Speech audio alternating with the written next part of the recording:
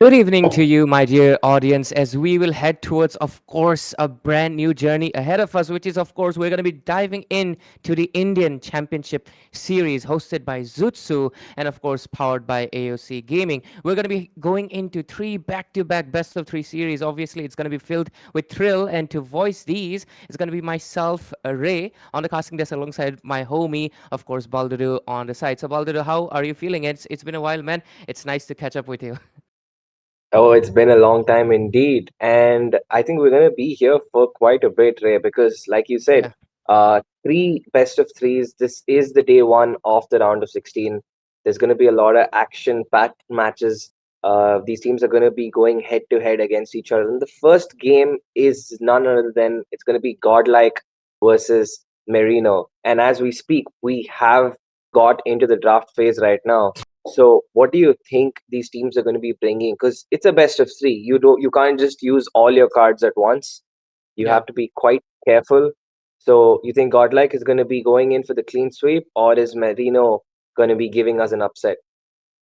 We'll obviously find out.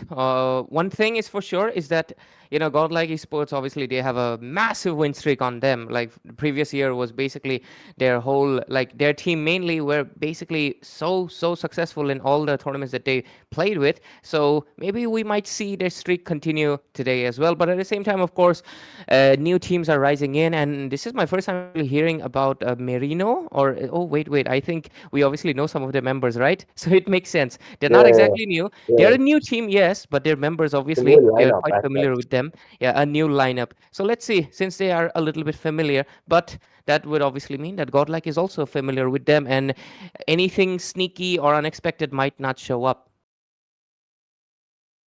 There's that.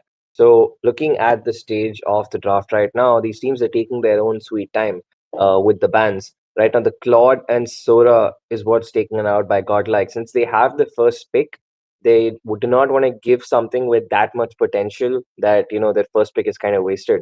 So, the Sora makes perfect sense. A lot of these teams, almost every single team, is abusing Sora to its maximum potential right now in the EXP lane. He goes in for the first item Oracle and it's just sets on sets. So Mhm. yeah, even I would not like to waste a purify on a hero that gets his cooldown off every 30 seconds. So Yeah. with that being said, the Sora is out, and the opponents respond with the Zujin. With the Zujin being taken out, Ray's casting is going to be nerfed slightly. Right, it's fine, it's fine. And less Zushin for others, more Zushin for me, right? That's the policy I follow. So her being on a ban, it's much better for me. But anyways, obviously the Freya will also get banned out, nothing out of the ordinary just said, and so will the Grok. Let's see if any of the other expected bans like the Yuzhong or who else does usually show up in the bans lately. Claude is the newest addition, I would say, but okay, the Guinevere gets banned out, respecting most likely coming in for a jungle. And on the other side, of course, Godlike will pick up a hero. It's just glitching for a while, but no, it's not the Sora. It's going to be the Kalia showing up. Really obvious choice, I'm going to be honest, Baldo. I mean, I don't really need to explain it, right? Yeah. I mean, it makes perfect sense. Also, it's kind of interesting the way we've been seeing Guinevere a lot more active in this patch. Like, she's got active enough, she's got annoying enough that people are actually banning her in the first phase. So, yeah, because we're seeing her flex pick a lot now. I've seen in quite a few other tournaments, Guni's being flex picked. Apart from just the jungle, we're seeing some people take it in the roam. She also can be pulled in the XP or mid in very certain kind of comps. But with that being said, the Kalya has been picked up. We know Art loves that thing. We know they could also like pick it off with, wrap it up with a Lunox because the Nox is still very much open. But Romcom is not going to be getting his Yu Zong. It's going to be actually, Maserat that is going to be stealing it away for Merino. Okay, makes sense though. I mean, they obviously take two power picks, and considering Yushin has been shifted to the goal lane lately, it is a really wise choice to pick him up because, of course, you can perhaps lane against him well in the early phases or maybe even the mid game, but in the later phases, it gets really troublesome for you to handle, especially considering he's a late game monster itself. So they're going to be coming up with the Harith on their hand.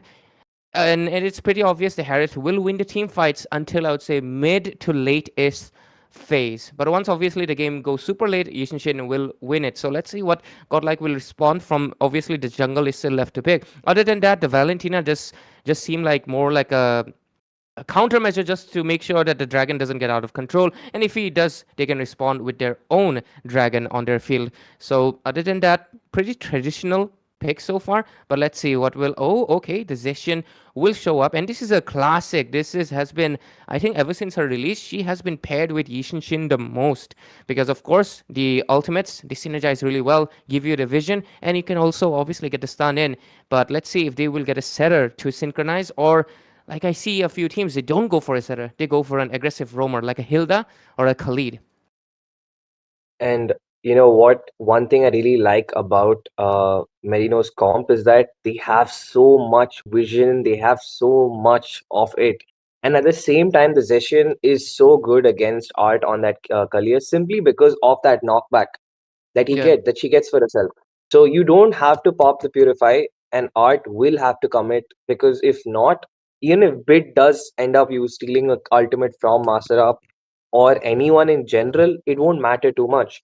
And another good part is that since you already have the Yuzong on your side, if you do give global vision, Yuzong knows exactly who to chase and when to go in.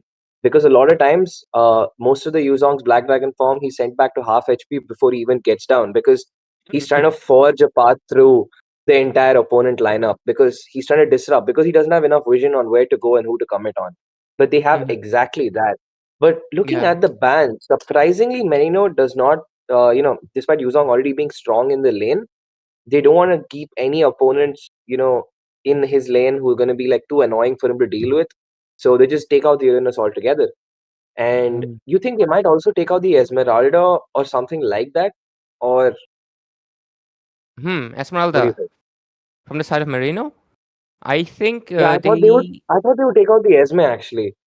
against the Yuzhong, right? I think she's a valid option, but at the same time, I think Yuzhong is just one of those fighters that, regardless who you ban, late game he usually kind of gets demolished either way. One of the main benefits of the Yuzhong is the fact that you have that early to mid dominance. And so far, I think if they just capitalize on it, and I think they could have gone for at least Yeah, there it maybe is. okay, there we go. I think obviously you're predicting it well, but I would have preferred if they actually respected the jungle a little bit more. Yeah, So they I can thought it's actually going to get be an the Esme and Fanny ban. That's what I yeah, yeah. was going around. But They okay, should have interesting. respected Van a little bit more, honestly. I mean, I thought maybe a Suyo, Fanny, something along those lines is what the bans I expected to be. But okay, they want to restrict the XP lane. On the other end, Godlike, they do end up taking out the Hylos. Actually, that does make sense. That makes perfect sense. Like not as an engage, but a defensive glorious pathway would be amazing to slow down the tempo of Godlike. Because even if Art does end up getting a set, which is really difficult already, because there's like one, two inbuilt immunes, one CC immune on the Yi Sanshin, Yeah. Yuzong in general. You don't want to bring the Yuzong to your teammates unless you can CC chain him. So, you know, on top of that, if there was a Hylos, yeah, Merino would have had a Yeah, yeah, really, really nice cook comp. But yeah, they're gonna go for the Hilda instead.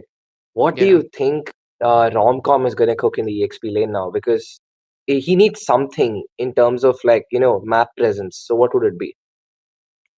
Going for a little bit of map presence, or would like to go for a setter? That is going to be up to him right now. So, and basically, right now, they will have to cover their weaknesses, just like you mentioned. The Kalia, right? She needs to commit a lot. So, I think going for a fighter that has a set, yep, I think a Lapu Lapu can work. Basically, can force the Zacian's passive to already be used, so Kalia can easily dive in. And the Leo mod is up to no surprises because obviously he has been in the meta right now and he has been showing up a little bit lately. What do you think of the Leo mod right now?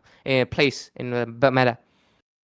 Oh well, Leo is my favorite hero in ML, so I was really happy to see this dude back.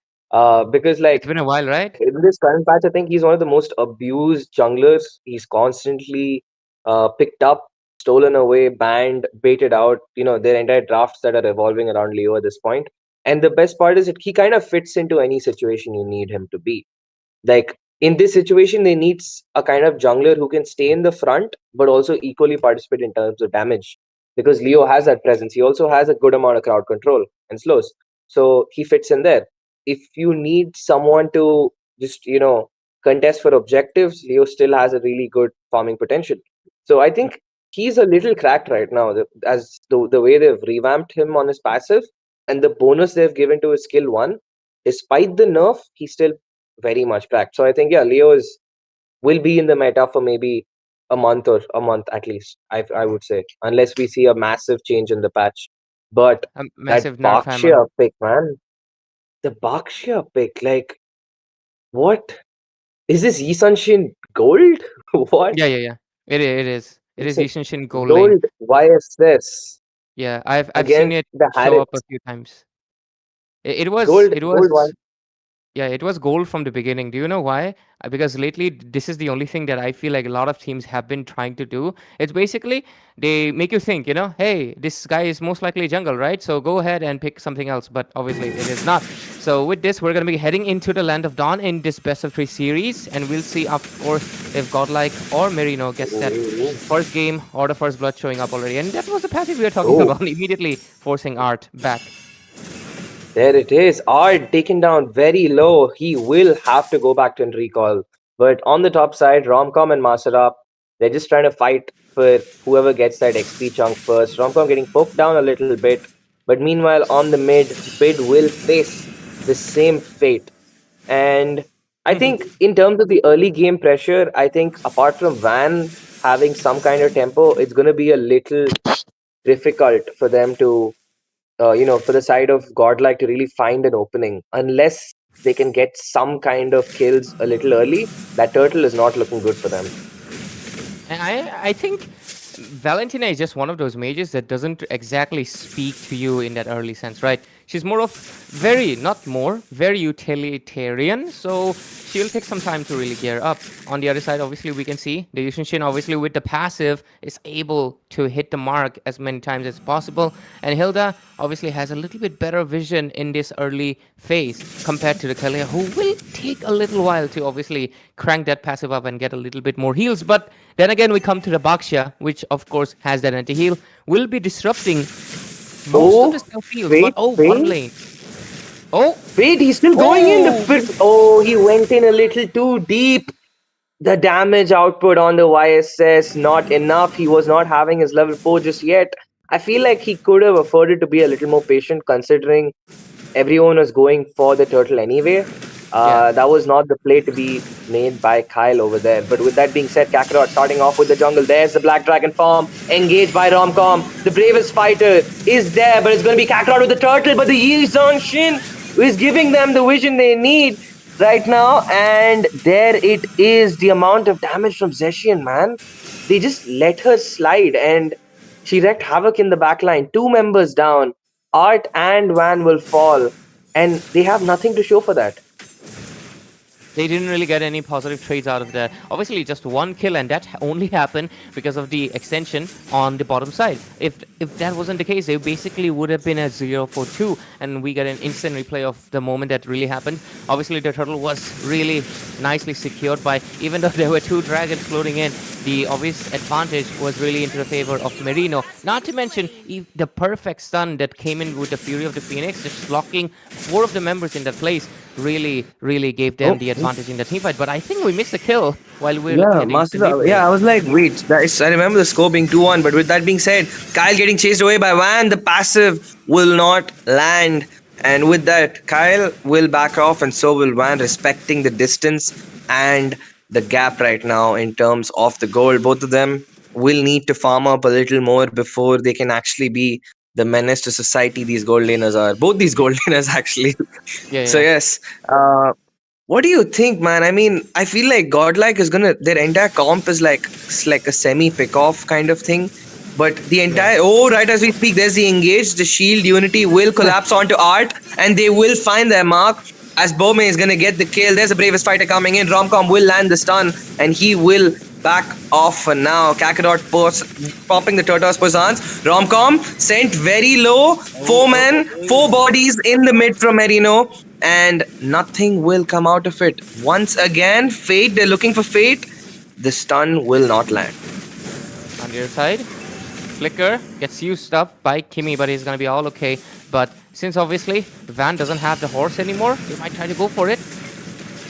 Ooh, two dragons fighting in the air for dominance, but it's going to be Kakarot with the turtle. The retribution finds through. Masterap on the bot side will be taken down Art. He will be caught out on the turret. Nearly picks up Van. Make it two. Yes, he does. Three members down from Godlike. They need to get something from Masterap right now, but he's sustaining through it all. He will survive with a sliver of HP. They're searching for Fate. Kimmy sent back really low, but Oh. Bid and Fate will somehow manage to stay alive. But the situation is not looking good. They're going for the re-engage. There's the Zaman force, and it's not enough. Fate will have to be sent back to the base. They go in on Kakarot once again. This is a full collapse on the members of Godlike right now. They are really struggling. Yeah, and while the instant replay plays, we can clearly see the Leomord is actually able to take out his Decian. You can see in the corner, the team fight is still heavily going on. Oh, they nearly caught out Kakarot, but he will use the shield unity to make his way back to safety. But with that being said, the amount of vision is really adding up. I feel like Bid will probably have to start prioritizing the Zacian ult instead of the Yuzong. But if they But- take out the Yuzong, they don't have anything for initiation. Yeah. Dude, And also, oh. on the top, Estachio. Wait, Gonna be 1v1 against Kyle. He will get his mark. Kyle held on Oh. to the skill a little too long. I feel he could have popped that stun Yeah. over there. He should I have popped think that stun. He would have oh, got the look kill. at that again. But massive set. Once again, Master finally caught out, but there's a Zacian ult with the taunt. Art coming in, dropping a lot of damage. And there is the reverse dragon, the IMU dragon coming onto Kakarot. There is a lot of damage being dealt. He will not last as Bid will get the kill onto Kakarot. Van diving in onto Pope. Will he get the kill? Yes, he does. But Kyle is trying to find a mark. He gets sent back to base really low, making his way down. And this is the comeback. Godlike really turned the tempo around right now. Kimmy Yeah. sent back to half HP. Oh. They will collapse onto him. Will they get the kill they need? Art forced to flicker out. Does not want to take any smoke from Masterop right now. A really good decision. I also love the fact that you mentioned, of course, this is a 180 immediately. The score was 2-7, if I was not mistaken, and suddenly it's 7-8. They immediately climbed all of their deficits up, even though it looked like, you know, so far they were troubling in the momentum, but they have gotten, I think, one of the main things that Merino was doing, it was basically picking off Art first. You could have seen that they were making sure that Art cannot join those team fights, and right now, into top lane again. Better watch out, Estachio, or is it Romcom? Okay, Romcom got low as Kyle is going to be taking away the turret from their opponents. And Godlike, really good comeback. They went from 2-8 to 7-8. They've turned the goal lead around. It's basically nothing at this point, and it's actually shifting in their favor. The economy, slowly but surely. But Van and the members of Godlike making up a death bush. But I think they know that they've been spotted out, so they're just going to hold on for now. Yeah, it's honestly a lot of members in a bush. I don't really like it at this point of the game. I think you're much better at trying to control the waves and trying to look for some form of ambush, right? Because obviously the game's still early, you still got your turrets in, and you still gotta make sure to get a little bit more macro. Until an inner turret is getting taken down, yeah, they will have to position themselves a little bit better. But regardless, 7-8 scores still, no blood shed yet, but looks like Kakarot wants something, maybe most likely Art, and yes, he does. Massive set coming in. The Zacian stun will land. Art, who is not going to sustain for long as Bobe gets the kill. Master up, makes it 2. Bid will fall. Furious dive away back to safety. Van looking for something, but the three members of Godlike slowly making their way back. There's no turret in the mid side. They're being sieged out. There's 5 members trying to collapse and get something out of it right now. But there is no real objective on the map for the members of Merino to turn it around. They're going to poke Yeah. the turrets out, wait for the Lord to come up while Masterap makes his way back up top. Really good like rotations that are coming in from the side of Merino.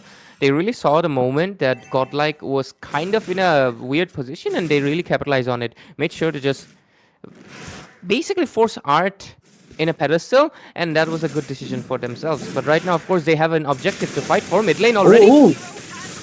Oh, babe, what were you doing out there? It's Art who makes it happen for them. Van coming in with the Phantom Steed. Oh, what a set coming in, man. But somehow Kimi will still have an amazing reaction time over there. Flicks out to safety, but with that happening, they will lose map control on the Lord. They're waiting for Master to pop the ult. Will they go in? Yes, I think they will.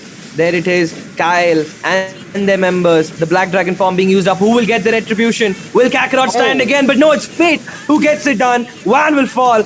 Art will be down. Romcom and the other members of Godlike forced to make their way back. But Merino is hunting for an objective. Kyle will go in, but the flicker is used up perfectly, and Bid will be living to see another day. Both of the junglers miss out on the retribution, but of course it was lucky for the fact that God likes a gold lane of course Fate.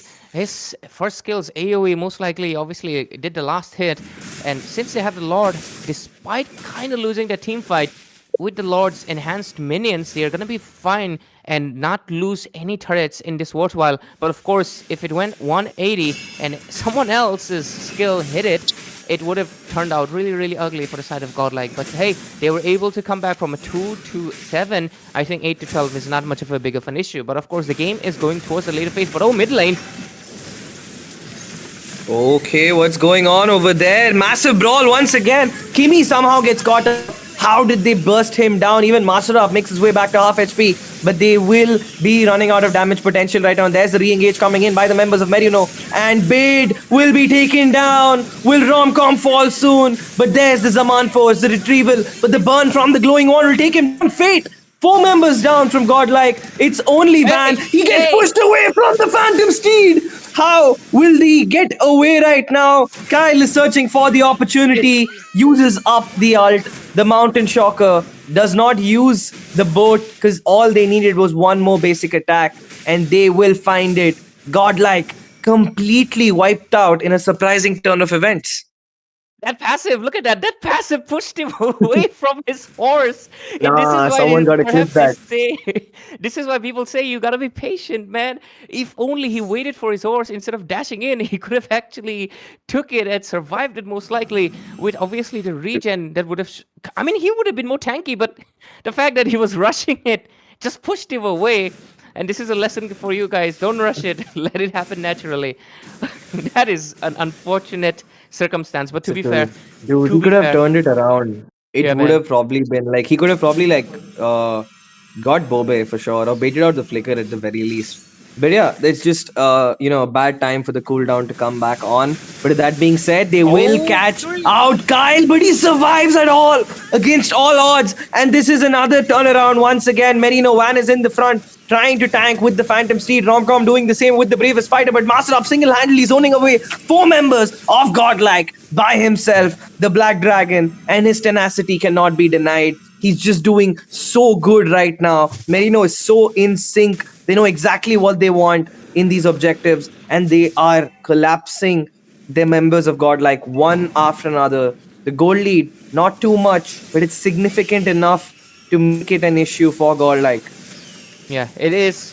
I mean, 4,000 at around 12 months, I do think it's quite a mark right now. And Merino, obviously, with this lead, they're going to be getting that Lord, no questions asked. And right now, looks like a pickoff. Yo, massive 4-man taunt coming in again. They're going to catch Kimi out. They used up a lot of resources. Kakarot very, very low right now. He makes his way out with a sliver of HP. Master Up forced to use the Furious Dive to back off. And the 4 members of Merino, after losing their roamer, will have to back off. But they can regroup themselves and wait for that Lord, which is going to be marching down the top side against Godlike Esports. It's still, I think it's just the first Lord, so it's not going to be too much. But the CCMU Romcom with the Bravest Fighter predicts the flicker perfectly and responds with one of his own. He will fall, but he has done his job, taken down Kyle, and right now they will try to find out Kakarot too. But there's a stun once again. Zishin being a menace as Master Up will get the double kill onto Art, and they will again and again. Merino turning out a winning fight for Godlike on its heels and clapping back in response. That was just beautiful coming in from, of course, none other than the man himself, Romcom. A great prediction, but oh, on the bottom Oh, side, man. looks like he's a little bit Phantom stuck. Steed. Phantom Steed forced to be used defensively. He's actually looking for an opportunity, but it's actually Kimmy just trying to tank them away, push them away, while his members will take down that Lord. But look at that, man. Romcom. Dude, that ult was so clutch, dude. I mean, Yeah, we I think need we're to going to see. be getting Ah, that it didn't in show the that. replay. It didn't show that. Yeah, I thought we were One gonna get that second. in the. 1 second miss. It is kind of funny. We wanted to say his aura plus, but we got his aura minus in the replay. So sorry, Rom. But yeah, we saw it. We saw how amazing it was, and obviously coming in clutch like that is what exactly the side of godlike esports needed. But hey, it was just, I would say, like one Lego brick out of the whole tower, right? You still have a long way to go because right now the base is exposed on the far left side. They don't have an inhibitor anymore, and any minion pressure is going to be causing them to retreat from those. So one member has to constantly watch out, and that member will most likely be either Fate or Romcom itself, the ones who have really good wave clear. Because on the other side of the map, it's gonna Yeah. be Van who needs to also clear out the waves. Because Valentina, she does not have the strongest wave clear, and letting her be alone like that is also not a good decision. So right now, losing the Definitely. macro like that is gonna be I feel that peaceful. Dead Bush is Oh, okay. okay. They popped out the vision perfectly. They know it's only three members over there. Kyle going in. There's the stun with the Zacian. Forced to use the flicker out. There's re-engage coming in by Master Up as Van will use the Phantom Steed to wreak havoc in the backline, but Kakarot will not survive for long as the turtle Oh, Van. will have his cell breached. Van with a lot of damage sends them all to low HP, but every single member, every frontliner from each team is suffering the same fate, but they did win back Lord Control. Van and Romcom will be picking up the Queen's Wings and Antique respectively. And I think this Lord is gone for good. I mean, it's going to be godlikes for sure. Unless Kyle uses up the Mountain Shocker, defensive Zaman Force use up, trying to push them away. There it is. There the objectives. And could we have a take a look at the itemization? I think since it's 16 minutes, they should be done. Yeah, one last item for most of the members, and okay, Fate will go for, of course, none other than the Wishing Lantern, finishing his build just now as we spoke of it. And on the other side, Yisenshin is still yet to build his Blade of Despair, and the mages, I think they're almost done. Okay, I think the Zacian doesn't have any cooldown items. That's kind of surprising. I mean, except for the shoes and the lightning trenches passive. I expected, the book or the fleeting time to be showing up by now, but I think only now she's building. Oh, look at that! Oh, big set coming in. Kakarot survives somehow. The Tortoise Poison's having its mark. Van will survive with a sliver of HP. Fate picking up the double kill. They've lost their damage output. It's only Bobe against the world. As Romcom going in for the stun. The bravest Hey, fighter being man! used up. Gimme! Immortality popped. Van sent very low. Fate is trying to catch out Kimmy, and he will find his mark. Three members down, and this is not looking good for them. They're spending too much onto Art and Van. These guys are purely just tanking the turrets, and the Queen's Wings is probably what saved Van over there. And before a Yeah. Lord march, you have no wave clear. They're chasing Bobe down. He's shut down. This Lord is marching in. It's only Master Up. They will be hitting the ages. It will shatter.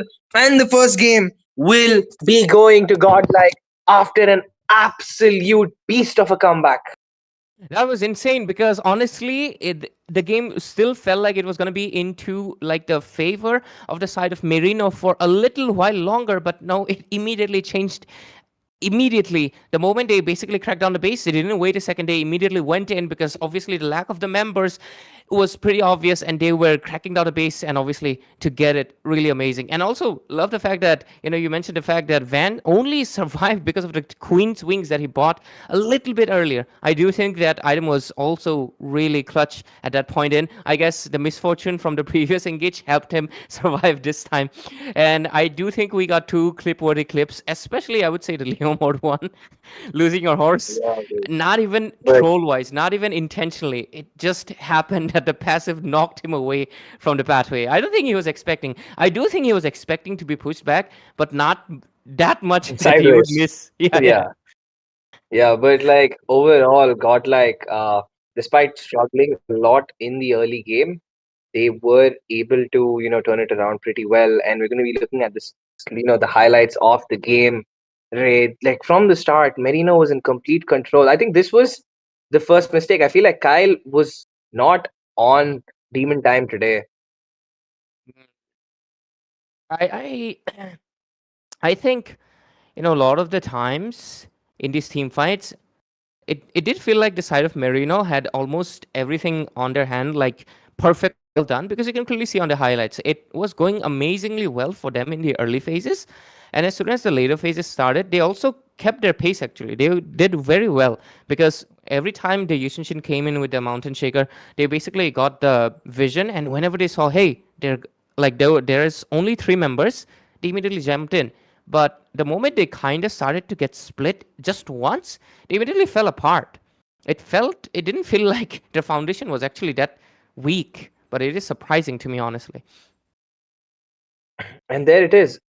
Every single time Bobe gets taken out, you see how quick the side of Merino is collapsing, because that is their entire heartbeat. And every single time Romcom is zoning Bobe out, you see they do not have enough damage on the front lines. So Van and Kimi kind of make it out, and Art make it out with a sliver of HP. And even if they don't, you have spent too much time and too many resources trying to take away these frontliners, allowing Fate to free hit. See that over there. There, the Lord secure. Kyle did end up getting Van. They always were winning the fights every single time Bobe is present. The second Yeah. he's down, they just don't have a name. Yeah, it is. It really felt like he was like See, there's simultaneously that I think that's the promising. one. There, Yeah. there it is. I honestly not sure if it was like heat of the moment thing, or he was expecting like I might get pushed back, but I'm gonna still get my horse and might just be able to retreat or take him down. I don't think he was ever expecting, and he's definitely going to reconsider to jump position again. And even I think any players who are watching, guys, that's your lesson. If you're playing Leomord, don't dive in into something that can knock you back. But yeah, right, these team fights, especially these ones, you can clearly see the influence like Vans Leomord had, and I think they might they might think to either ban it or at least take it for themselves, because you can clearly see how much sustain he had. Yes, he survived, almost got taken down, but you can see he survived it as well. And I think this is another instance, this 1 HP one, which is pretty insane, because I think Kimi was just about to get him, right? Look at this one. Oh, So close.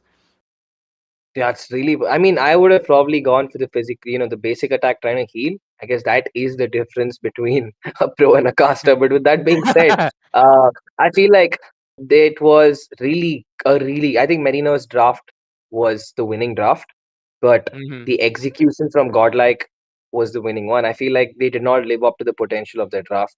Uh, Kyle was not able to really execute that Yisun Shin, and it's going to be the opposing laner Fate on from Team Godlike taking away the MVP. Dealt a metric ton of damage, nearly a third of the damage is all his, contributed in every single fight, and still somehow walked away with only three dead.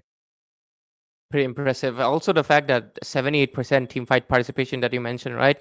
It's insane as a goal laner, because, I mean, yes, Harith is more of a team fight oriented marksman, I mean, goal laner himself, but it's pretty nice when it's being executed perfectly as well. And I obviously think that Purify was the go to spell, and it really helped him in a lot of moments, obviously keeping the death count low. And going for, of course, the Wishing Lantern was also a really, really great choice. A lot of the Hariths at the later phases of the game, they kind of switch between a lot of items. They try to go for a little bit defensive, but I think going offensive was a better choice, even though their team had a lot of utility options. So good choice nonetheless. And with this, I think we're going to be heading towards, of course, the game number 2 between these two teams, and we'll see if Merino can basically recreate what they did in the early game and maintain the pace. If not, Godlike will walk away with a sweep.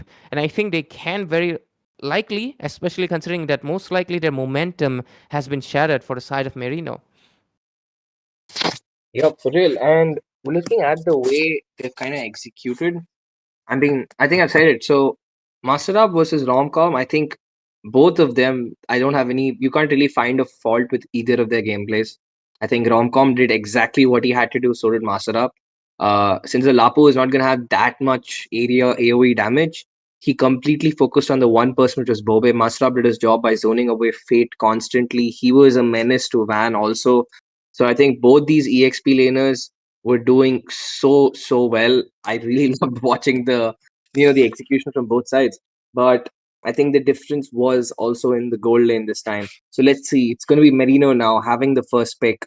So what will they bring to the table? What do you think is going to be taken out? Are we going to be seeing a ban on Van, or are they still going to be going, rom-com focused?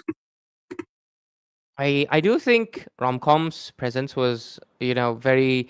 I mean, it's pretty obvious. He was all across the map, but at the same time, okay, the Zeshan Ben. I like it from the side of Merino because obviously they saw what they were able to do, and they're pretty sure that if they let Zeshan open this time around, Bit can immediately pick it up for himself. So good decision for themselves. I mean, what's your strength is obviously don't give it away so freely, and I see a lot of teams actually make that mistake when they get obviously shifted their sides, and looks like they're obviously going to ban out the Yuzhong as well because of course that is also a comfort pick for Romcom himself.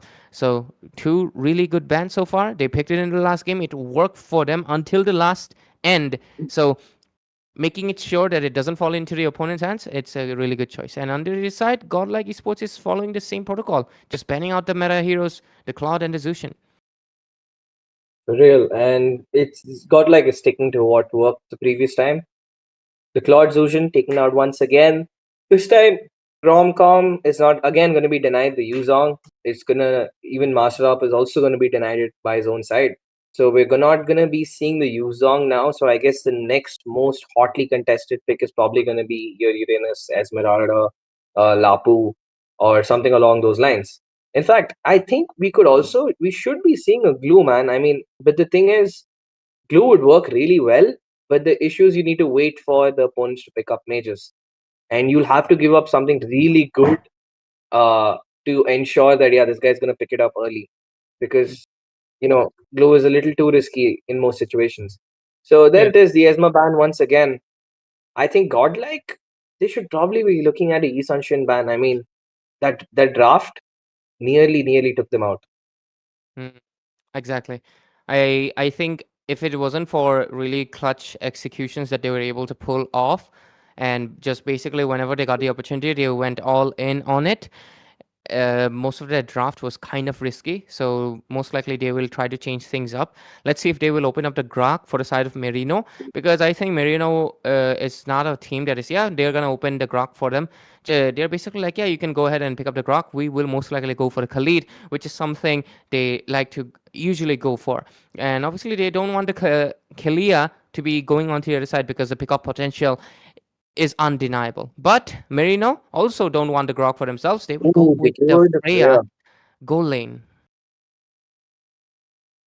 Freya that early, I mean, you have to take it up, otherwise it's going to be taken away. But with the Freya being set up, they've also taken out the Esmeralda. What now I think Merino needs to do is to try to get that Hylos as early as possible. If not, it's 100% going to be banned in the next phase. Or Godlike could probably steal it for themselves. Like you said, they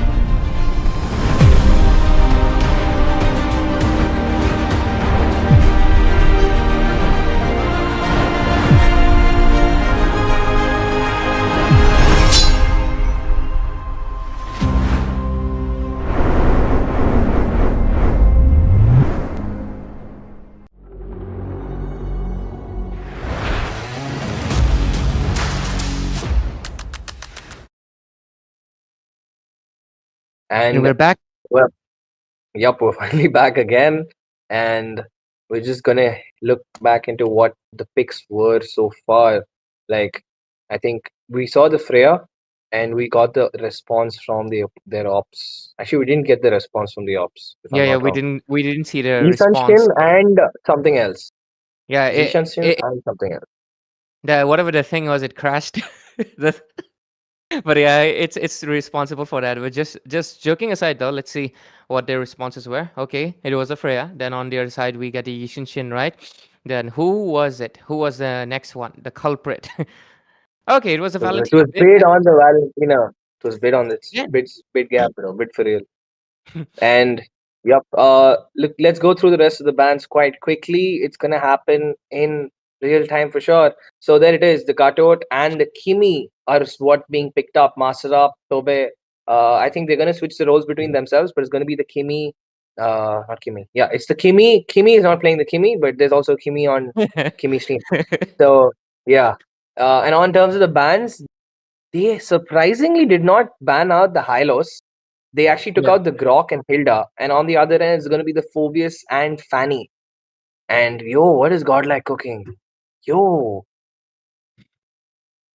I mean, I'm actually surprised they. it has to be Isanshin Jungle now. It has to be Vice's Jungle. What if it is? What if it's not? Dude, What do you Sora think? Jungle? Nah, I don't think Sora Jungle would be it, man. What if it's It Bakshay again? Nah, it's gonna be better. Okay, okay. It is it this has to time. be Yeah, Isanshin Jungle this time. yeah. This time they Godlike, don't like pull any funsies. They you go use normal. you use my magic against me. Yeah, we. It is kind of funny to imagine the scenario where they're like Godlike is like, yo, Merino, you think this Yushin shit is gold? No, it is. It is jungle like the old times. And with this, the draft has been finalized, and we're seeing, of course, the side of Merino going with setup of the Kimi into the mid lane with the Lapu Lapu and Hayabusa into the jungle. Nothing out of the ordinary. I think this is a very normal setup with two fighters, of course, one of them being the main strong ADC, which is of course the Freya, and most of the heat has to be taken by the Gatotkacha, being the only and heavy tank. On the other side, the Godlike Esports, they're also going for a similar setup, but Sora and Sora into the Sora into the gold lane, and Fate, not Fate, what am I saying? The Barang going for a roaming position. And there it is. The game has begun. Surprisingly, it's an interesting draft from both sides. There is a lot of options on either end. I kind of expected maybe we might be seeing Sora on the roam, But that's not going to be the case. I thought maybe Godlike is also going to cook something special, but I think they have spared us all those doubts for now. And with the Yeah. game coming in, I think the early game could go either way for either team, man. I mean, it's a very, very, very interesting draft on both sides. But right now, as we speak, Oh, Art will get caught out. The taunt will succeed while the Badang pushed him against the wall. It was not enough to push away his respawn timer this time. So he sent back to the base. And with that being said, Master Up is actually gonna be taking a lot of poke from Romcom, but on top, Van picked off by the Freya. interesting. And I think that was Kakarot. Dude, Kakarot is playing such an aggressive. He has not even gone for his red buff, dude. He's not gone for the red. He's just like, I want every invade possible, and you're giving it to me. That is insane, honestly. That is like diabolical as a Hayabusa. I mean, I get it. Hayabusa's kind of like the counter of the Yushin, but at the same time, it's not even level 4. You don't even have your ultimate. That is just insanity. But hey, it's, I think, definitely mainly possible due to the fact, two main reasons. They have a more aggressive mid laner, which is, of course, the Kimi insane damage amp right from the level 1. And, of course, the fact that the other side, Godlike Esports, they don't exactly have a tanky roamer on the comparison to the Gatotkacha. But oh, 4 people focus right there. Romcom. Okay, Master knew there was someone there, but he didn't know there's so many bodies. He will fall. It's gonna be Romcom, but on the other end, Bobe is gonna get the kill on Kimi, and there he is so low. Van will also be taken out somehow against all odds. Romcoms makes it back safe. Bobe going in with a very, very, very aggressive play right now, but it will not be enough. That was, I mean, I'm gonna be honest, Masarab, that was kind kinda on you because uh, the thing is, when you use your first skill, right, you get the passive back with how many people you hit. Did he notice his passive was full?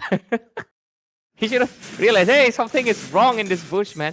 But hey, who am I to judge? Just kidding. The 5-1 score right now. Merino leading the game with, of course, heavily having the advantage on Hayabusa. But what the hell? Kakarot 0-4 assist. support support jungle meta is it? For real, man. Gato stealing away all the kills. Kimi trying to get the main character into you. Okay, traction pulse in the mid lane. Is that an engage? Oh man, Massive said they get everybody they need, but Kakarot will be the one to fall, not getting, not able to shadow away. And I think that's the biggest issue with the new S2. The margin for error is just so much less. He has to be a lot more careful.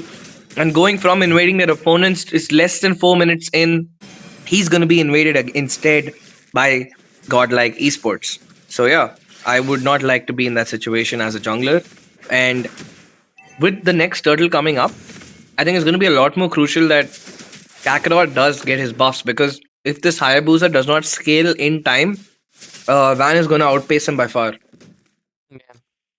And I definitely do think. Oh, okay, top lane. Is that a kill? And I definitely think. Oh, vengeance. Oh my god, that's such an unlucky shadow kill. And also, wait, iframes. Yo! Dodging every single skill! He will turn this fight around and they will make it a kill. What the hell? Fate! Yo, dude, he has to stop playing marksman. Send him to EXP lane right now. Yeah, that sidestepping is insane. Bro has been playing, some Elden Ring or some stuff in his free time because that sidestep, insane right there. We get a replay, of course. He dodges it. I think the minions kind of helped him survive the Hayabusa, but then from this point on, yeah, it was him just dodging that Gatot Kacha, then the traction pulse, then he moves out of the way of course, and uses the wall that comes in from the Padang. And right now, Turtle! Romcom will get the kill onto Master Up. Oh, there's a set from Romcom. Once again, pushes them away from Bid, but he has to give up his life to protect his backliner. Bid using the Cyclone Knight to make his way back mid, but Kakarot is over there. They will have the shadow. They will be trying to pressure Bid out. Will they succeed in doing so? Yes, they do. Right now, Kyle will also make his rotation up. They're going for the invade onto the blue, but Van is actually counter jungling all the way on bot side with a sliver of HP. The amount of courage you need to have. But as we speaking of courage, Kimi will try to give them the space they need to go in. Kyle nearly gets him, but Van in a dangerous situation will make his way back. Kimi with the 3-man AOG, but it's Romcom pushing them back once again. But Kyle will not be denied. His share of blood picks up the kill onto Van. And this is not looking good for godlike esports. They did get a comeback, but right now they're losing control of the tempo once again. Bobe is just on fire. Bobe and Kyle right now. Absolutely right, Baldu. And with this, I think the side of godlike esports, they gotta respond fast again to Merino. But this is, I think I'm having a little bit of a deja vu. It's recreation of the previous game, I would say, because back again, the side of godlike, they're getting pushed into a corner, and right now they're going to be relying on Van again to kind of make those clutch plays, as well as Romcom on that, of course, Sora. And I think considering Sora is still kind of broken, the chances of it are high, and that is the only thing that Merino needs to watch out for. Their whole win condition right now, since the fact that Kakarot, it's kind of funny since he doesn't have any kills. That doesn't really matter that much because he didn't have any bounty to begin with. So I guess in a way, do you call it strategic stealing from Kimi? I guess so. But with this, the turtle, last one coming in for the hands of Merino. Oh, Kyle, dude, uses up the ultimate. 1 against 3. He's trying to get the poke on. Romcom actually succeeds in doing so. Romcom sent back to half HP. He has to back off anytime soon. Fate is there to give them the backup. There's Masterov using up the bravest fighter, but what's happening on the mid side? Kim sent back very low and pushed back inside. His Van will get the kill. OG Shadow kill once again. Not the luckiest of the ults. He will end up hitting everything else except the one he needed to. And they will be forced to back off, losing out their main source of tankiness. Kimi is down. And with that, the jungle becomes open territory for invades. losing your resources so heavily, it's going to obviously be putting you even more behind than they already were. But let's see. Oh, Lapo Lapo goes in for the aggressive. Very, very aggressive play, but Master Up will turn this around. The bravest fighter is not for show. Estachio will get the kill on the Art. He's surviving against all odds. He's still alive, but not for long. There's a shutdown. Romcom will be getting his man, and he will survive only for a few more seconds. 2 bodies down on each side. Make it 3 for Godlike, and it is even score once again as fate will turn it around. 3 bodies down on each side. But who has truly won that fight? I feel like Godlike got the better deal. Absolutely right, Baldo, because of course getting the shutdowns and considering the fact that Fate is their goal laner, him having those 3 kills means so much more value. On the other side, let's take a look into the builds. Freya going for that Corrosion side and the Warx combination with, of course, the Endless Battle coming in soon. The Kimi, though, obviously has the Sky Piercer, but how many stacks does she have? I think at most 2. Did go for the first item after all, so I do think 2 stacks. Is it 2? Oh, he actually died once after the kills, not before. So 14 stacks, not much. I think 14 doesn't really do anything. Anything below, I think 40, it's not that impactful. But let's see. The Lord is here right now. If the Kimi can get a few stacks and Boba can take the control into the game, because after all, his damage means a lot. But let's see. Lord fight coming in pretty soon. Romcom giving out the vision. Is this an engage from Estachio? Okay, they're looking for the Lord. Who's gonna get it? It's gonna be Kakarot this time. There's no follow-up onto Art. It's just him against the world. But he nearly got the kill onto Kakarot by himself. But it is all for naught. You've lost a body and your Lord away to opponents. Merino has been gifted this Lord right now. It feels as they're trying to chase down man. There is the bait on Kimi. Did not see Master Up behind. Kimi got out a little too deep. He still does not have the AOG, but Kyle jumps in over there. Gets the turret away, and Bid is still holding on to the AOG. I guess that is why the members of Merino do not want to engage just yet. Romcom pops the ultimate, does not get anything out of it. Interesting so far. And Valentina is still on the Gatokacha, right? Okay, still has that AOG on his hand. So they're going to be trying to go for a possible double engage with, of course, the Padang onto the hands, of course, Art, who has not been that successful so far, because I feel like he's trying to go for the engages, but the follow-up is not on the table just yet. But let's see.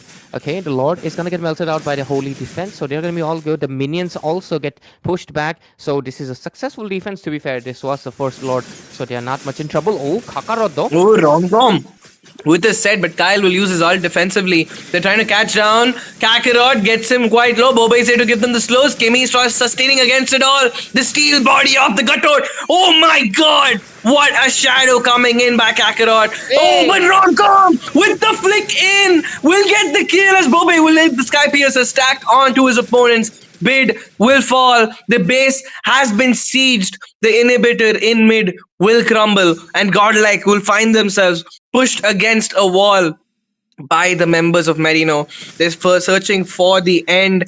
Kimi standing over there trying to tank the turrets, tries to get the taunt. It does not happen just yet. Will they be going in for the engage? There is Masterab with the bravest fighter. He is caught out in a risky spot. There's the ultimate coming in by Kimi, but it's all for naught. I mean, there was a lot of ultimates popped and nothing, no actual action. That's kind of insane. Why? I'm just noticing so many ultimates being used in that fight, like not even a fight, right? They did not achieve anything. There was, I would say, a lot of resource wasted, but hey, they have enough time. They have ample time to basically save it for the Lord fight that's going to be coming in 30 seconds. I think most of them will have their ultimates back. Yeah, I think most of them already have, especially the side of Merino. But let's take a look into the statistical side. The side of Godlike Esports, they are in the same place again. They don't have an inhibitor. This is a full-on deja vu of what happened in the previous game. While the other side, Merino, they still have the turrets. But the thing that separated, like the last game, was the fact that Godlike Esports at this point in time, they had basically an inner turret on the bottom side. This time around, they don't have it. The inner turret is still standing strong on the top side, so they better watch out. Oh, AOG! Oh my god, Master Up sent back really low. Art is doing a great job. They're zoning them away, but Kyle on top will be stealing away the life, reaping havoc in the backline. Bit forced to flicker out. He does have Kimmy's ult, but he's forced to use it. Will Bit survive? Yes, he does. Fate was using up the vengeance again. They will be putting down very low. It's only Fate, Romcom, and Bit against the 5 bodies that Merino has to offer. They're going to try to siege down these inhibitors before they go for the Lord. But oh, Romcom, really good set with Fate coming in. But Kyle will sustain, forced to flicker out. Will they go in for the re-engage? No, they will not.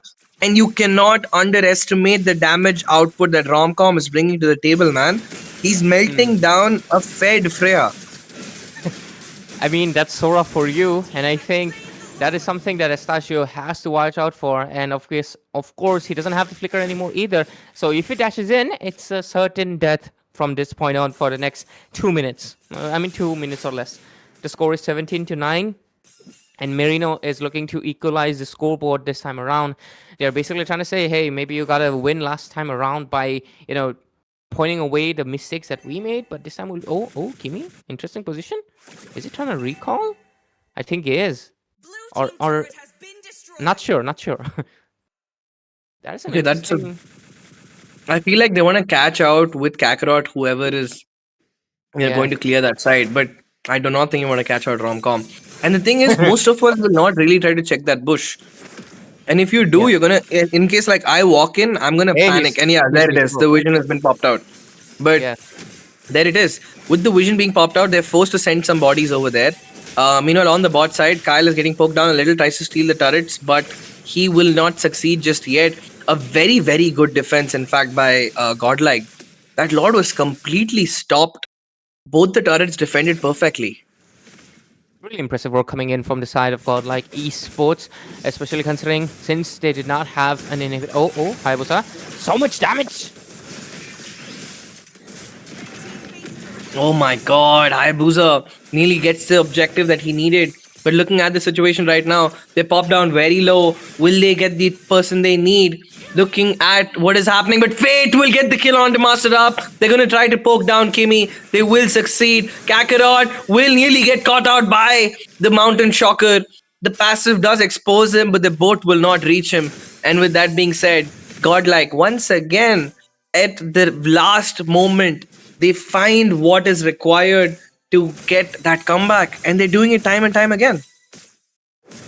I think it's really possible still, but this time they've lost 2 of their inhibitor turrets, right, Baldo? Because this basically puts even more pressure on them. But let's see. Oh, is that a mistake coming in? Oh, what is that?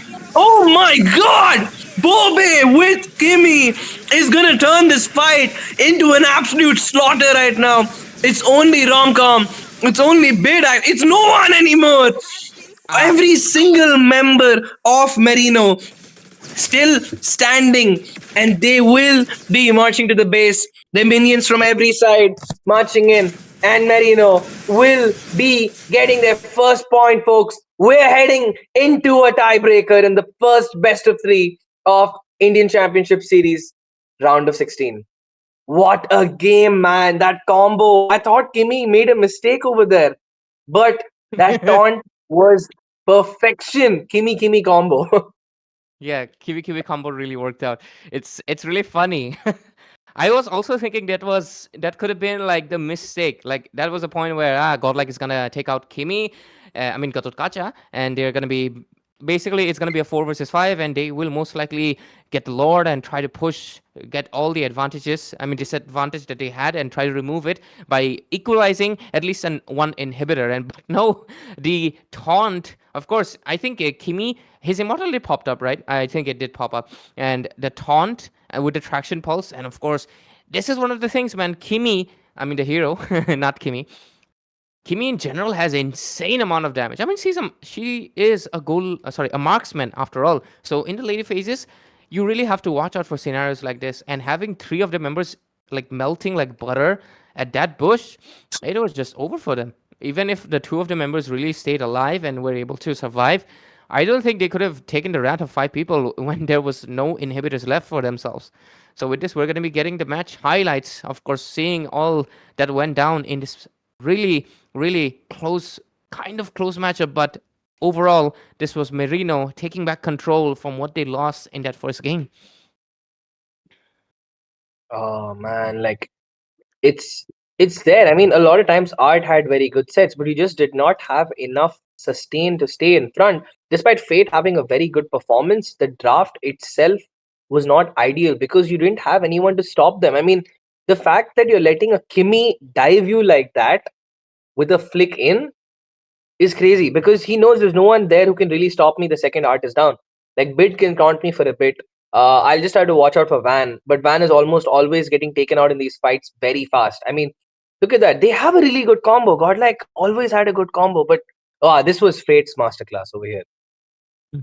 Yeah, great, spectacular job coming in from Fate on this side of the map. Impressive work, impressive feat work, I would say, and it just really, really gave them slight bit of advantage at that point, but overall, it did not exactly matter in the end because, of course, they could not really get this win and go for a clean sweep. But hey, it's all gonna be okay. After all, they were able to go for, what do you say? They were almost able to feel like the game would go for a 180, but regardless, they were not able to do so. It will be the deciding factor in the game number three, and we'll obviously see who will move ahead. This is the upper brackets, right? Yeah. So whoever loses, they still have the lower brackets. So I guess it won't be the end of their journey, but still, this highlight, man, that is insane. The damage, No, crazy. dude, I was like, yo, what just happened? And it's kind of crazy. Like the fact that this is lineup is a new lineup and they're doing so well. And there is this our MVP, only two deaths, 91% participation, and he's taken 40% damage, man. I mean, what else do you want from your roamer? He's there, he's tanking, he is not stealing kills away from you. I think except Kakarot is going to have a complaint about that because Kakarot was denied every kill possible in the first 4 minutes of the game. You look at those So free I kills. think he will not. So he will probably not agree with my sentiment. But that revitalize flick, the revitalize Kato actually gave so much value. Insane value. I mean, Godotkacha is one of these tanks. I think he has been evergreen from like ever since his release. But I think for the last, what, 6 seasons, I think he's been the most consistently high pick tank in the pro scene. And I think it's gonna stay like that for one simple reason is the fact that his taunt mechanic is still one of the strongest. Yeah, Belric exists, but it's not the same. It's not the same as the pure nuisance that a Gatutkacha can bring. And of course, the global ultimate can always give you great positioning, make sure the opponents basically get in a position where they don't want to be by trying to dodge you out. So it's a I think his positioning in the meta will stay solid, and I think teams gotta be a little bit more careful when they give away the Gatotkacha like this. I mean, back then the response was the carry, but you can't pick the carry always, right? But since the score is 1-1, ladies and gentlemen, we'll go into this game number 3, Merino versus Godlike Esports. Merino again on the first pick. And there it is. We're gonna get back into the draft. This is the tiebreaker between these two, and I I want to see an upset. You know, I feel like you need there needs to be some more character development because Godlike just dominated 2025 way too much. So Yeah, 12 win and streaks. and I think if they're struggling in the round of 16, I think that's going to be a wake up call. I think it is a wake up call because Merino did not really lose the game one apart from like mistakes they made. Yeah, They yeah. they collapsed Godlike in game one itself. This might have been a clean sweep, but we still are at the tiebreaker, and I think this does speak a little about the impact that the import players are having. Because Mm, Boba and Masa both are not from here, they're import players, but they're doing so good. I mean, Masrap is going head to head against Romcom and he's performing at the very same level. I can't tell you who's better because I think both of them have done exactly what they needed to do in their roles. But as yeah. a whole, Merino seems to be in more sync, despite being a newly formed lineup. So Yeah, it's with the impressive. draft, Zuzan taken out once again. Yuzong will also be denied. They're gonna keep Freya out this time. They do not want to give Kyle And the Yushin Freya. too. He was a little too comfortable on the Freya, I feel. I mean, all these gold laners, man, I think they're secret clash lane, EXP laners. Closet EXP laners. Like we saw Fate, we've seen Kyle. So yeah, man, that is there. What do you think is going to be the first pick? I think the Kalia is still up. Kelly is still up. Kalia, Grok is still Croc. up as well. And who else on the side of Merino? Will they go for the Kimi? No, they're gonna go for the Kelia instead immediately. And as a goal laner myself, I'm not sure if I'm a closet EXP laner because I do play EXP lane. I think it's more so of the fact that as a goal laner you have to play very passive. You gotta watch out your positioning 100 times more because just a single misstep you're not gonna get taken down. But fighters gives you a little bit more of that flexibility, and I think this thing is really helping out these goal laners like to be a little bit more flexible. Because as a Mm, marksman, like for comparison, Moskov, insane damage, but guess what? You dash in the wrong way, boom, you're basically vaporized. But Freya doesn't have that, correct. and so does CC. You can do those sidestep, do the cha-cha slide, and you're gonna be all good. As long as you can Yeah, sustain it. because But Kyle got like caught out like 3 to 4 times, but he still made it out. And surprisingly, Art and Bid are they going to be actually it's just godlike. They're going to be picking up the Grok and Esma. They're going to leave the Sora open. Do you really want to give a Kalia and a Sora to the same side? I mean, what is godlike trying to create a trap? I feel like it's a Valentina trap again because they've not picked up the mage. I feel like they want to steal the ults for themselves. okay, Oh, I literally talked about the carry. yo, It looks like carry that's will a overtake. very early Bakshia commit, man. Because Is it bad or is it decent? like I feel like they're kind of hedging it on the EXP and mage at this point because by you're locking in the jungler. Bid's on a signature pick right now. And there's a lot Mm, of action. I feel like these teams should give me a little time to speak because they're drafting really fast, man. I mean, I'm barely talking about what hero got picked up, and these guys are in like 2 picks ahead. So yeah, yeah, I feel like we're in a rush. the mid duo of Van and Bid is it's not Van and Bid, yeah, Van, Bid, and Art. I think that is what's going to be key for Godlike. I think so far they've not really found the sync they've had, especially Art and Bid. I feel like the synergy that we've used to seeing from like the Godlikes mid duo that's really made them iconic with their sets and the way they play that has been missing in this series. So I think they're going in for like the ultimate comfort picks right now to really, get that comeback. I also agree with you because last game it was pretty clear, right? A lot of the times Art was all alone engaging with the fist and Bid was just nowhere nearby, right? I mean, he was still sticking with the AOG, so there was definitely some form of missed calls happening, I think, between them. But this time around, since they have their signature picks, both of them, Art loves the Grok, and of course, Bid, it's pretty iconic for him because even when the Eve was considered really off meta, he was sticking with it and he really made it well. Good. Make it work really good. So I think that is a good decision nonetheless. On the other side, Merino, I think they are smelling that Granger. They're like, oh, two signature picks. You don't want Fate on another one as well. Let's not invite the trouble. And they will just ban out the Granger, which I think is a really valid ban, especially when you're going to be going for the carry, which is very low on range compared to the Granger itself. So far, though, I think the carry is still in the trouble zone because she's going to be in the chessboard. Dude, and this draft is that was such a good draft to watch. I mean, like, that was such a good draft to watch. I mean, both these teams are reading each other out. But the thing is, at this point, since Godlike has to pick first, they have to show the Ah, Fanny.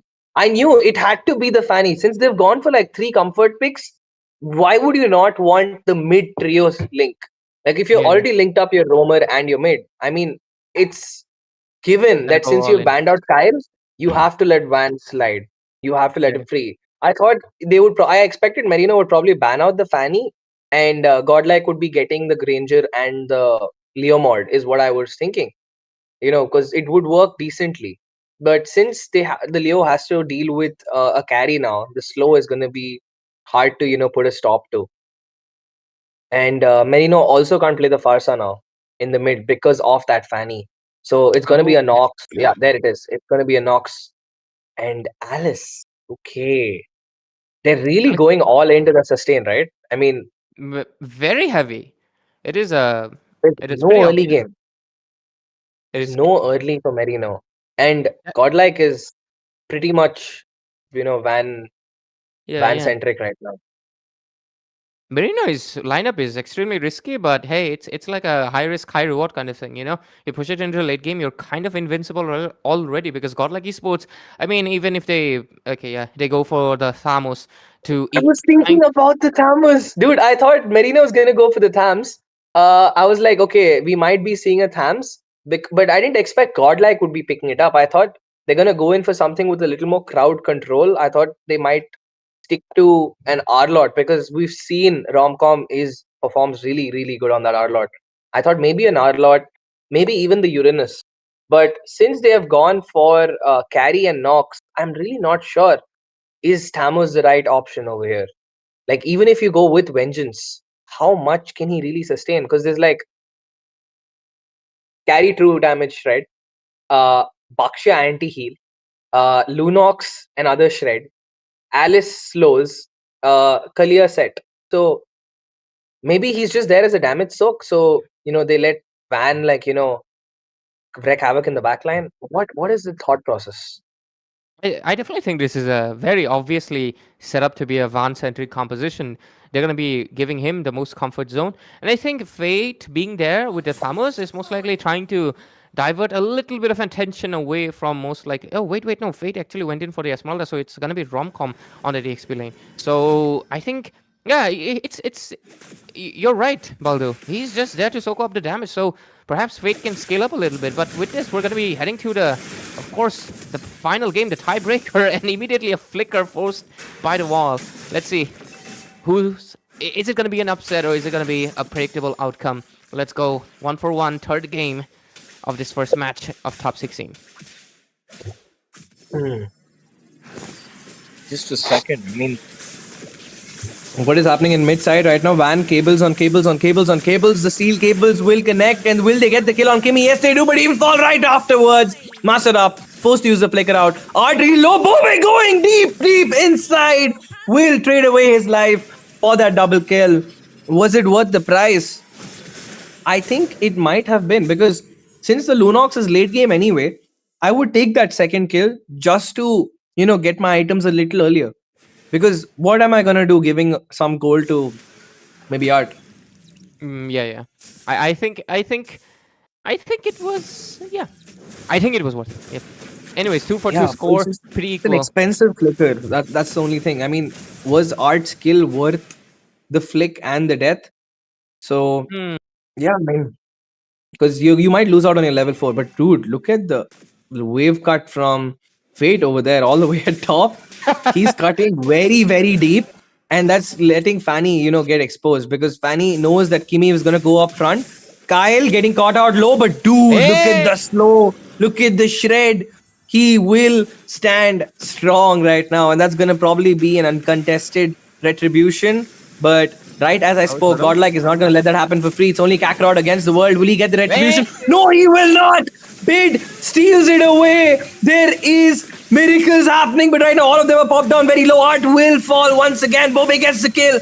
Chaos Assault onto the members of Godlike. Bid forced to pop that flicker out, as Kyle will remake his rotation up mid and take away the minions for himself. What That was the insane. hell is happening? That was insane. I think that's the first time actually in this series Kakarot lost retribution on that Bakshia. If I'm not mistaken, on the first game, right, he won all of the retributions, and this time it is taking a little bit of a flashback to the time where the Harriet stole around. But hey, that was fate, and this time it's gonna be bid for themselves. Oh, top lane, so many resources. Yo, he will not survive long enough. He did not have the flicker. He will fall, but Bobe with the Chaos Assault once again, using up a lot of damage. Will Art survive? Yes, he does. The Lethal Ignition. Grok is actually Lethal Ignition Grok. He will survive for now. They will push away Kimmy. But meanwhile, Van getting knocked down, getting forced to, cable back once again. And Fate right now putting in the pressure, zoning away the members. And Kyle is like, I don't want to deal with any of that beef. I'm just gonna go and steal my mid laner's role, gold once again. Oh wait, off cam, Bobe with the kill onto Fate. Yo, what is happening, man? There's just a lot of things going on in this game. Pretty insane momentum so far that both of these teams are trying to display, and I love the fact that the score has remained the same. It's been 4-4. I mean, it was 2-2 before, and right now it's 4-4. They're really trying to show that they're made equal, which is insanely impressive from Merino. They're really going toe to toe with Godlike Esports in an insanely fashion, and I think if they, I mean, it's a simple fact that Merino does not have any early game and they have 4 kills on their belt. That is the insane feat themselves. And I was kind of doubting it as well. Like, do they kind of just wait for the late game? But no, they're really trying to match the pace of the side of Godlike. And right now, with this turtle, we'll most likely see if Kakarot will avenge himself with a good retribution steal. Because, of course, the Fanny cannot really exactly come in. But they'll have to make sure the Fanny doesn't really steal it away either. Okay, a little bit of trying to lure the turtle away. Okay, the turtle dance has begun. Kimi dives in, gets caught out over there. Will use up the ult. Will they get the kill onto Romcom? No, they will not. The Thammers will stand strong, but the damage coming in from Kyle cannot be denied. The Kimi, the guy, and Kimi is right now. Kimi taken down, but what is happening? Kyle up top, he was trying his best to sustain against the Esmeralda, as Fate is really putting a lot of pressure onto him right now. I feel like he's going to get his ult anytime soon. That's why he's trying so hard to get the taunt. There it is, the ultimate as we speak. With the Star Moon Fall is not enough. Van counter jungling away the blue buff away from his opponent jungler. And finally, there's a change in tempo. It's gonna be 6. One more kill in favor of the members of Godlike. And still, is that? Oh, that is a misfortune to be in, but the flicker is going to be saving him for this time. Kimi is going to be all okay, at least for this time around. But 5-6 score. The goal advantage is not much for Godlike Esports. And I'm really interested to see the itemization so far. It's been 6 minutes. Do they have their first items building towards the second? I believe so. Okay, okay, Kerry has the corrosion sight already. Lunox has the genius wand on your side, glowing wand into the favor of course, Bid, and corrosion sight on the Thamus as well. So kind of really equal on both of the teams, honestly. But Fanny's a little bit ahead of the Baksha, almost 600 gold onto the favor of the jungler. And look at the situation. Finally, Kalia is going to get her Oracle. Whoa, big set, but the prediction flicker coming in from Kyle. While it was good, it will not save him. Romcom will survive with a sliver of HP, but right as we speak, they get the set onto Van. Will he fall? Yes, he does. Master up with the kill. Searching for some more. Make it 2. The Alice will not be stopped as Kakarot slowing down Art. Too much for him to handle. He's gonna get that kill. It's only Art left against the world, and he will fall. Meanwhile, on the bot side, Kyle is Bid is getting poked down low, but no, Romcom is coming in for the engage, and they will get the kill. Kimi in the bush trying to poke out Bid. Will he get the kill they need? He baits out the flicker successfully, but now he's caught in a very dangerous spot, and he will not be long for this world. Sent back to base. And this is coming. It's turning out to be a very bad situation actually for Merino in the early game. But at the same time, it's not looking good for Godlike either, because you're winning your fights, but you're barely winning them out. And that's not going to be the case for long, because eventually Bobe and Kyle are just going to be too hot to handle. That's the thing, isn't it? Because even though the fact that Merino is kind of losing, not exactly, the 1 kill down and then 1,000 gold deficient, and not even 1,000. Okay, it is 1,000. And but let's take a look into the macro side. Turret wise, is that an engagement? Art. Oh my And god! he was CC chained for like an entire 2 seconds the whole time. Grok could not move. But as we speak, there's the RWM onto the members of Merino. But Kyle is having something to say. Takes away the Esmeralda. Romcom, the sights of death will not keep you alive. And it will not reap anyone from Merino. As it's going to be 3 members down. Bid, the only person right now who has not fallen. He's the only guy with a lot of gold on his side. And Yeah, man, he does get the wishing lantern, but will it be enough? We'll take a look into that instant replay of what went down. Oh, we missed the Grok fight, but of course we will not miss out the chessboard that went down. Fate immediately getting melted out by the carry, and as well as the Thamos that we were expecting it to happen. And Oh, we come back to Lunox taking another kill. Bobe, a full-on monster right now, taking down targets and taking down Bid with a shutdown. That is just dude, I full-on just spoke 180. about this is the only guy who hasn't fallen, and they have to prove me wrong. But I think that's a good thing to do, man. Okay, as I spoke, We go into a pause. I think there might have been some technical issues Godlike was facing for a while because we saw Fate making some questionable plays over there.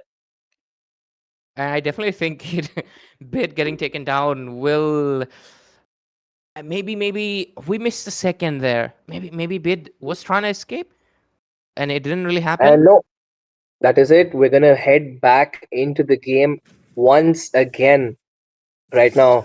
And dude, it has to be Van and Art. They have to pull off something because Bid is doing his job already. Fate and Romcom haven't really found their tempo over here. Kyle picking up the turret on the top The side, but melting. oh, Art! Nearly taken down once again, forced to flicker out. They have lost their key to really make a satisfactory engage. But Art will still go in with the ult, but Kakarot will get the Lord with the retribution. Kimi zoning away a bit in the back line. But what's happening? Romcom left all alone against three members, getting chipped down one by one. That it is. Romcom and Art are down. It's only Fate and Bid who can reasonably do anything right now, and he nearly gets taken down once again. Bobe will find the mark they need to do. They bring their opponents back out of the turret as Kakarot picks up the killing spree. Merino is hunting for an upset right now, and they just might have it with the Lord marching down the mid. I think it's a really possible scenario right now with the 4,000 goal advantage, with almost 8 kill advantage just under 10 minutes, and that's the worst part. They have 8 kill advantage on 10 minutes with a late game composition, which is not the best news for Godlike right now. And the later this game goes, the stronger the carry and the Lunox become. But at the same time, oh, look at that Kakarot over here. They are basically, I mean, he's too tanky right now. They can't really do anything much. Oh, Kimi once again will catch out Art. And in the battle of the roamers, we can clearly see who is having a better condition to win right now. In terms of turning the game around, I don't think Kimi is going to let that happen. He is just locked in right now, dude. Completely locked in. and also to make matters, it's really bad for them, you know. The only one that is not tanky is Fanny. Other than that, Art can be easily picked up. Obviously, that, I mean, he uses up his skill, but even with the immunity, it doesn't really matter right now. The melting that is coming in from the carry is just way too much. They don't even need the Lunox anymore. It's the carry can alone take the whole game down with them. And Masarap, he's just gonna be in the front, taking in the damage, but there's not enough anti-tank damage that is from the side of Godlike. So they're kind of caught in a pickle unless they can find themselves in compromising positions again. It's not gonna be possible. Let's see. Ray, Kimi just switched to a conceal top boots. What the He hell? switched from encourage to conceal. So we might be seeing a very crazy play. Masterop, they all know where the members are. They have full vision. Kimi standing over there. He wants to catch out. Van will not succeed in doing so just yet. But what is happening right now? Viewers, who do you think is going to turn this game around? Will we have Godlike pull off a miracle right now? Or will Merino cement their place as one of the best by taking out the very best India has to offer? Would be, can be an insane scenario right now to be in, but hey, we've seen things turn around into favor of Godlike in these Lord fights where you can find yourself in compromising positions, mainly due to the fact that the Lord is obviously hitting you, dishing out the damage, and of course there's the knock up, but no flicker for Kimi, so he's going to be reliant. Van on the bot side, putting a lot of map pressure on their opponents. He might just sneak away an inhibitor, but right as we speak, Kimi, no! Gets taken down very low, but Fate knocked up. He will be taken down by Kyle. There is Master up with a 3-man taunt. will catch out every single member, not allowing them to collapse onto Kakarot. So he will stay alive for a little longer. But Art, with the set of the day, will be bringing back Lord Control. But Kimmy will not let that happen just yet. Hey, Once come again, on, the game come is on. going left and right. Immortality pop. Who's gonna get the Lord? It's Kakarot. Merino will stand in this fight as Kyle is going in to chase down Bid. Will he dash in? Yes, he does. But it's Two. Bid. No, it's Kyle. And it's no one just yet. Both will stand strong as Kyle will not get his opponent down. Both their members will be alive. And this is the biggest heat check Merino has got in this fight, in this entire series so far. Art and Kimmy, the men you are, pulling off miracles. But can Art do it once again? That was too close to comfort for both of these teams, but overall it was Berito still coming out on top with that Lord secure. That was too close actually, but you can see the damage from the carry already basically becoming a full-on turret itself, and Fate as well as of course Romcom have to watch out for the damage that's incoming at this point of the time. But let's see, Lord's walking in and chunk down to 50%. It's not going to be much of an issue, but Oh, clear, Masra clear. catches the ult. Kimmy gets outbid. This might be the spelling the doom for their members, but Romcom will not let that happen just yet. They will send Kimmy back. He will go back looking in for a roam once again. He's not going to get the set he needs. They're going to collapse the bot inhibitor. They're going to make it 2 with the mid also collapsing not far behind. Van trying to clear the minions, forced to use the retribution.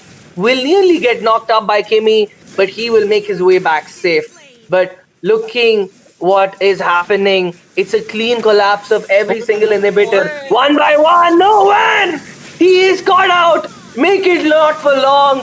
Kyle will get godlike against godlike esports. Make it a double kill. It's only Bid standing, and he will also eventually be zoned away. They're gonna chunk away the Aegis. And folks, we have what might be the biggest upset in Indian Championship Series, as Merino, a recently formed team, is going to take down the Titans of India, godlike esports, in the tiebreaker. Honestly, with how the first game already went and game two, they basically Merino just showed it's not a fluke. It's not a fluke that we just people might say hey, Godlike is kind of not they're pulling the punches, they're not going aggressive, but they did it on game one.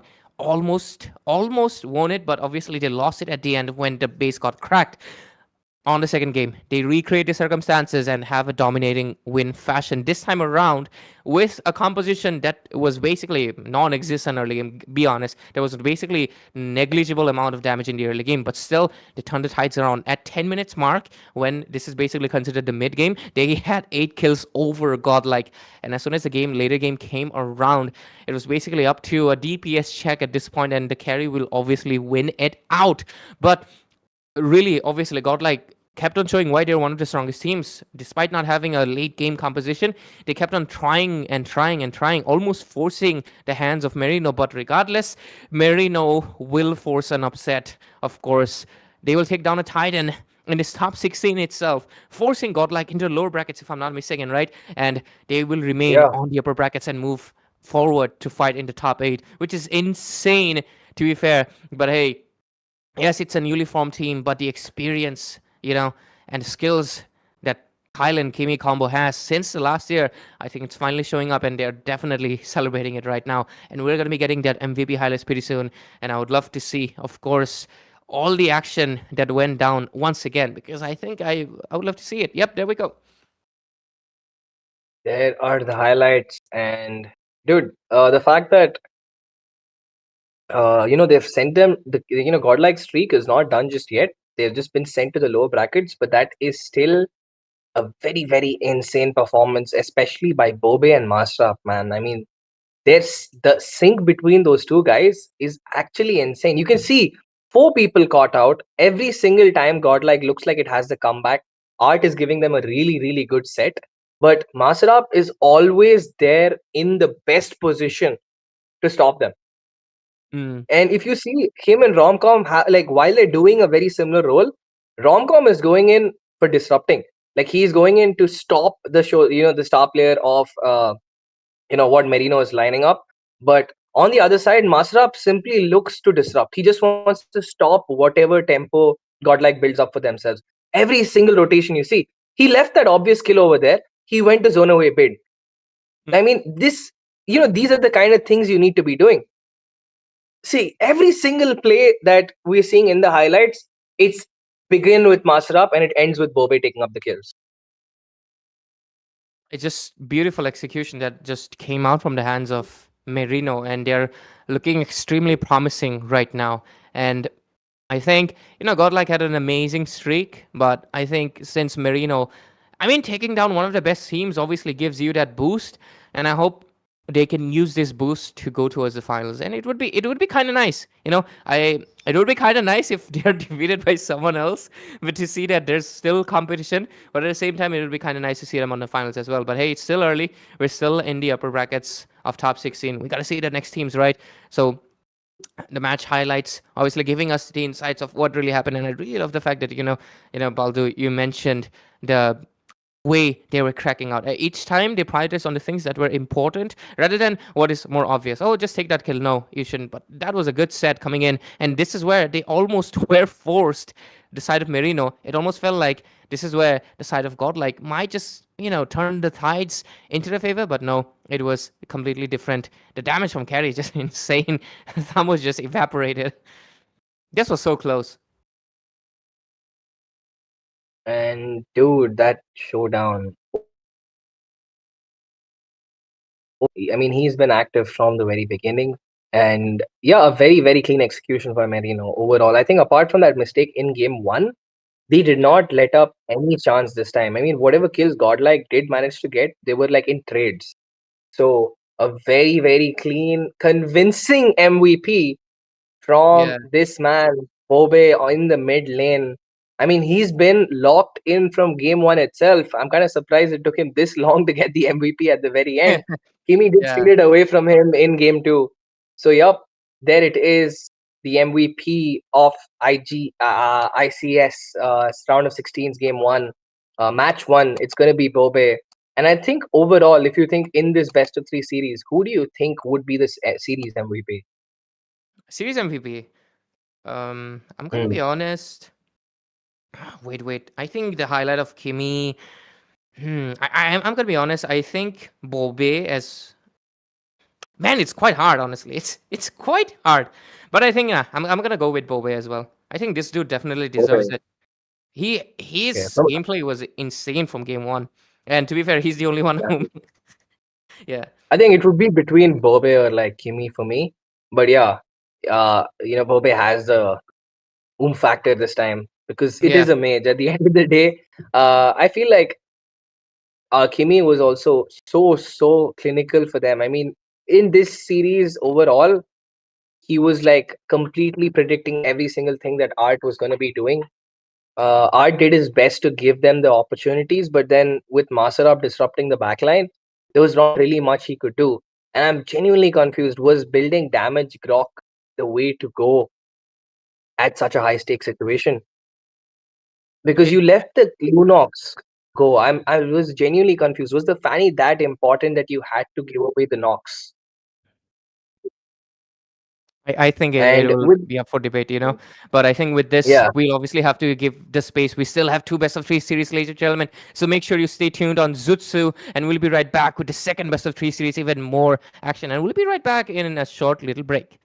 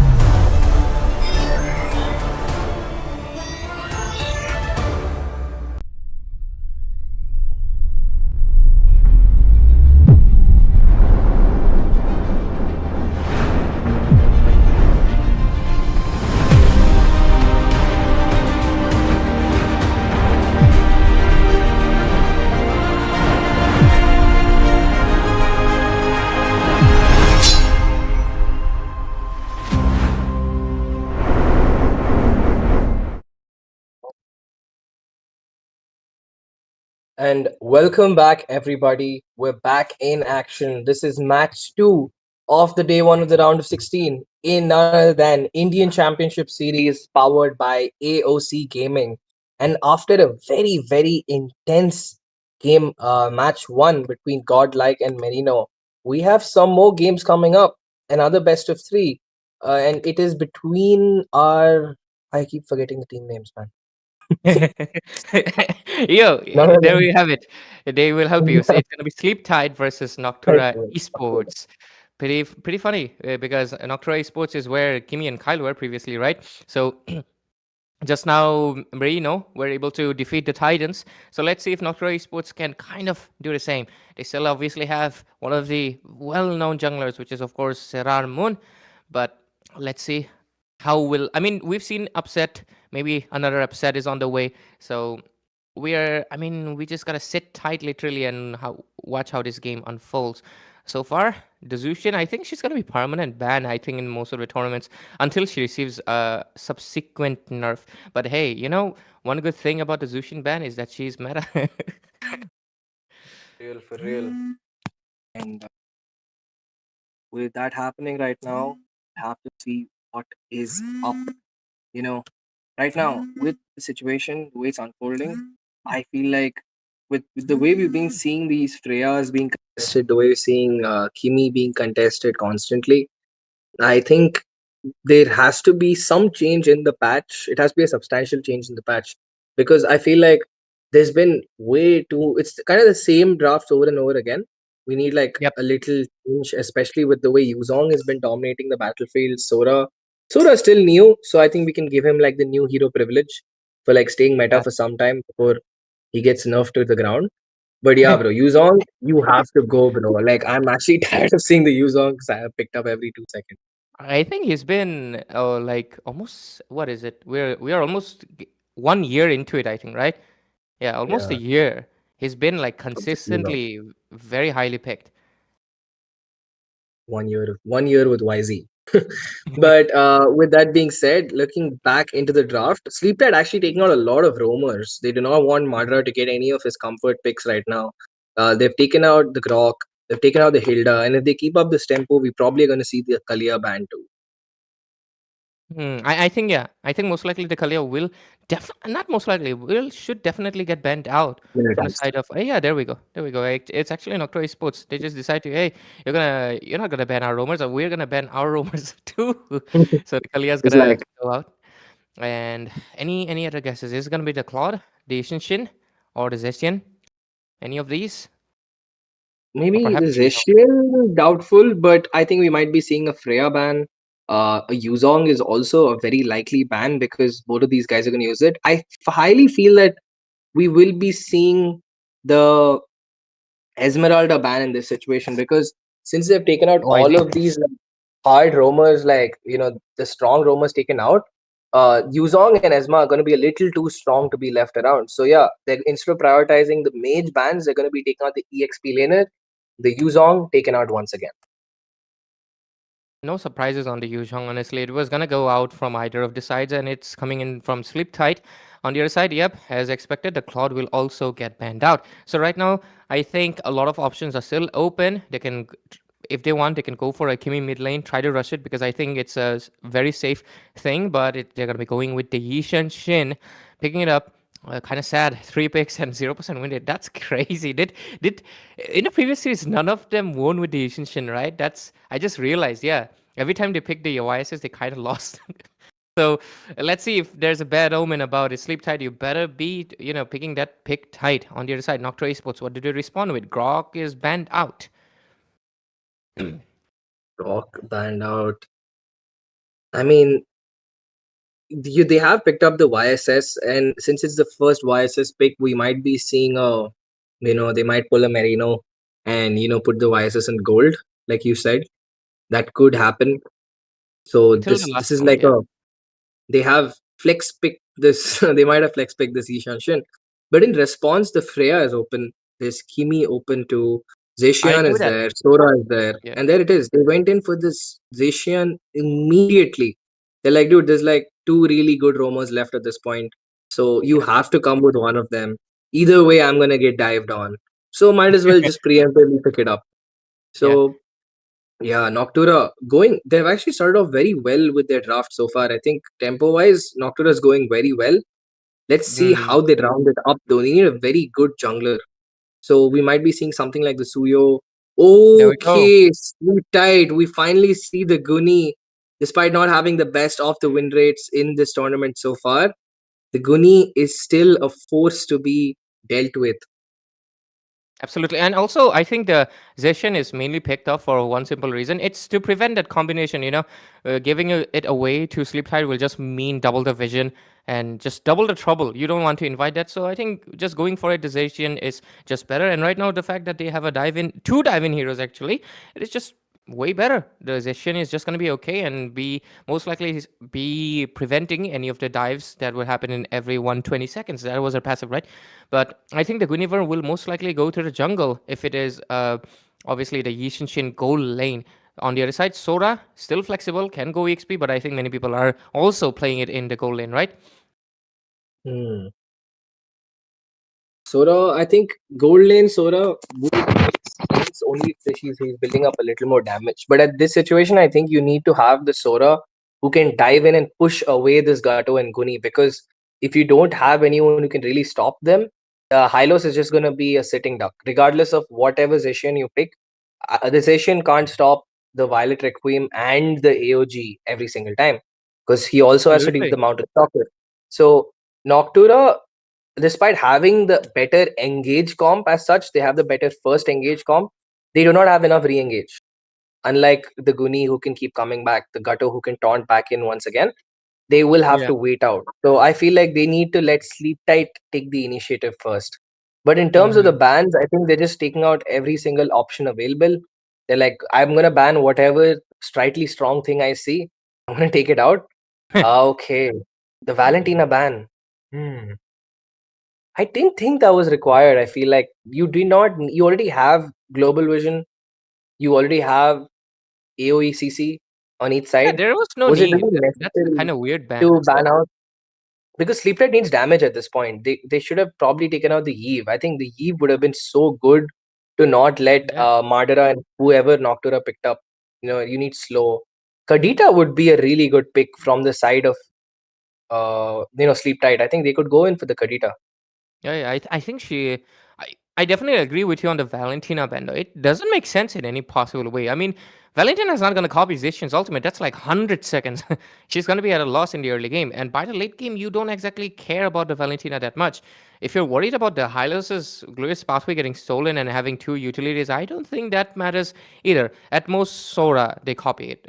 Even then, it's not the most important. So I do think the Valentina ban is kind of unnecessary, and they could have went in for a damage one because that's exactly what Sleep Tide need. Because Guinevere is not damaged. Ishin Shin, if shifted to the goal lane, you don't have to worry about his damage because that's something that you already have to consider. So the mage is most likely not going to be a utility.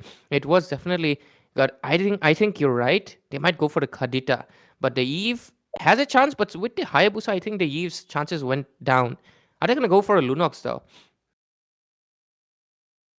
Lunox banned out, right? So Oh, Lunox banned their out. My bad. options have been significantly restricted. Like what they So really it's have on Kadita the then. table.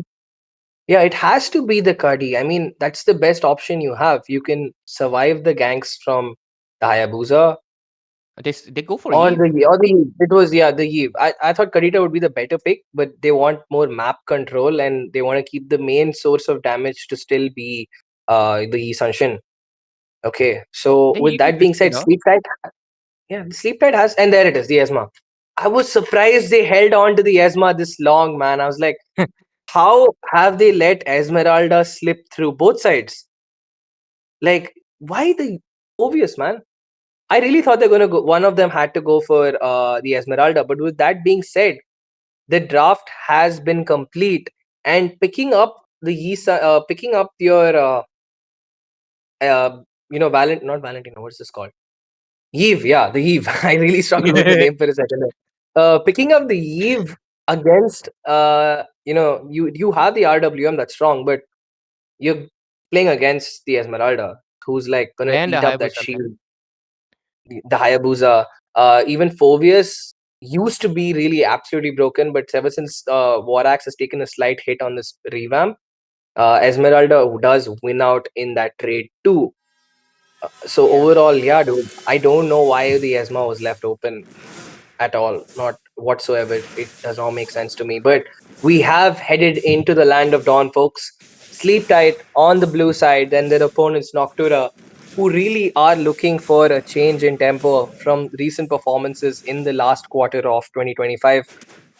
They have had a different lineup. It's a fresh look at a lot of new faces in Yeah. Noctura. These are old faces in MLBB, but whoa, on Whoa, top whoa, whoa, whoa, side, whoa.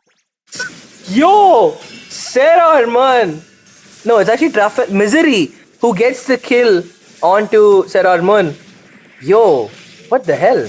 Like, the fact that Sarah Arman has been shifted to gold itself is crazy.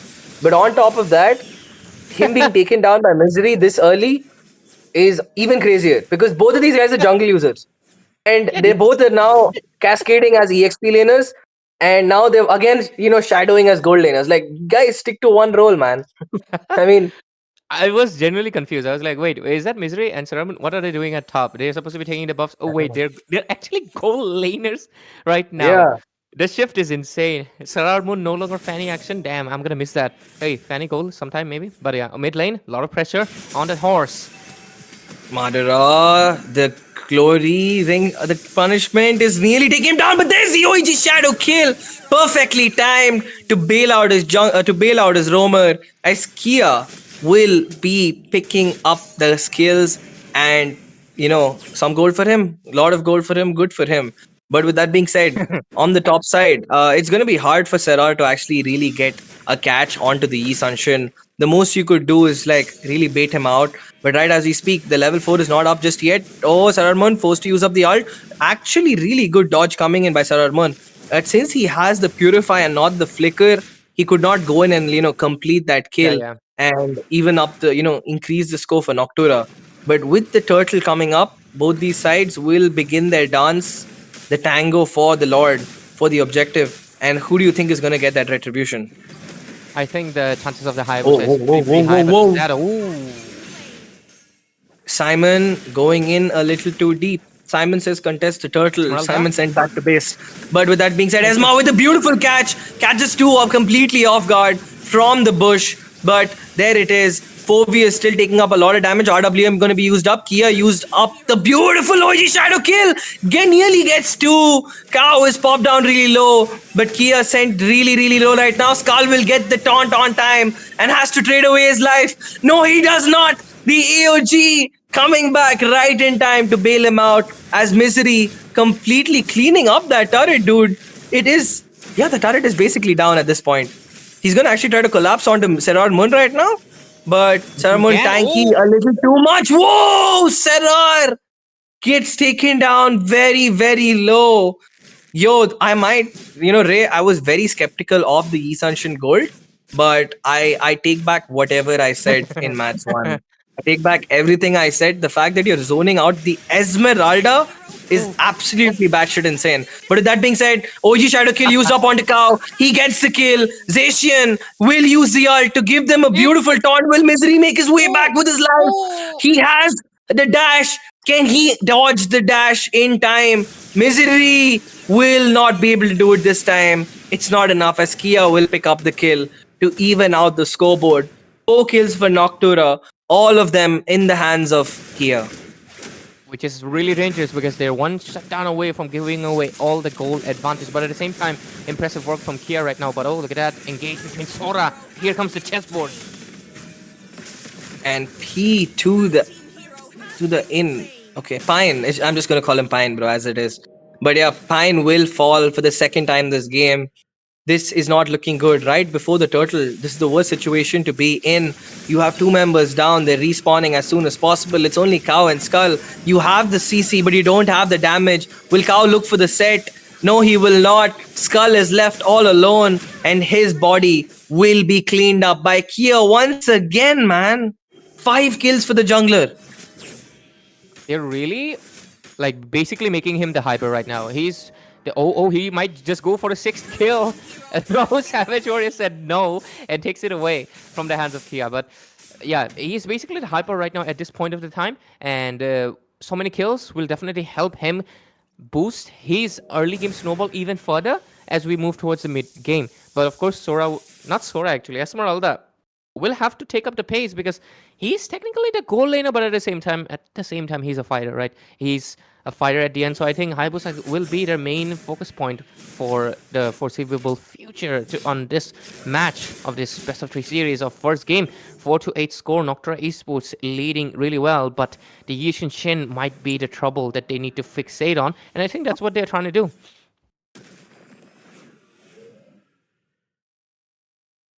And what is happening right now? Skull knows there's someone there. He does not know how many people are there. And Savage Warrior is tired of being patient. He shows up, zones him away. But Simon's still holding on inside that bush. He's going to dash back in. He's not been spotted out just yet. He's going to show himself. There's the glorious pathway going to be used up.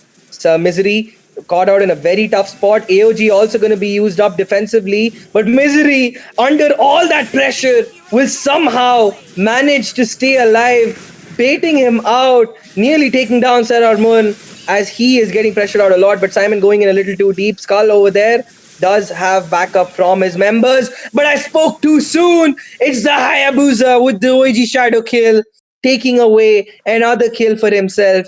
One of the greediest man right now. Kia, an absolute menace for Sleep Tight right now. He's going in He once wants to again. go for seven. Shadow kill. Shadow kill. Will he get the kill? No, he does not. But there's the dash. The squad Shadow will perform He wants miracles another. time and time again. He wants Fine is another. going to try something, but he will not be getting the kill he needs. Kia with an 8-1-1 scoreboard. Someone stop this guy, because if not, Sleep Tight are going to find themselves in a very, very uncomfortable situation. Yeah, you don't want to sleep tight in an uncomfortable position, right? But we're seeing one of the deadly sins, guys. It's the gluttony. This is what they're talking about. Kia is just getting fed. He's just feeding himself non-stop by... He doesn't even care about the buffs anymore. He's just basically taking down the bodies of Sleep Tight non-stop, making sure they sleep tight in their bases. And it's not looking good, obviously, for the side of Sleep Tight. But let's see, into the bottom side, Yushin Shin Ooh, get caught. Zisun Shin caught out very low, and it's gonna seal the deal with Zishian's ult. It's only Kao standing right now, and Seror Moon with the double kill. And that is a Seror we know. Always going in so aggressive for any single kill he can get. Oh my god, the fact that Hayabusa is trying to 1v1 Phoveus is all that you need to talk about the series right now. The way the situation is, the way he's so fed. He dives in once again, actually finally gets taunted out. Will he get the kill? No, he will not. Pine will manage to sustain with Skull. Can he get the kill? No, it's the Quad Shadow bailing out the Hayabusa once again. Noctura Esports 14 kills to Sleep Tight 6, and Sleep Tight find themselves in a tight spot. They're spending so many resources only to get a kill on Simon, but they're losing out Misery time and time again. Misery had a really great start, dominating the Esmeralda on his lane, winning it out and pushing it earlier before anyone else in the game. And right now, he's basically the one struggling the most, which is not looking good. But at least that early lead has given him 2 items so far. His 6,000 gold catching up to the only one to catch up to Kia right now, but obviously still not enough. 1,000 in deficit. But let's see what will happen. The mages, though, kind of not kind of equal. The Zeshan and the Eve have almost a 1.5 thousand difference between each of them. So, and right now she just got the lightning truncheon as well. So Eve is quite behind, 1 item behind of the Zeshan, who is basically on the 2nd slot.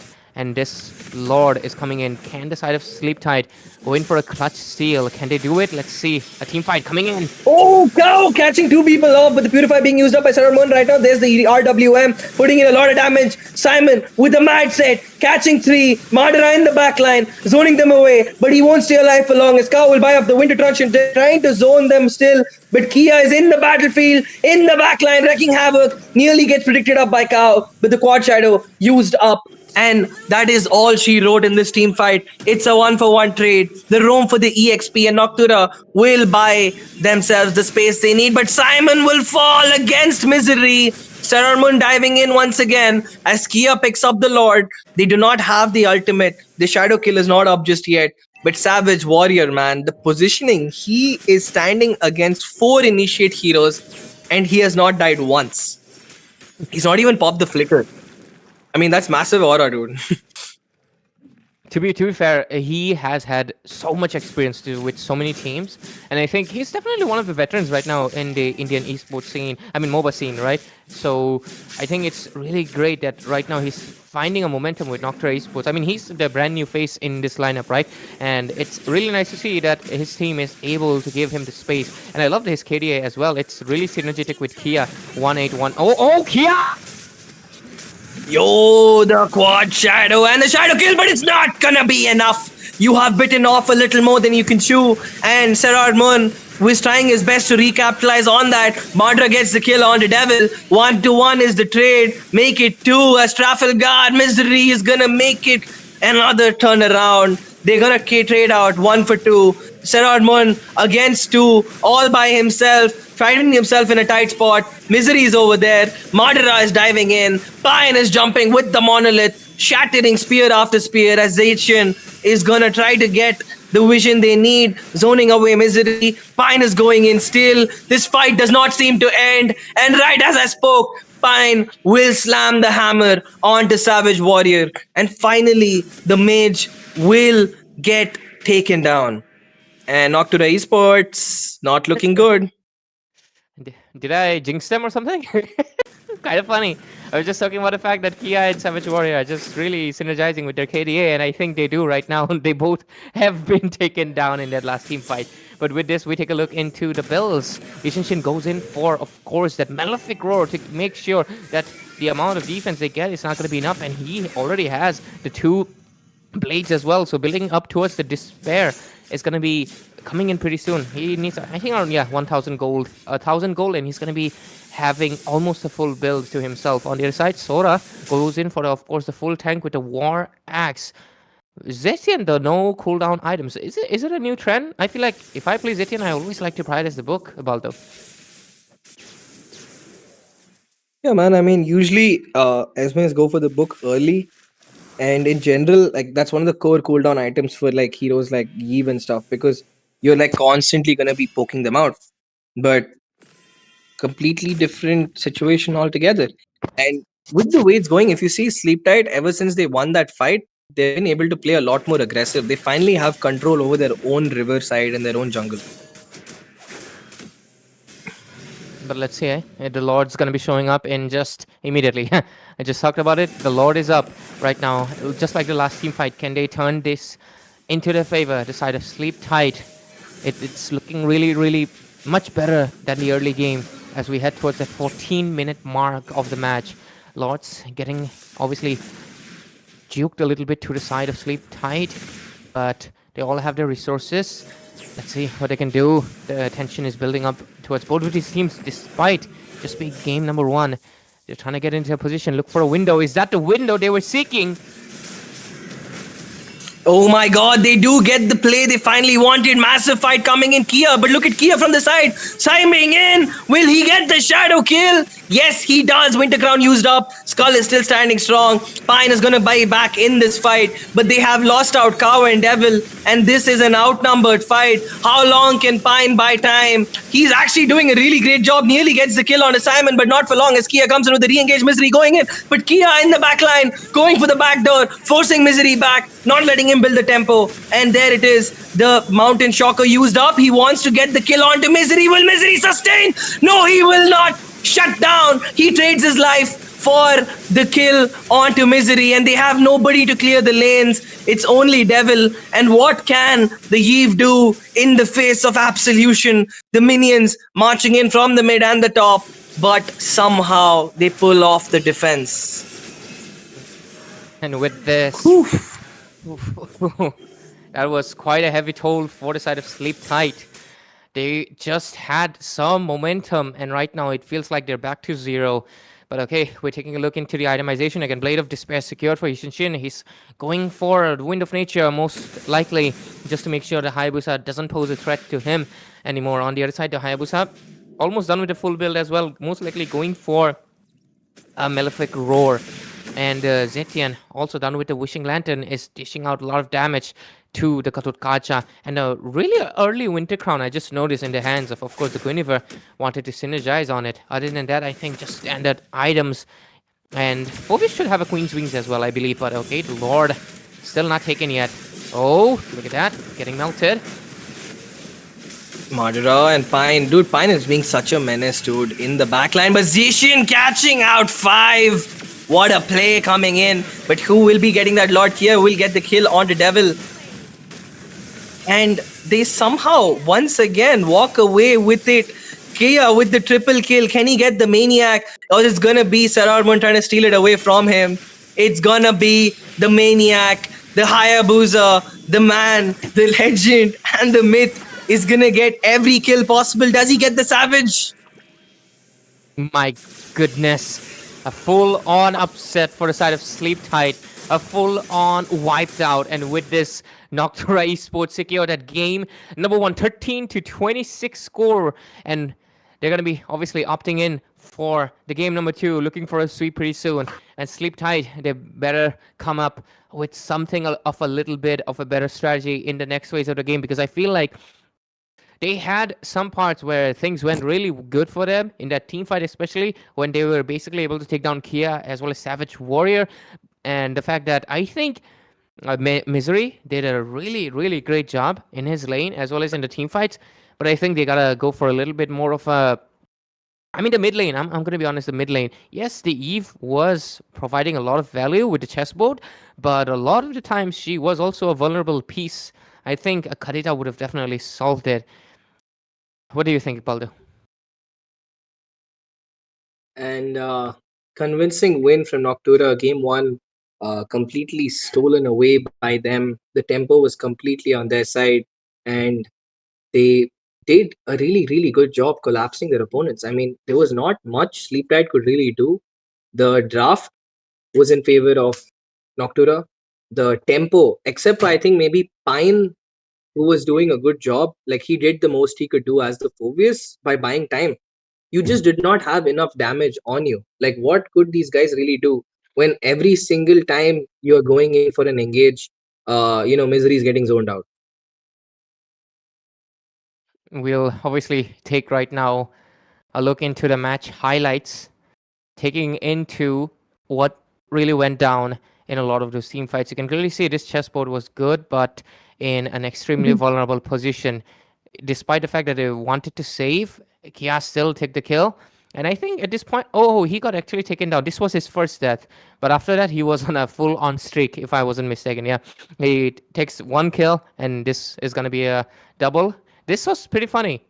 He was basically waiting, knowing very well that Misery, you can't really dodge it. I have 4 shadows, and you can dodge it just once. And I got 3 shurikens as well. But after that, the team fights kept on going on and on. A lot of the scenarios you can see, the Gototkacha set was really great, but it doesn't really matter. He's all alone, and he got taken down as well.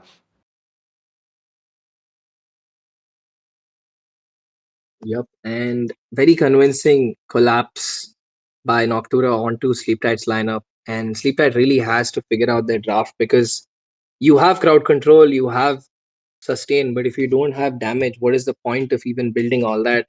You built all of that for nothing to really come out of it. Mm. I do think disengage, I think Misery did kind of get a bit confident with having his teammate there. And this is where a few times where he got taken down kind of unnecessarily. Because, yes, you were winning against the Esmeralda, but she was not built, right? She has built now, and she's not that squishy. And they should have respected that. But good shots calls from here. Yushin Shin was able to get a kill on Sora. But regardless, they lost a lot of objectives. If I'm not mistaken, they did not get any Lord, right? Or did they? I think they did not. Really?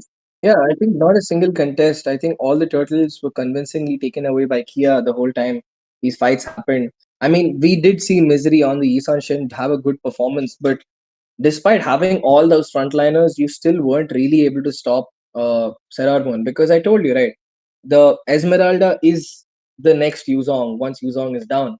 And Sleep Tide had the option to pick up the Yi Sanshin, the Esmeralda, but they still let it go which is a crazy idea to me because half your kit is based on shields, your team's kit, and you are still giving away the literal shield steal opponent, your Yeah, opponents. I didn't really get that.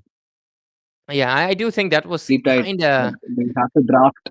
They have to draft tight this time. They have to Mm, like fix their drafts. But I think apart from that, Pine is really having a good game. I think every single time you see how much time Pine is buying, but they just did not have enough sync as a team. Salarmon and Kia are just completely cleaning up the back line, and then they just come and basic attack the front line because there's no one really left to stop them. this was that maniac, right? And he captures a savage, right? Yep, he was able to capture a savage. I didn't catch that, And but yeah, he was able to capture I that think savage that's the first beautifully. Savage. Yeah, that's the first That's savage, the if I'm first not Savage mistaken. of Beautiful first game. Savage of ICS in Zutsu Esports. Crazy, crazy. And with that being said, there's our MVP, Madara. I told you, this man, absolute menace. He just dropped his Rings of Glory and he just stood and he just walked around, bro. That's it. It's not even the glorious pathway. He just kept slowing these guys down so much that their front line could not rotate to protect their back line. Because he just locked on to whoever it was in the front. He did not let Skull move unless he was using his ult. He did not let Guni dash out because of the amount of slow he put in. Guni was forced to buy the Winter Crown early simply because of how annoying Madara was being as a person. And this is one of the things that a lot of people forget. Hylos is still a very viable pick, especially when you have the Rings of Punishment with obviously the slow combo of the ult. A lot of the times heroes do only have a single dash, they're extremely vulnerable to the high loss because you can't get out. You either have to force a flicker, and if you don't have a flicker, or like for example, you have a purify, or you went in for a different kind of spell, you're kind of dead in that position because high loss is not gonna let you escape. And they really like. I'm not the what do you say, the biggest fan of high loss, of course, because I prefer the God of Gacha myself. But here, this was a really well executed Hylos being shown out here. So really good job, Madara. And of course, he's also one of the roamers that has been in the scene for a long, long while. So it's kind of nice. We're seeing a lot of old names in new compositions and finally trying out new synergies because it's been a while, right? I mean, Godlike, right? They have had that composition for a very long time. Same for SATUL, but it's nice to see a few new old faces in new lineups. But with this, we're going to be heading into the game number 2, and Noctua Esports do seem like they're getting their synergies up and might be going in for a clean sweep if Sleep Tight does not improve their draft just a bit. Yeah, man. I mean, they need to do something. They need to do it quick. Right now, the draft is still pretty much the same. It's the Hilda and Grok that's being banned out. But the big question is, what is Sleep Tide going to do this time? Because they are on the responding side now. They have the second pick. They are the ones who have to react to the tempo. And Noctura is the one who can start it off. So I think this time, hopefully, we see a Yuzong and an Esma ban, or at least they're contesting or baiting the Esma pick out somehow. Because you can't be giving up a winning lane for free. Two Hmm. winning lanes actually, because Esma is guaranteed winning that EXP lane and she works well against most gold laners, like we saw. So let's just see. I think Esmeralda giving away was 100% one of the turning tides. And it was kind of weird for the side of Noctura too, isn't it? Like they also didn't pick up the Esmeralda so late. Were they like hoping the other side would not pick up the Esmeralda? That was kind of weird. I think Noctura, I get So, it. You won dude, it. at one, Yeah. yeah, You got to take that into account. You like, can't be dude, doing I that really into don't other teams. understand. Like, dude, I didn't understand. Like, at first, I thought the Esma got banned in the second phase, and I wasn't paying attention. I was like, maybe my screen is not zoomed in enough. I'm like, maybe I'm hallucinating. I'm like, these guys have had Esma open for like 9, 10 picks, and they still let it go in the 10th pick to Noctura. Kinda insane. She was the last pick. That is crazy. Last pick. But yeah, Noctura, don't do that again because if you do it against, I mean, if you think you're gonna pick the Esmeralda against other teams, last pick, yeah, she's gonna get first pick, bro. Don't do that. But other than that, sleep tight also. Don't let out heroes basically who counter your team, man. Especially the XP lane, which is possibly the heaviest lane right now. I mean, the lane that is has the most control in the map itself. But with this, let's see, we're going to be seeing similar bans. It's going to be the Zushin, the Killia, the Hilda, the Claude, and the Grok. Last one might be a YZ again. If not, it might be. Are they going to ban out the Esmeralda itself? Hmm. What is it? Yep, there it is. Finally, the ESMA ban in time. I think Sleep Tight has learned the lesson. Dude, if the ESMA was not banned this time, I would have crashed out for real. But the opponent's Noctura is going to be taking out the Claude. So now you have the Nox open, you have Freya open. There's so many options in terms of who you could bring to the table in the EXP lane. Yu Zong is open this time. Yep. So was that a mistake Will they made rush by user? Sleep Tight, or are they trying to bait out something? I think there are two reasons, like two possibilities. First one, they don't want to give away the Esmeralda. You don't want to give away the Zushin either, which is extremely understandable. And I think it was either the Grok or the YZ, so they decided on YZ. The two bans very valid though. Esmeralda and Zushin, you can't give them away, especially after what happened in the previous game. So since they decided to give away the YZ, they definitely should have a fighter that can basically make sure they can bully the Yuzhong itself. They still have the Sora open, they still have the Freya open, so Sleep Tight can just pick those two up if they decide to, or they can still uh, go for the Yushin for themselves if they want. The Zeshin's still open.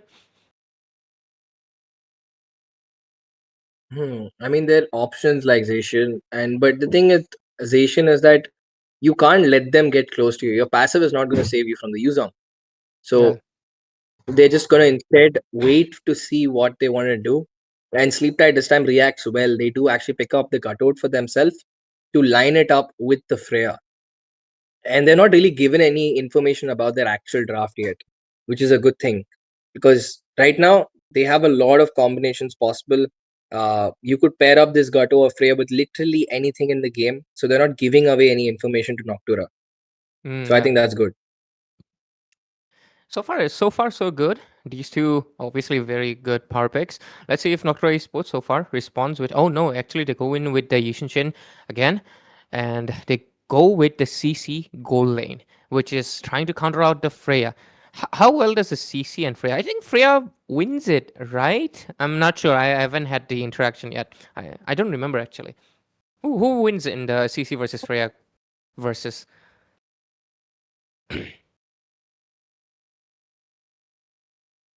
But let's see. Hmm. So they have picked up the CC with the Yi Shin. To be honest, I kind of expected it's going to be Sleep Tight who's going to be picking up the CC, kind of like picking it to the EXP or gold, and letting the Freya adjust. But it's completely the other way around. They're going to take the CC to the gold lane. So Savage, I mean, the Yi Shin is going to be a main source of carry, and it's definitely not going in the gold lane this time. They have exposed what they actually want to do with the Yi Shin. Yep. Fully exposed it that it's 100% going to be a jungle. No surprises there. And a very bold Farsa, despite obviously having the dragon, as well as having the Yishin Shin. And to be fair, even a CC can kind of pose a threat, especially considering once CC binds you, the bird form is not going to save you, right? You're still going to be binded to your teammates. So very bold Farsa showing up from the side of Sleep Tight. But since they have the Gatut Kacha, there's at least one room of comfort. But at the same time, wait a second, they gotta ban out the Valentina, don't they? Yeah, they gotta ban out the Valentina. Hmm. What will they be taking out? Okay, they Okay, go it with the Hylos. is Uranus and Hylos Hylos. ban. Okay. I'm kind of surprised. I mean, was it necessary to ban out the Hylos? Did they think the Hylos is going in the EXP lane or maybe the Gatot is EXP? I mean, it does make sense. I would not want to deal with both a Hylos and a Gato. One guy zoning half my lineup and the other guy running into it like a train. That's a very truckun situation when you're playing against that kind of combo. There's not much Yeah, you can do except respawn in another world. So there it is. Those two get banned out. The there's Uranus what we can ban left. does not make as much sense because Yuzong actually performs better against the Uranus because he's basically a free fountain of heals. And that Phoveus is as well. Phoveus ban as well from Noctura. Like, I'm not really sure if Phoveus was necessary when you have a Yuzhong and a CC. both counter him, right? If I'm not mistaken, both of them actually win the lane very well. So that Phobius ban is also kind of weird. So I think these two XP bans coming in from the side of Noctua Esports are kind of iffy. But hey, if it limits the hero pool, I think that might be something up for debate. But okay, they go for Bro, the fine. Terizla. Yo, whoa, fine, bro. I did not expect that. I don't think anything could have prepared me for a Tesla pick, but I love to see it. But at the same time, is it does it make sense? Like he's Sunshine immune. Uh, CC is basically not gonna get caught out 90% of the time. She's too fast. Yuzong also not really worth it because he's immune most of the time and he can also dash out pretty quick. In fact, he can steal up HP by himself too. Yeah. So what do you make of that? I think it's just there for a frontliner. I'm gonna be honest. It just feels like, is it a hero pool issue? Could be because Noctua has banned out Uranus and Phobius. It feels very targeted because I don't think you should be banning out those two. And the fact that they've also picked up the Baxi as well, I think they just were targeting the EXP lane for the side of Sleep Tide. They just limited him and forced him on that Terizla pick. And right now, Terizla is just kinda like he can't do anything. There's an anti-heal to combat his regen, and there's an insane slow. On top of that, Terizla is just a slow hero. And there's already the Eve coming into play as well. And that's also one of the... Okay, they combated with a Joy. Yishinshin versus Joy. This is very season... Like, what was that 2 seasons ago? I forgot. When we used to see the Joy versus Yishinshin matchup a lot. I actually kind of like the Joy pick because on paper it does make perfect sense. It's really hard for any of their players to catch him, Yeah, yeah, yeah. and at the They don't same have time, lock it's not on. worth for these guys. Yeah, it's not worth for these guys to like spend all their resources to catch this annoyingly fast person. Yeah, yeah. This is going to be a very what we have to see the execution first before we get to judge. I think we'll have to wait out for some time until we can see honestly how this combat of this Joy and the Terizla will really pay out. If they're able to do their roles properly, which is basically the Terizla being a sandbag on itself and Joy trying to take out the back end, it might be worthwhile. But with this, ladies and gentlemen, we're going to be heading to the second game. Could be a possible sweep for the side of Noctua Esports if they get this win. If not, Sleep Tide will force another game number 3. But with this, of course, myself, Ray, and we are and Baldo with me, and we are back again in action. Let's see what will happen in this game. Oh, Farsa with an early rotation, but decides not to commit.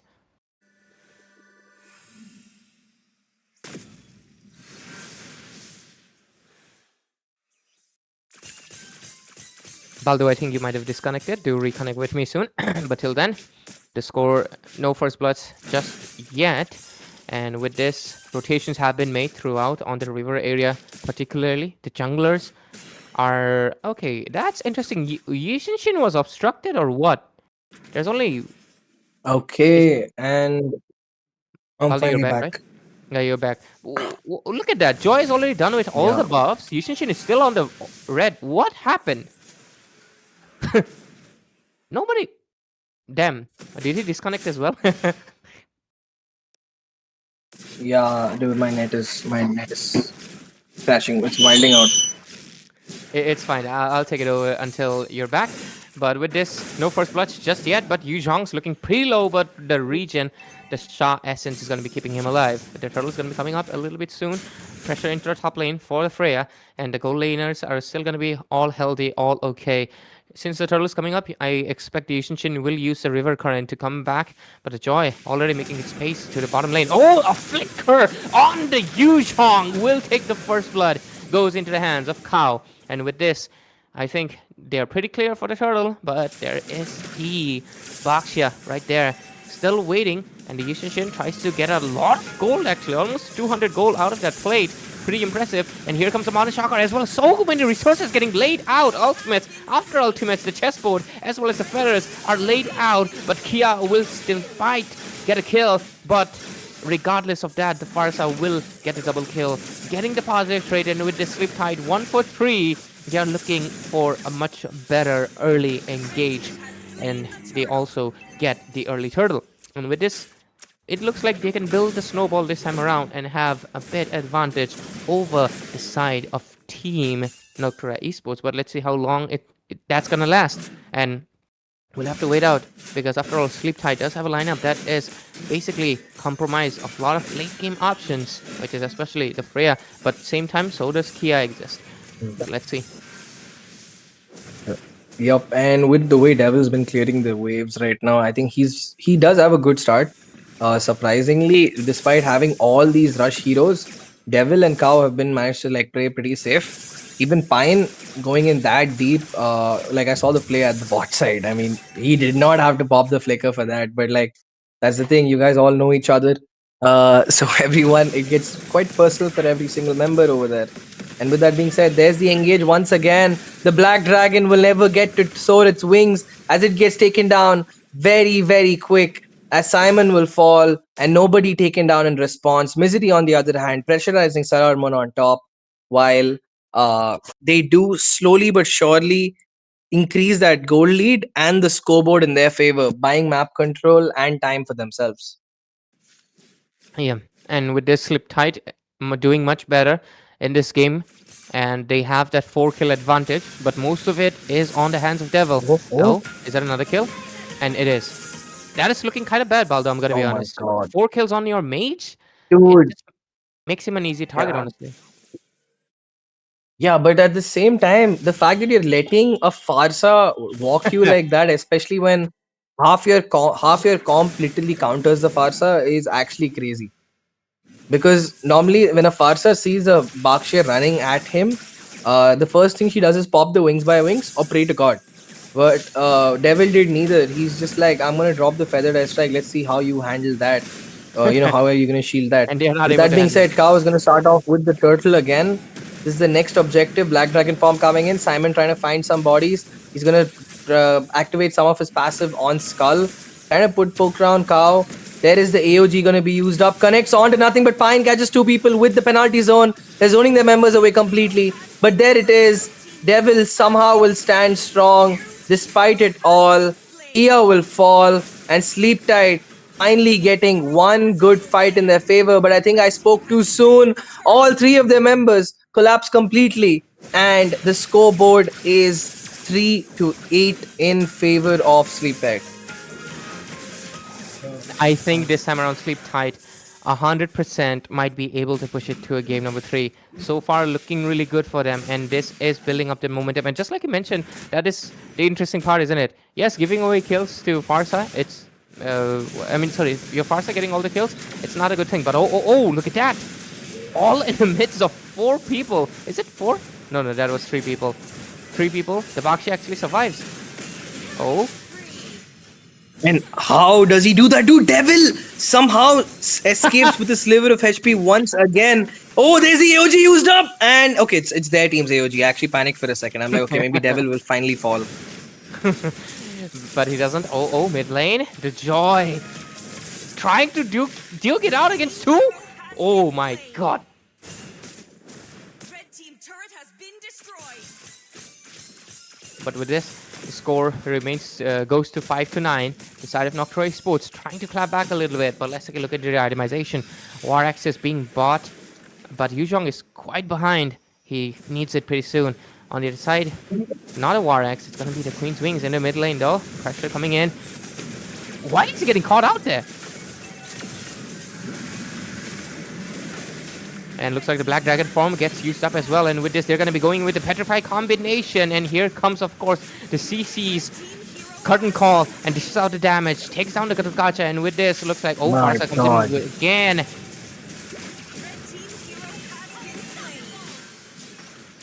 And the team fight still going in. Strong. Simon gets taken down as well by the Freya itself. And with this, the side of Team Sleep Tight still ahead, taking down 2 of the members, looking for the third one, and finds it on the monster kill of none other than Devil. But he might just finally get taken down, and yes, he does, by none other than the opposing mage, Savage Warrior itself. A shutdown, equalizing the gold difference. And with this, Sleep Tight no longer have their mage to boast about it. And dude, it's kind of crazy despite having all these skills on their side. The way it looks like Sleep Tide is absolutely dominating the fights. Noctura is not too far behind. Yeah, it's same gold. There's Almost the not same. much difference. The gold is basically even. Yeah, And that 400. shutdown just closed the gap altogether. It's 300 now at this point. Basically, there's almost nothing, 200. and that's It's actually equal. crazy. Like, It's equal now. yeah, nothing. It's 100. And okay, there it is. Simon going back inside, trying to catch Pine. I really don't understand what's the point of that engage because there's no one going in. But right as I speak, Saramon, complete huge collapse onto Yes. Devil. Will they get the kill they need? And they finally do. Huge collapse, but Cow is going in with the joyful beats. And Ray, Yeah. They're still what going in. can they do? They're still Really going in for the strong. engage once again. Has been slain. Yeah, man, he gets the kill from somehow. He sneaks it from under the nose off Sleep Tight. But that's a 2-for-2 trade. 2-for-1 trade, actually. But Yeah. Sleep Tight, not in a good situation at all. Devil just had his first death and he immediately had his second. This is the streak where it happens to me too. I'll be invincible, then I'm suddenly start dying and I can't stop it. But yeah, jokes aside, though, the score is 11-13 and they just secured the Lord. Noctura Esports have gotten the lead back. They're 1,000 ahead. Let's take a look into the itemization. Glowing one only now coming into the hands of Devil. But funny enough, despite the fact that he had 6 kills, Eve is actually the one who is ahead of him in the items. He already had the glowing one, but look at that AOG in the bottom lane. A shutdown forced out from the Farsa, and the Dragon going in for a little bit more. Doesn't really have the Petrify, but most likely will take it down. But here comes Kia from the back end, takes down the target one by one, takes down Devil, goes in for a double kill. But right now he might be in trouble. 3 members chunking him down, trying to get him out. But no, the Bakshia is going to be able to save him. But here comes the chessboard, trapping in 3 members in the midst of it. But they will most likely... No! Kia goes back again, gets a mega kill. Might be going in for a monster. No. He doesn't. He decides to go back, and the Freya also goes in to defend the Lord. Since they have the defense, I think this Lord will be easily defendable. But Kia already on that endless battle. And it's kind of crazy that Noctura slowly but surely is winning trades. Like from losing them 2-3, they're actually winning them 3-2, and they've caught up almost completely in terms of the scoreboard. Oh, misery! Red team turret has been destroyed. Very low, very Damn. risky play, not required at all. That was pretty close, too close to comfort, but they're gonna be okay. And really good job for having their, the shield defenses still stay up. But to be fair, it's not gonna matter that much because it's gonna go down in under 2 minutes, and the Lord is still 2 minutes away as well. Joy is gonna be going towards the bottom lane. Oh, finds the target, but look at behind. CC forces the far side to go out, but here comes the feathered airstrike. AOG in the back.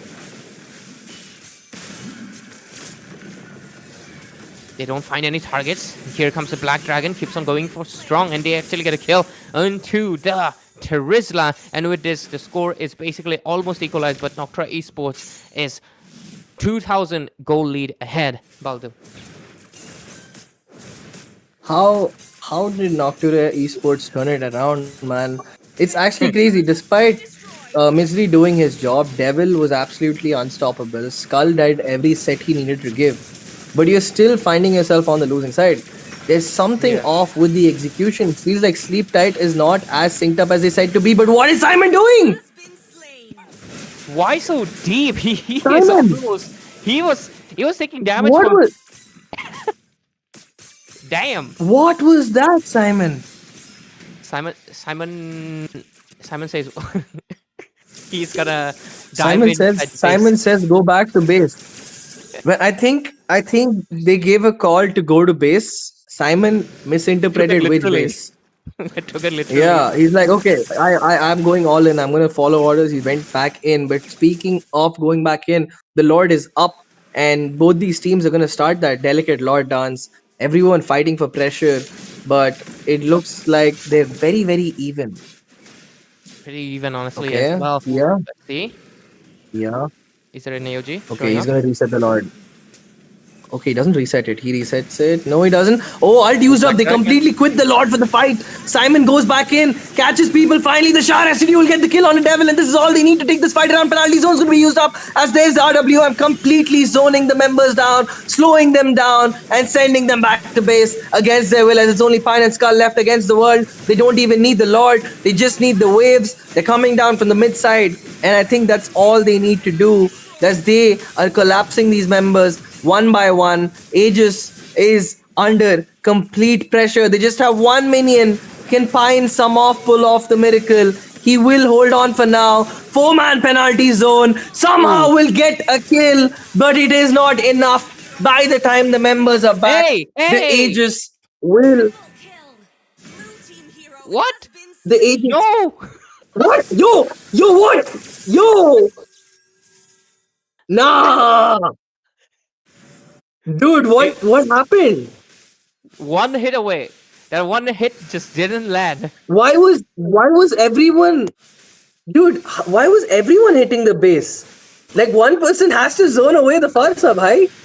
That was funny. We'll take an instant What? replay oh, and see what really happened. Yep. They were all trying to hit the base, not forcing anything. Yeah, and they got taken down one by one by the third damage itself, was it? Yep, yep. None of them. Why did That's kind of funny. everyone clump up together, That is kind of funny. dude? That was a blunder. Nah, dude, this is more insane than the Leomord Team dismounting turret has been situation destroyed. by Today is a far. funny day. Today is a funny day. A lot of massive blunders been seen in the Land of Dawn, but it's gonna cause the game to go 180 again, or maybe even a 360, because right now Sleep Tight back on the lead as they've gotten the Lord and they have forced the side of Nocturne Esports to get back to basically play in the defensive way for some time until the waves manage themselves. But damn, that was a that was an insane blunder to come back from. I mean, I think we'll, even the system was like, hey, they lost, right? But no, they did not. They stuck around. And with this, we're gonna be in for the ride until I think Yep. until the next slot fight, next 2 minutes. Both of the teams basically have to grab their seat and just hold it tight. And dude, walk us through the items, Ray. Like, what do you think? Do you think the YSS needs that Malefic Roar, or he just needs to go like for Great Dragon Spear to just stay alive the second he ults? I'm gonna be honest. I don't think that Malefic Roar is honestly needed in this game because the Terizla and Gadotkacha are not your targets. So I think yeah, the Malefic Roar, the gun is gonna be much better. You do need that range to really maintain a distance because I feel like if he had the range, that would have helped in that previous team fight as well. So hopefully he gets that, or maybe the Dragon Spear. But let's see, let's see. That movement speed can also help him, or he can even go for something defensive like immortality. But to be fair, he can go for an item swap. But considering the fact that he doesn't have it, the gold yet, just opt for some damage maybe. But yeah, the Lord's gonna be coming up. On the other side though, I think the CC is gonna be going for that. Yeah, anti-heal. Serar Moon goes in for that. But to be honest, I think he already has the Blade of Despair, does he? I honestly like the Blade of Despair for one simple reason, because you get a little bit more out of the physical attack than the anti-heal. Because I mean, your team has already got bunch of anti-heal, and you're not gonna trying to take down the Terizla or the Freya. Your main target is the back end right now as a CC, especially because you can dive in the back end the best. And Lord up in just under 20 seconds. This will be the pivotal moment of this series. Can Sleep Tight take this to a tiebreaker? Or will this spell the end of their hopes in the upper bracket for now? But right as we speak, Skull being chased down. Ray, take it from here. Absolutely. The Lord fight looks like it's going to be up with some spice. Here comes the Black Dragon. The Curtain Call is still up and tops. They're connected well. The damage is going to be there. Joy survives it with 1 HP. No, she does not. The Shah Essence takes him down. And with this, the Farsa's trying to go in with the damage. Here comes the Yushin Shin. Come from the back, and Devil goes out of the map just to dodge it. And Yushin Shin still waiting. But Yu Zhong finally falls down by the damage from the Freya. But it's not going to be enough, as Freya will fall down to the damage of the Serar Moon. Gets a double kill, and with this the members are falling left and right. The only one standing is going to be Devil, defending the base once again. But last time they were down, they were not expecting him to defend the base, but I don't think it's going to be enough. There's a lot of minions coming in. He doesn't even have his ultimate, and with this, Nocturne Esports this time around will finish the base. But damn, they are really hungry for Devil. They are up for some revenge, but with this, Nocturne Esports will secure that clean sweep and, of course, head in that upper bracket's top 8.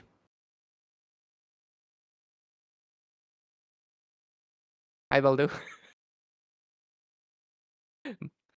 But anyways, congratulations to Noctra Esports for, of course, moving ahead. And they had a really great game one.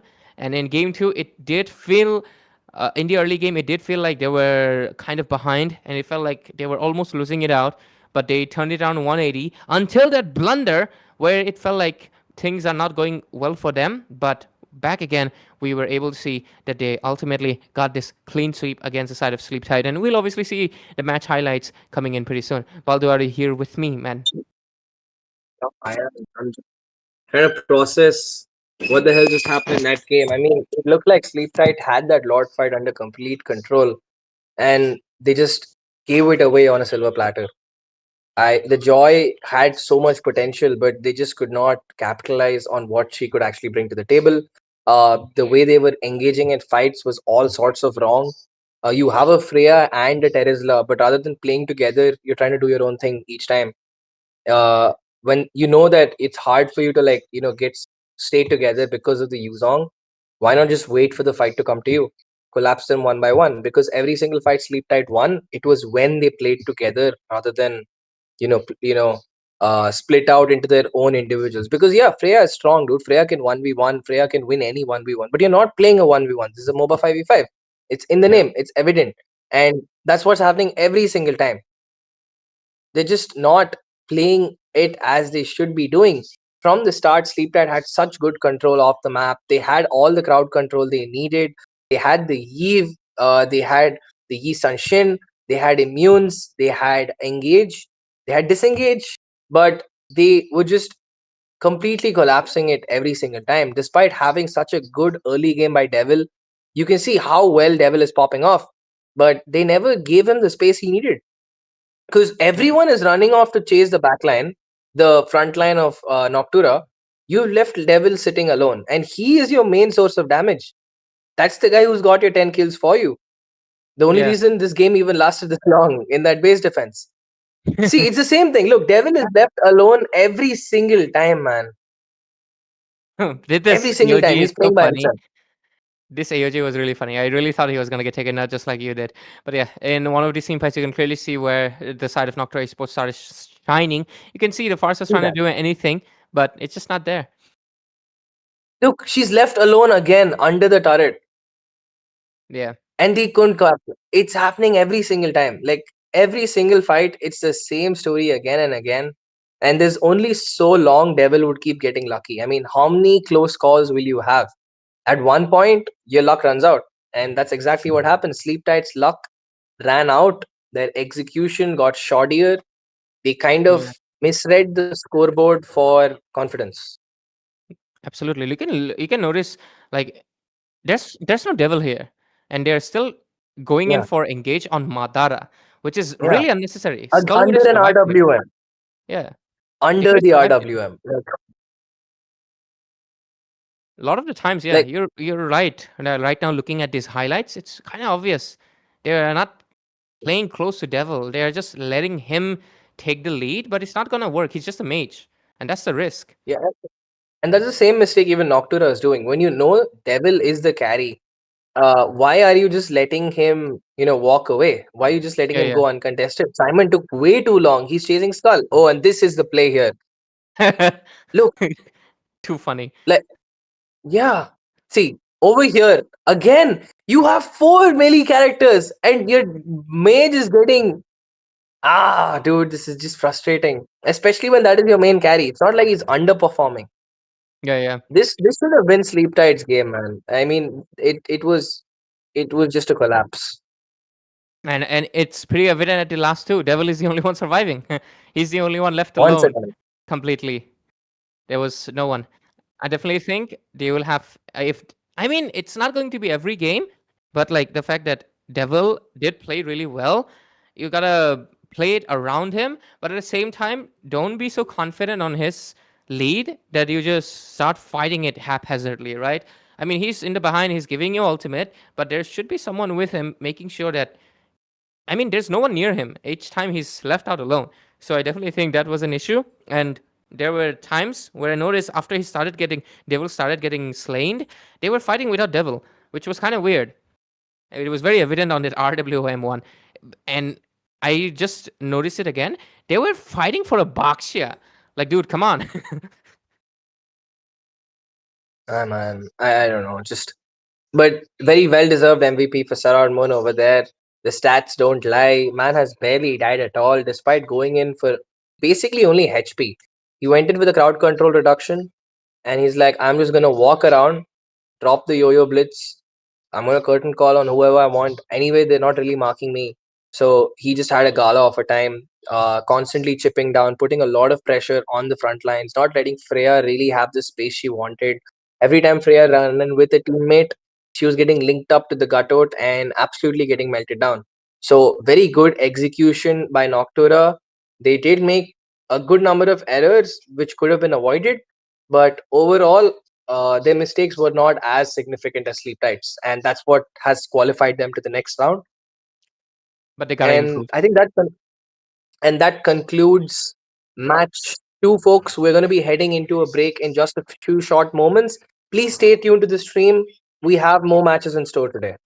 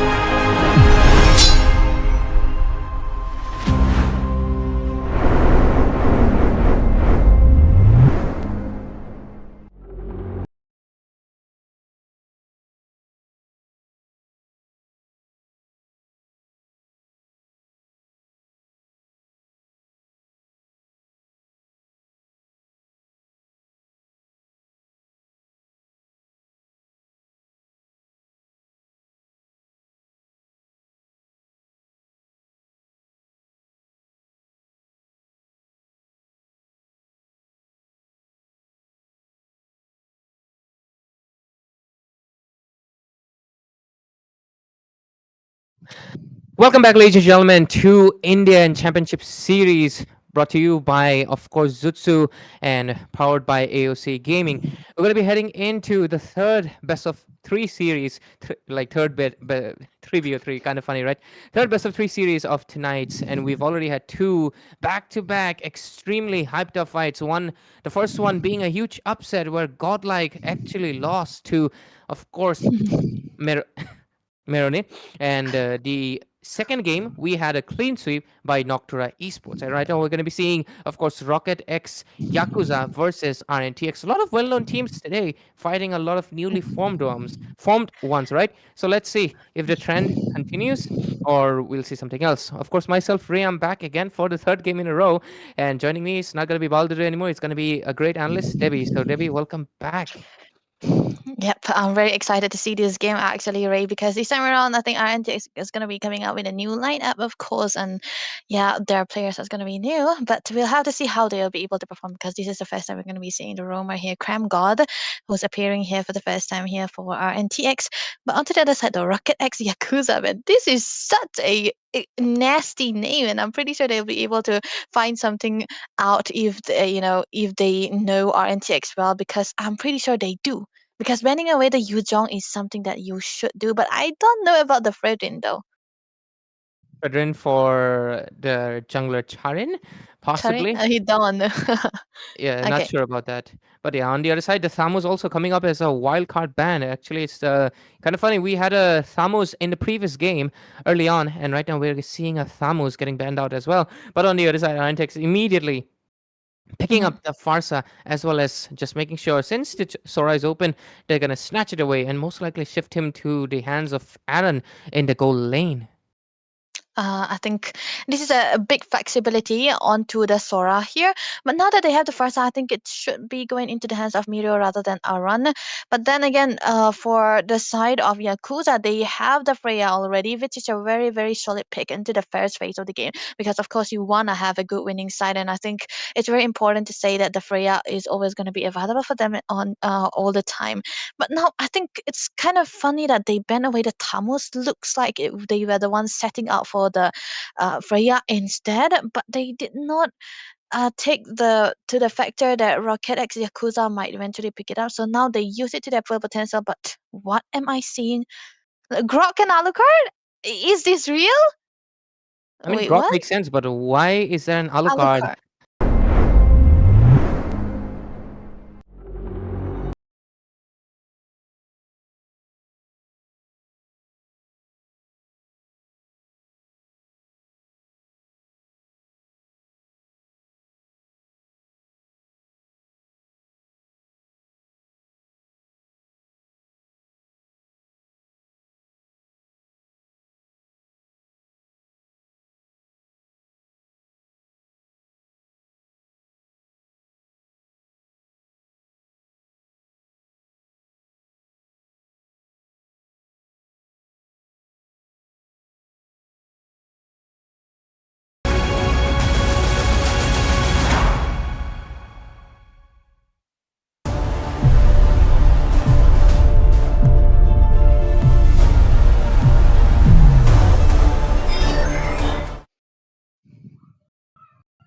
And we Oh are yeah. back. And of course, we're going to be heading straight into the drafting phase. We apologize for that slight bit of course, inconvenience, but we're going to be seeing, of course, the picks coming in again. I think we'll just speed through the picks. It was the Grok, the Alucard, and what was it? The Freya, right? On the side of Rocket Yeah. X Yakuza. And RNTX had Yishin Shin and Sora and the Farsa in their favor. And it's just going to go really, really fast, and we don't have to worry about it. But so far, we've had those three picks. Mhm. I think the Alucard is still a little bit early to judge. Too early, in fact. He's more of a Mhm. last pick material if you want to go for. So let's see what they cook up for the last two picks, which is going to be their mage. And Freya is 100% gold lane, right? So their Yeah, EXP yeah. lane. I think now they're gonna be needing something of a late gamer onto the mid side for the side of Yakuza here, because it's definitely important that when you have a Freya, the early game is almost a must win for their side, but the late game kind of become a little bit complicated when you don't have a scaling hero. So I think RNTX, they bent away the Kimisas for that region, and I think they can also remove out the Lunox as well. But onto the other side for Yakuza though, they are kind of removing away the potential hero that they can actually go against. But looking at the draw so far, I think it's mainly because of the presence of the Alucard that I think RNTX might eventually cook this up so well. Now that the carry is actually banned, a goal laner is taken away by the side of Yakuza. They don't want to take their chances. But still, RNTX, just because of the Heathen pick, they have a very, very big flex. because it can be shifted towards the goal lane at the last second. So of course, this has been a Mm. strategy for a lot of teams. They make it pretend like it's the jungler, but of course it is not. It can be the goal lane as well, and that is Rocket X Yakuza sniffing it out, and they ban out the carry, but they also ban out the Gatotkacha, a potential pick, because of course, even if the KRM God might be perhaps a new addition to our NTX, Gatotkacha is not a new hero. He's still one of the heroes with a very extremely strong taunt that can disrupt the Alucard and the Freya extremely well, so it is just Mhm. given. But to be fair, let's see the next pick that's going to be coming up from the side of our NTX. What do you think they will go for? Now I think they are very, very safe to play any hero that they want here. Still, they already are flexing it, but it's gonna be safe if they go for the roam Okay. here.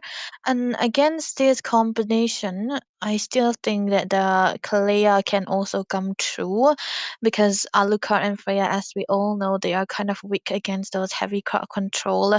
If push comes to shove, they eventually be suffering here. But the Khalid is what they want. Okay, they are not trying to over analyze or overcook something here. I think they're just trying to counter out the grok here. But now that I Yeah. think about it, if they have the Khalid right, do they need another like a tankier frontliner again? Because the Khalid cannot be that much of a hero you want to depend on if you're against this Freya. Yeah, you're right. But the other side, they pick up the Alice, not a bad option. And I like the Kadita, of course. I've been meaning to see her a while now, especially because I think a lot of teams are kind of not picking her up when we've seen time and time again, especially into the hands of SATL B, showing how Mhm. extremely insane she is if she's on the right hands, because she's an assassin herself. I mean, that's literally her role. But at the other side, they also close it off with another green hero that is gonna be the Suyo. Okay. So this is definitely going to be the Yi Xin Xin onto the gold lane, onto the Yep. hands of Aaron.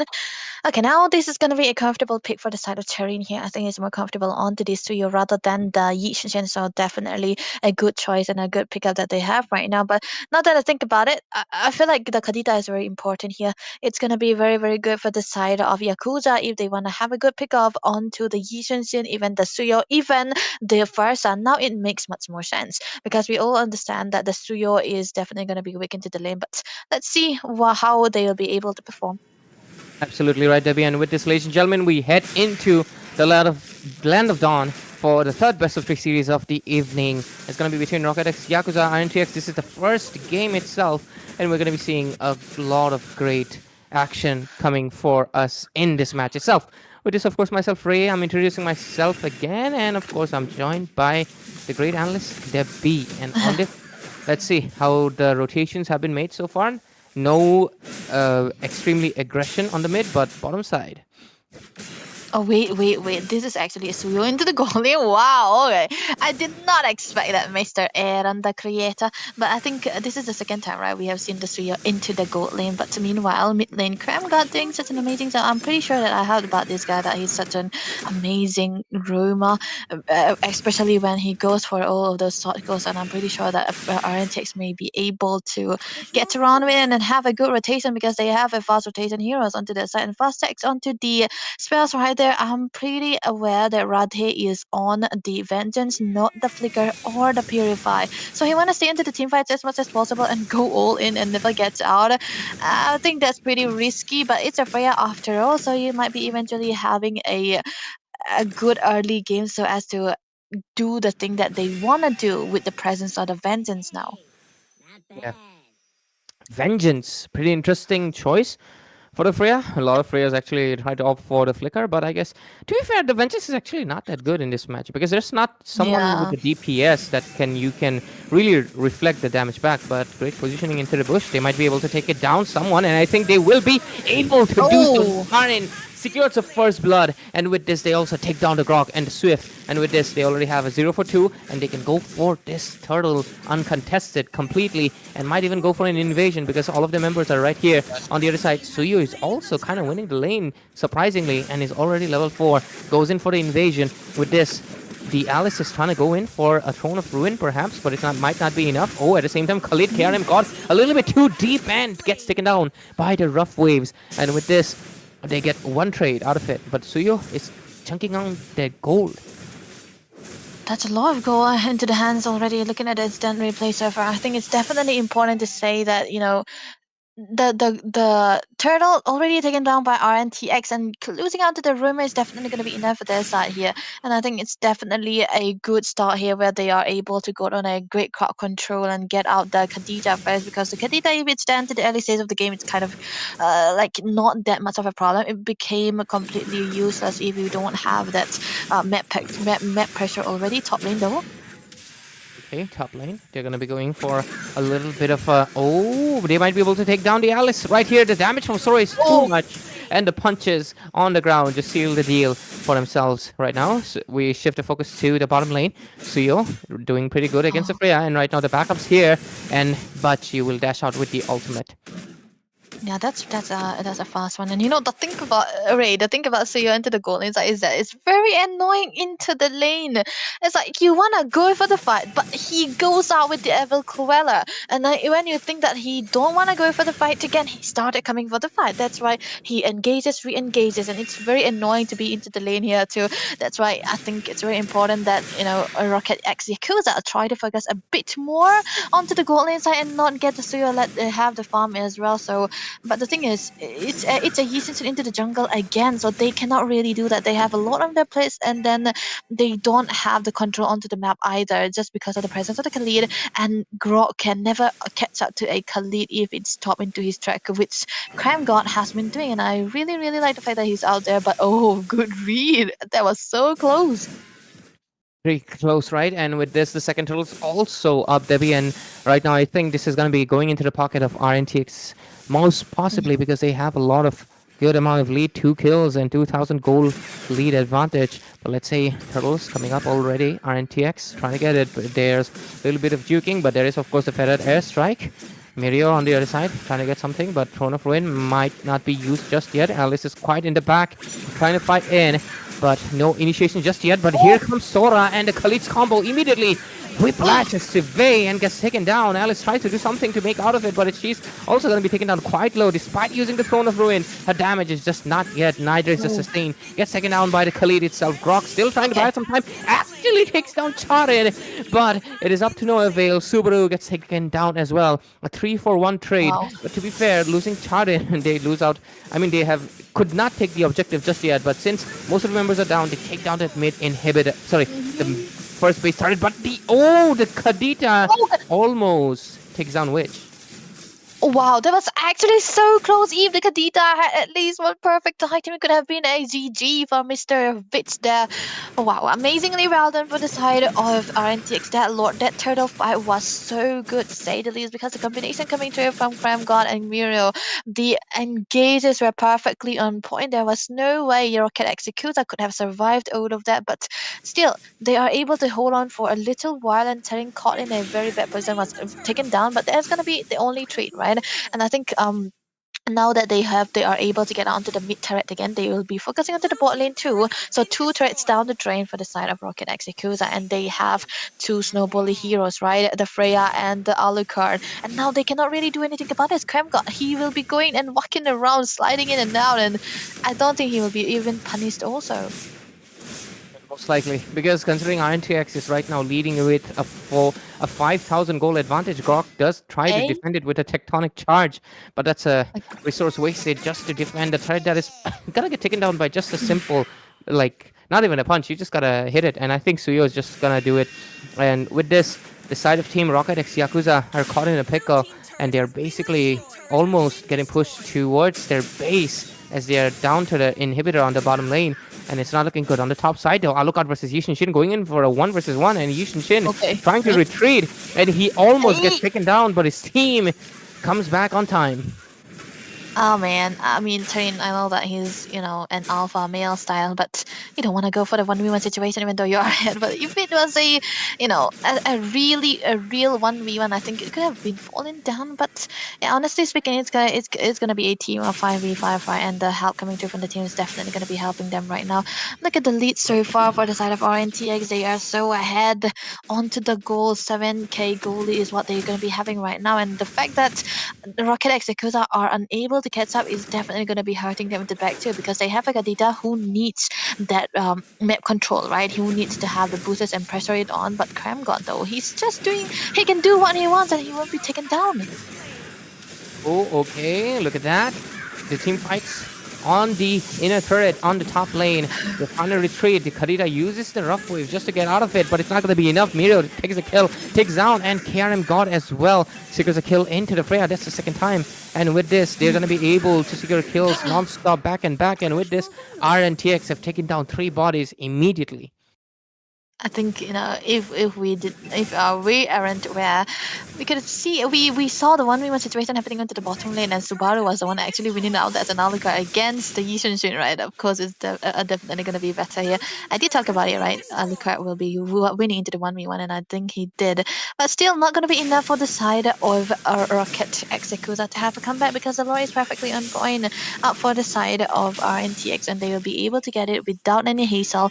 And the fact that Cram God is so free, man, this is already annoying. Like, the Grok is the one who should be a nuisance, right? He's gonna be the one who will be onto the jungle, who will be always trying to open up the map and have those pressure onto the boosters as well. But it's actually into the opposite here.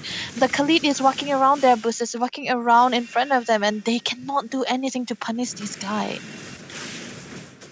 And not really sure what Rocket X Yakuza can really plan at this point either, because they're just losing this battle non-stop. Even the Khalid is actually dominating severely with 5 kills on his belt as a roamer, and it's not looking good for them at all in any position. There's a massive 9,000 gold lead under 9 minutes, and that is basically pure snowball game on your hands. And with the Lord incoming and only the inhibitors left, I think the side of Rocket X Yakuza will most likely lose this fight that's coming in. But hey, one good thing, they have the holy shields, but it's not on top lane. They don't have it. The Lord can actually go in. And with this, is there a dive in coming in? Mirio and the Khalid most likely getting ready. And Mirio is ever ready. Here comes the Khalid, and that was a great dive on Shife. Gets taken down by Suyo immediately. A double kill secured. And the Suyo is still going to be fighting in. And on the back end, the Alucard is trying to do something. And he actually does. Takes down Charin. Alice tries to sustain, but that's 4 people. It's not going to be enough. And with this, the people are marching in on their base, but the Lord's already taken down very low. And with this, the Alucard left against the whole of RNTX except for Charin, but the minions are showing up, and I think they can push it, but at the same time, all the members have resurrected, and I think they can defend it for just a little longer. But minions on the bottom are rushing in as well. The side of RNTX still trying to crack down the base, but I think this is time for them to go back. Yeah, they should really go back here. Cram God just trying to give out a little bit of a tease here, and I think it's definitely going to be enough for the side of RNTX to get 2 turrets down, and it's just the first lot, right? And they are able to crack 2 open already. The build so far for the Alucard Subaru, I think he have 2 items only, which is never going to be enough. Hunter Strike not yet build up. It's going to be the endless battle that he's trying to focus on, but BOD already built up by Charin, and I think that is a very, very important factor for the Yishin Shin, who's already ahead. But fight though, look at that!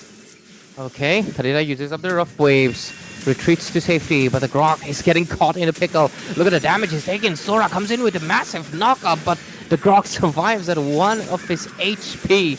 But Suyo wants to go in. Look at the damage. The Freya only survives because of the Vengeance damage reduction.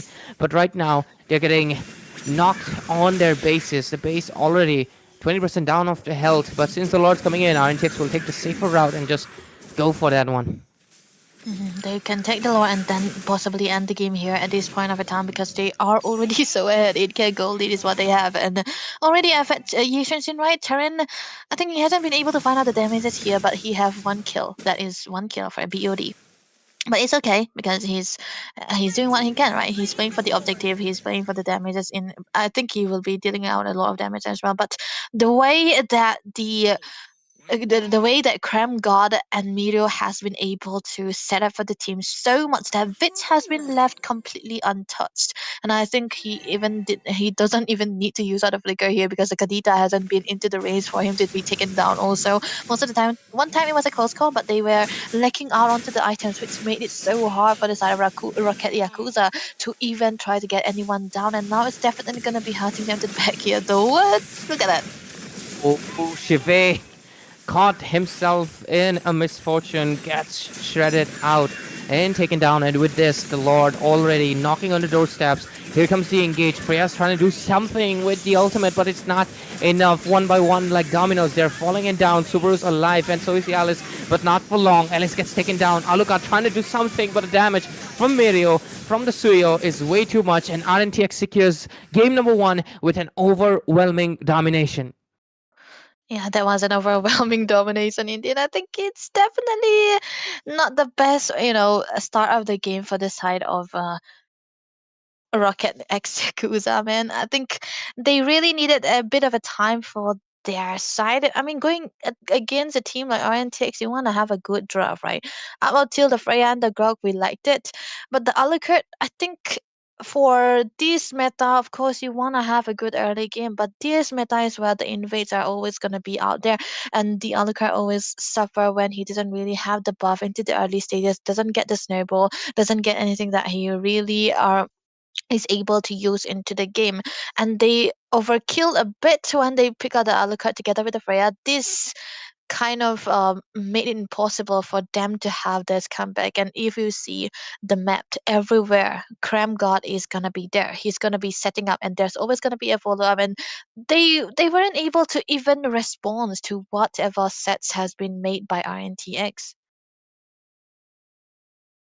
And right now, the question obviously stands still. RNTX might just be able to get a clean sweep underneath the nose of Rocket X Yakuza in this top 16.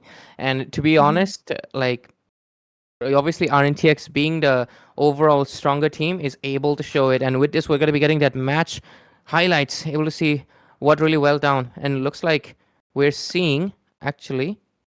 Okay, yeah. What was that? Why was that for a second I was confused. But yeah, it's back. RNTX, this is obviously the early game, a really brilliant Yeah, this kill. They one. used Sora's skill in a really good fashion way and just executed it really, really well right there. Yeah, man, this part was so beautiful coming through from the side of RNTX. I hope they pull this off, when they are going against another bigger teams here. Like the setups, right? The flicker CC coming through from Krem again, Krem Gut and Mirio as well. They were stopping everyone for the side of Rocket to come through, and they were able to trade it out here too. And I think the fact that they always have a big vision onto the map made it much easier for Witch to play around as well. And he hasn't been falling down as well. And they have a good discipline here too, where they are able to get out the damages in completely ignoring the Lord and trying to focus onto the inhibitor first, and then let the minions in and end the game with the clean one. And they are able to do that. I think I have to say, man, this was completely a pure dominance. And looking at the MVP so far, that has to be Mr. Mirio. Look at this, man. Is it like damage dealt is more than damage taken for an XP laner? I mean, to be fair, that is the power of Sora, and one of the main reasons a lot of teams don't like giving him out, and a lot of teams still prioritize him, and that's what RNTX did as well, prioritizing him early on, and it really worked out into their favor. And of course, going in full tanky and still dishing out more damage, I think that's the way to play Sora, honestly. I think with the nerf on Yeah. the adjustment on the Warx, you're better off going full tanky, and it worked really well. But with this, we're going to be obviously heading into the game number 2, where Rocket X Yakuza might be, getting Mhm. swept, or they might be able to go for a game number 3. But obviously, let's see. Last game though, they were not able to do much against the side of team RNTX. And there we Yeah, go. We that are was. into the drafting. Oh, there we go. I think we have to see how they are able to come back again because it's pretty hard, right? It's pretty hard seeing the game number one so far.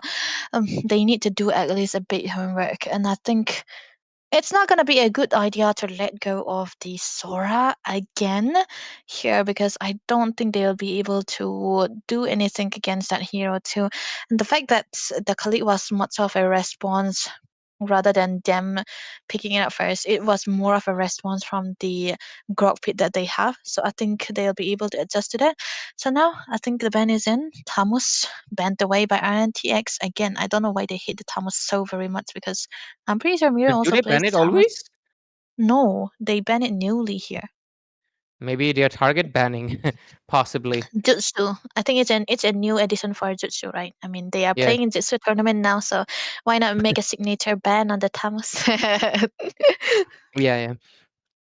And maybe force someone to play Thamos whenever it stays open, I guess. And Mm, then, but yeah, whatever it may be, the other side immediately bans out the Sora. No surprises there. Let's see.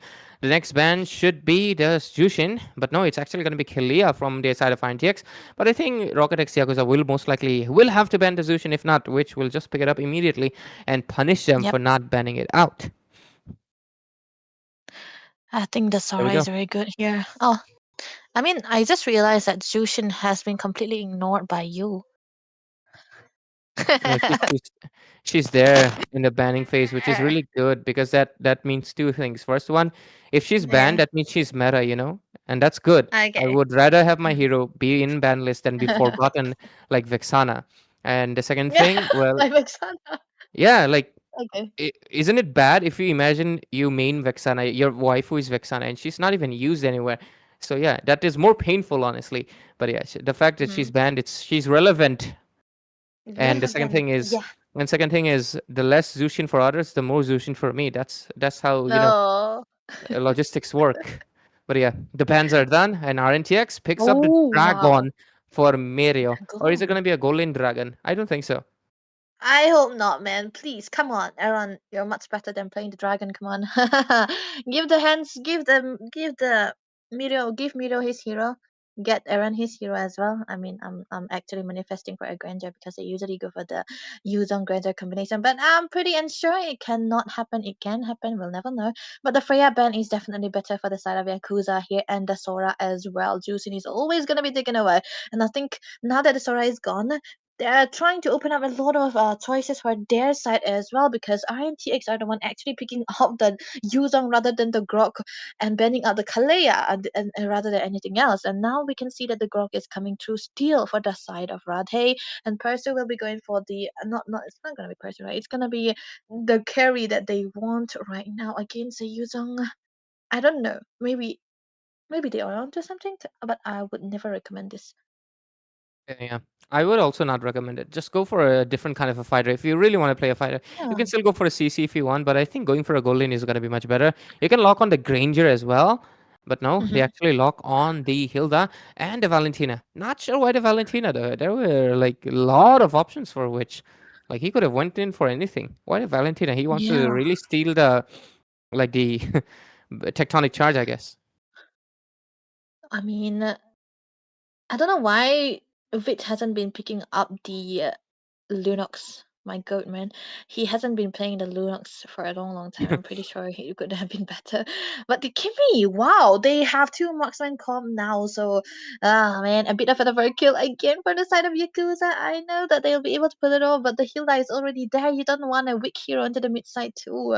But I think they are just trying to deny out the Valentina to get any of the ultimates here. But they already have a big ultimate, right? The tectonic charge will be coming through here. And the Ascension bag coming through from the side of Rocket, very well done. The Uranus already taken away by RNTX yet again. Now I think, Terran can go for any assassin he wants. Most likely, he can go for the Hayabusa. It's really No, easy pickings. traitor. The Kimi Mm. can be easily picked off, and even if she uses the dash, she's not really safe.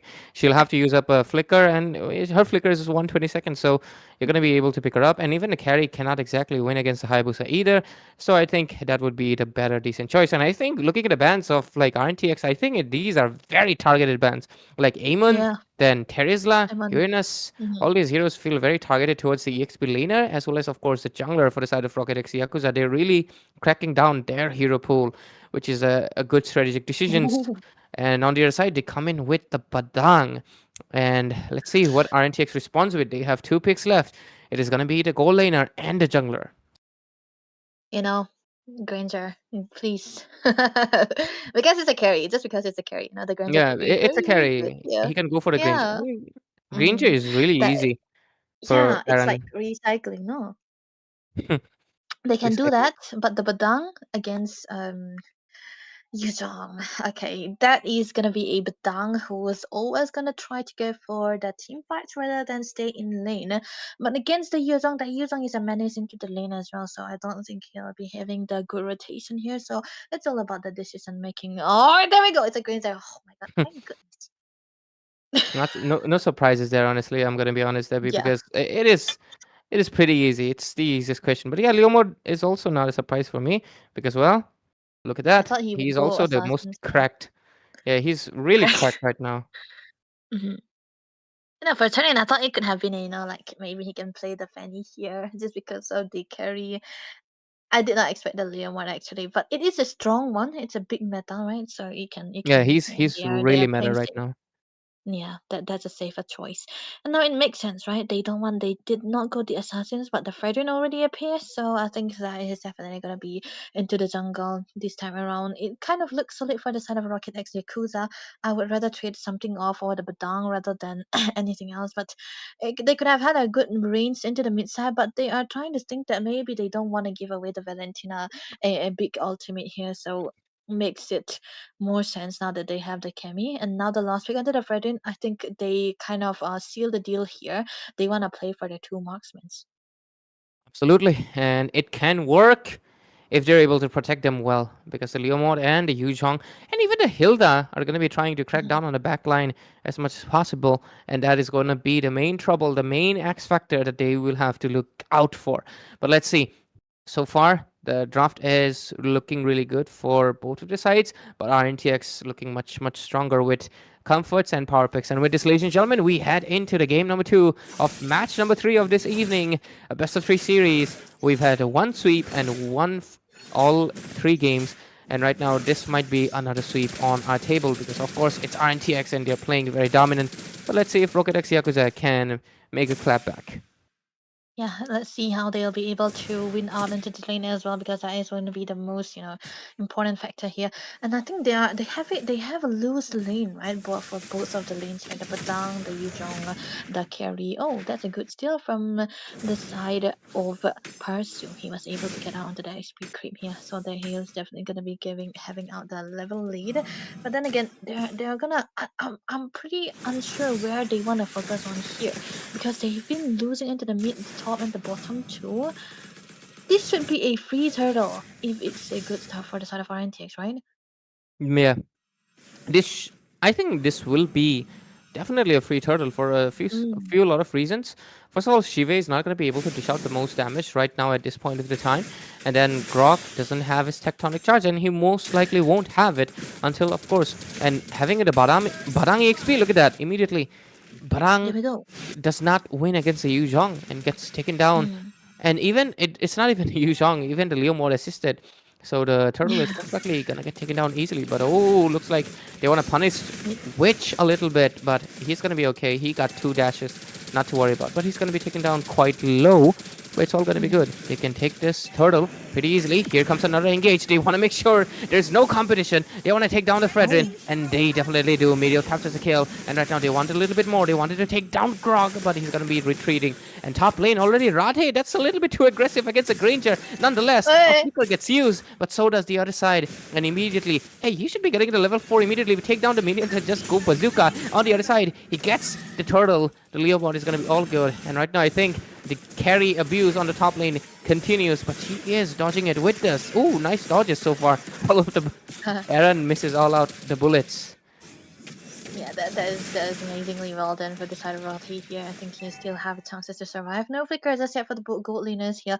But I think the first build onto the Fury Hammer is definitely going to be hurting them quite a lot, for especially from the side of Yakuza here. They have to be very, very careful on where they are taking on the damages. And I think Rothy was good. He thought well when he was doing that. But Miro seamlessly going to be getting onto the lane, which means that he want to go rotate out when the fight is happening, which might eventually be occurring into the mid side here. But still, Rocket X Yakuza, they did not bite the bullet just yet because they are not sure that the older members of RNTX will be available when the fight is going to be happening here. And I think the top lane is what they should be focusing on. Absolutely right. And I think they are trying to, but at the same time, look at the position of KRM God, making sure that the Granger is completely safe from any incoming threats. It gets spotted out though, but still, he's going to be making sure the Grog gets punished for spotting him out. That damage on a tank is insane for Hilda, but of course, that is Hilda we're talking about, and the Granger is still going to be winning and pressuring that lane further. Every lane is pressured, especially the top and the bot, and also the mid lane as well. And now I think it's gonna be very hard for Yakuza to have a comeback too. But the thing is, they do have scaling heroes, right? They have the carry, they have the Kimi. Even though they let go of a lot of turtles here, I think they still do have chance to have a good comeback into the later part. But unless the Granger go for the snowball, which can likely happen, look at the PS style though, top lane. Top lane, they get a kill. They knew the Grok cannot retreat right now, and they take him down. And with this, since the tank is no longer existing, they can just go for this turtle and take it down and get another objective in their hands. And with this, looks like they're a little bit hungry right now. They are pretty ahead. They can go for an engage. Here comes a tectonic charge, but the backup was not there from the side of INTX. But still, they're going to be there in that red buff. Oh, but instead, here comes Deja Vu. Oh. The tectonic charge instead comes for the side of the Team Rocket X Yakuza, and that's what they kind of overstayed their welcome and immediately paid for it, and especially by Charin and Mirio. I love when they do this, man. You know, makes the game more chaotic Yeah, and absolutely. exciting. Yeah, that's a good shutdown here. I mean, not really a shutdown, but a kill. But they are actually denying onto the shutdown here too because they died before getting 3 kills, right? So that can also be an awesome. But top lane, Radhe? Oh, top lane, Radhe almost gets poked out, but he's gonna be okay. Oh. Dishes out a little bit of damage to KRM God. Grok still giving the vision, trying to protect his marksman, knowing very well that this game is very reliant on their goal laner too.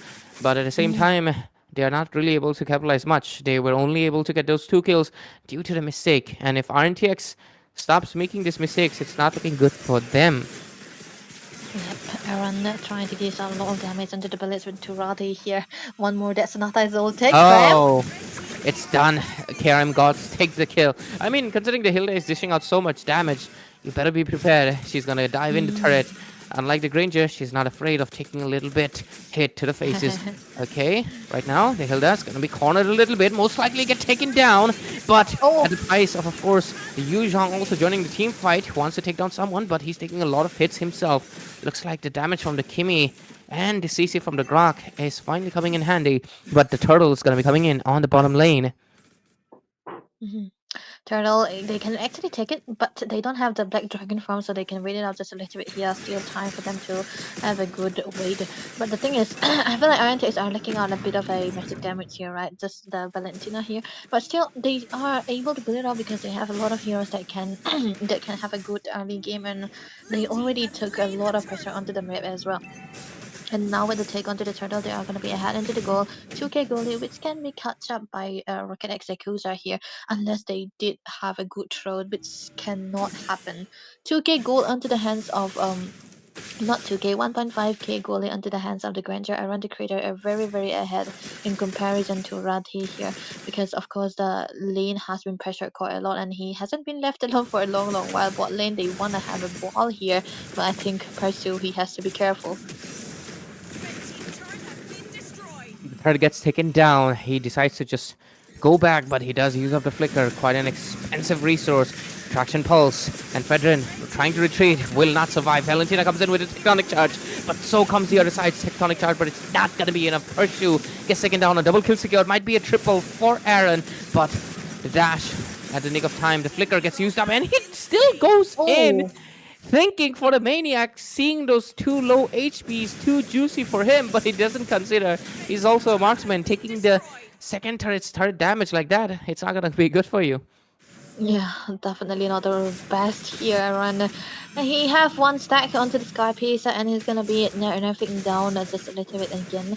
But still, they have a lot of pressure under the map. They have two turrets down to taken already. Their turrets are very, very healthy for the side of RNTX and Rocket X Yakuza. I think they do have chances if they play their cards right. Get the farm in onto the lanes for the Kimi or the carry, right? I don't think Percy should be the one playing it now, but then again, they don't have a choice, right? They don't have vision on where RNTX members are, and if especially Kremgod, he's been hiding under the bushes, and that's what Hilda does. And if you send your marksman alone, he's definitely gonna be a dead mid if he is caught. But I think they still have that time to hold it on, playing it slow. But it's actually RNTX who kind of force out a lot of fights here, so they should try to get trades here and there. Sky Pierce are already built away by Sive. He have one that's only so far, so it's still an okay-ish farm for the Kimi, right? Yes, it's not bad, but at the same time, of course, the Kimi much more reliant into the farm. But Mm-hmm. let's see what happens right now. The Lord's up and the side of look at that, the Hilda's going in so deep and actually takes down Shive at the cost of his life. And Valentina comes in with the IMU Tectonic Charge. It does knock up a lot of targets, but I think that was just a distraction, making sure they can take the Lord in peace with no disruptions. And since they have the Lord, they can march in. And looks like Mirio has a different plan. He just wants to go in. He just wants to go for the blood and take down everyone. The carry is fallen, and with the DPS is down, it's only the 3 tanky heroes, and they don't really care much about it anymore. They're gonna wait for the Lord that's gonna be coming in at 9:45, and until then, they're just gonna go down and just clear out the lanes and try to sink it. I think it's definitely okay that Sive was getting killed with a flicker, you know. Any marksman or any kind of late game heroes, scaling heroes are good enough to trade your life with, and I think Krem got to understand that he would just flicker with it too. And the fact that they still go in without their rumor also just say a lot, right? Look at that stun though. Great stun and Tectonic Charge coming in. The carry's dishing out a good amount of damage. They do melt down KRM God, but here comes Leomold with the Iron Steed and just decides to go back, because there is considerable amount of damage right now. But the Fredrin misses out. Appraiser's Wrath on nothing. And with this, they're going to be going back a little bit. The Lord's coming up into top lane, and there's still the Holy Defense, so they're going to be able to... great Tectonic Charge popping in from the Valentina. Gets the target, and with this, the Baran comes in with the punches as well. Might be able to take on target. Valentina survives with 1 HP, even dodges the Appraiser's Wrath. And Fredrin, despite his greatest efforts, is not able to survive, gets taken down. And with this, 3 people off the chart of the side of Rocket X Yakuza, while RNTX only trade off their roamer. They're in a massive positive trade, and with this, they can go in for the turret.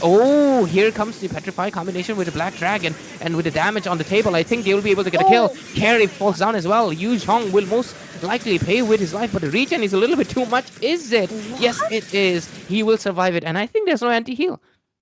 There's no anti-heal just yet for the side of Rocket X Yakuza, man. And that is going to be hurting them right now, because the Yuzhong Miro has been healing quite a lot with the Cyrus to do, and he is going to be surviving most of the time. They need that for a second item right now. But the fact that Render Creator is already on the 4th build, right? He have the BOD already with Hunter Strike along with the Malefic Roar too. And still, Radek is not onto the Skype, not onto the Trinity yet. He have just 2 builds, no Demon Hunter.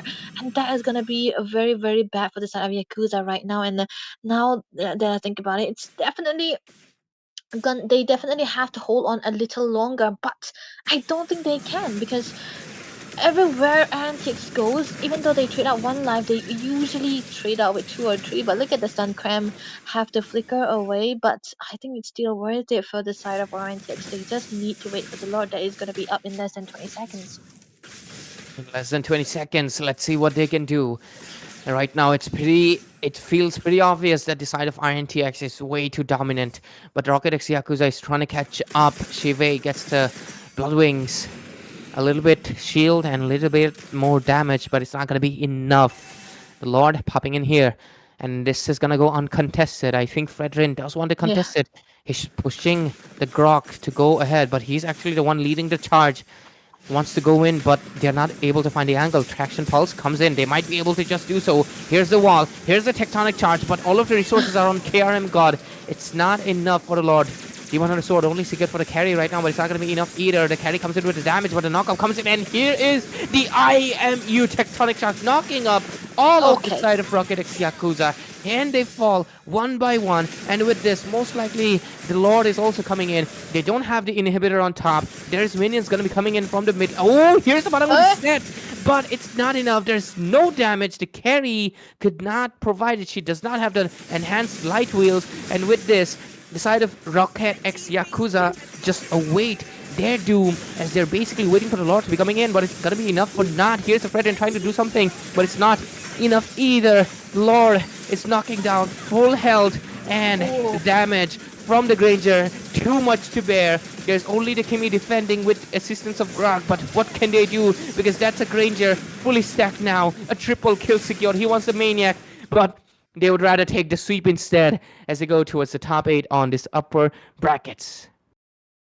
That was a clean sweep and an easy game coming through from the side of RNTX, but I felt like that has to be so clear of the draft, coming from the draft until the very end onto the execution part. They don't care about how much skill how much of them, how many times their roamer died. They just care about how they can get the marksman farmed. And I think the Granger Aaron had pretty much all the farm that he required. It was so early on for him too. He just died once, and that was enough for him. And he got a lot of stack onto the Sky Piercer as well. And whoever he hits, they're gonna be taken down. And I think the lack of the goal is gonna be definitely playing a big significance into the way that Rocket Executor are unable to fight back even with the good sets, even with the follow-up good sets. There was a lack of damage, and of course, already RNTX have all the items that they need, and they did not really care. They just dive in and jumped in into their bases and ended the game.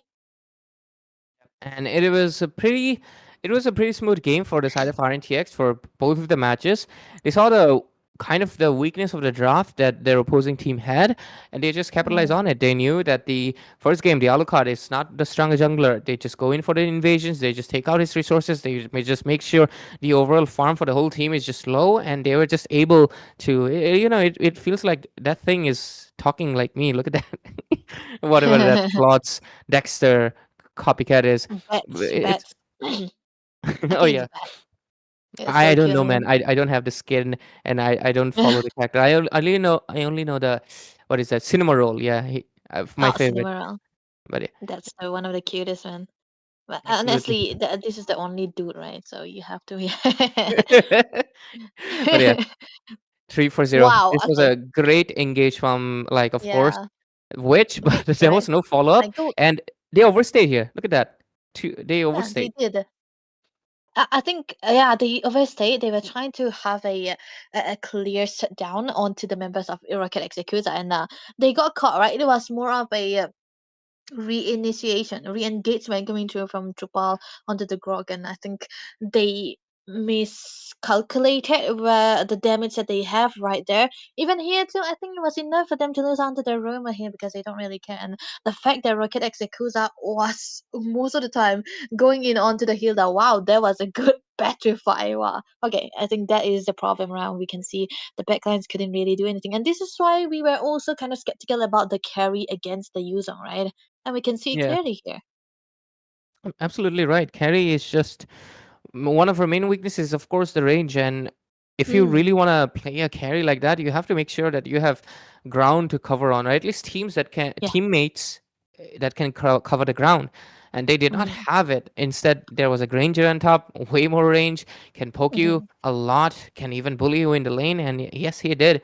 Yes, this one was pretty funny, which actually escaped at 1 HP and even dodged at a Praise's Wrath really well. yeah. But it was pretty clear at this point of the time, at this point of the game, that it was almost lost because the Granger was way too fed. He was just snowballing completely. And what can a Kimi really do against the whole side of RNTX, just completely decimating their members and their base? And ultimately, Team RNTX took this game number 2, going in for a clean sweep and, of course, the MVP. MVP. This is gonna be the signature pick for Aaron here, and I think it has been a signature for a long, long time, right? And 32% damage alone, and he have KP of 60, which is a bit less. And I think the most of the kills that he gotten are most of the time the last hits, right? And I think it's definitely a big deal for the side of RNTX to pick up the Granger most of the time when uh their draft serve, right? I hope they be able to do this again and again because the fact that they're still in a good lead right now, 2-0 into the score. There's still gonna be a big the squads that can come through here. That's where they usually lose their composure. I hope it don't happen, man, so that they will be able to have a good mentality as well. Absolutely right. And since the upper brackets right now already has the side of M3 as well as they also have Noctura Esports. I think we're looking for a good ride for our NTX because Godlike is right now in the lower brackets, but I think Godlike will climb Oh, back up. They are yeah, not yeah, yeah.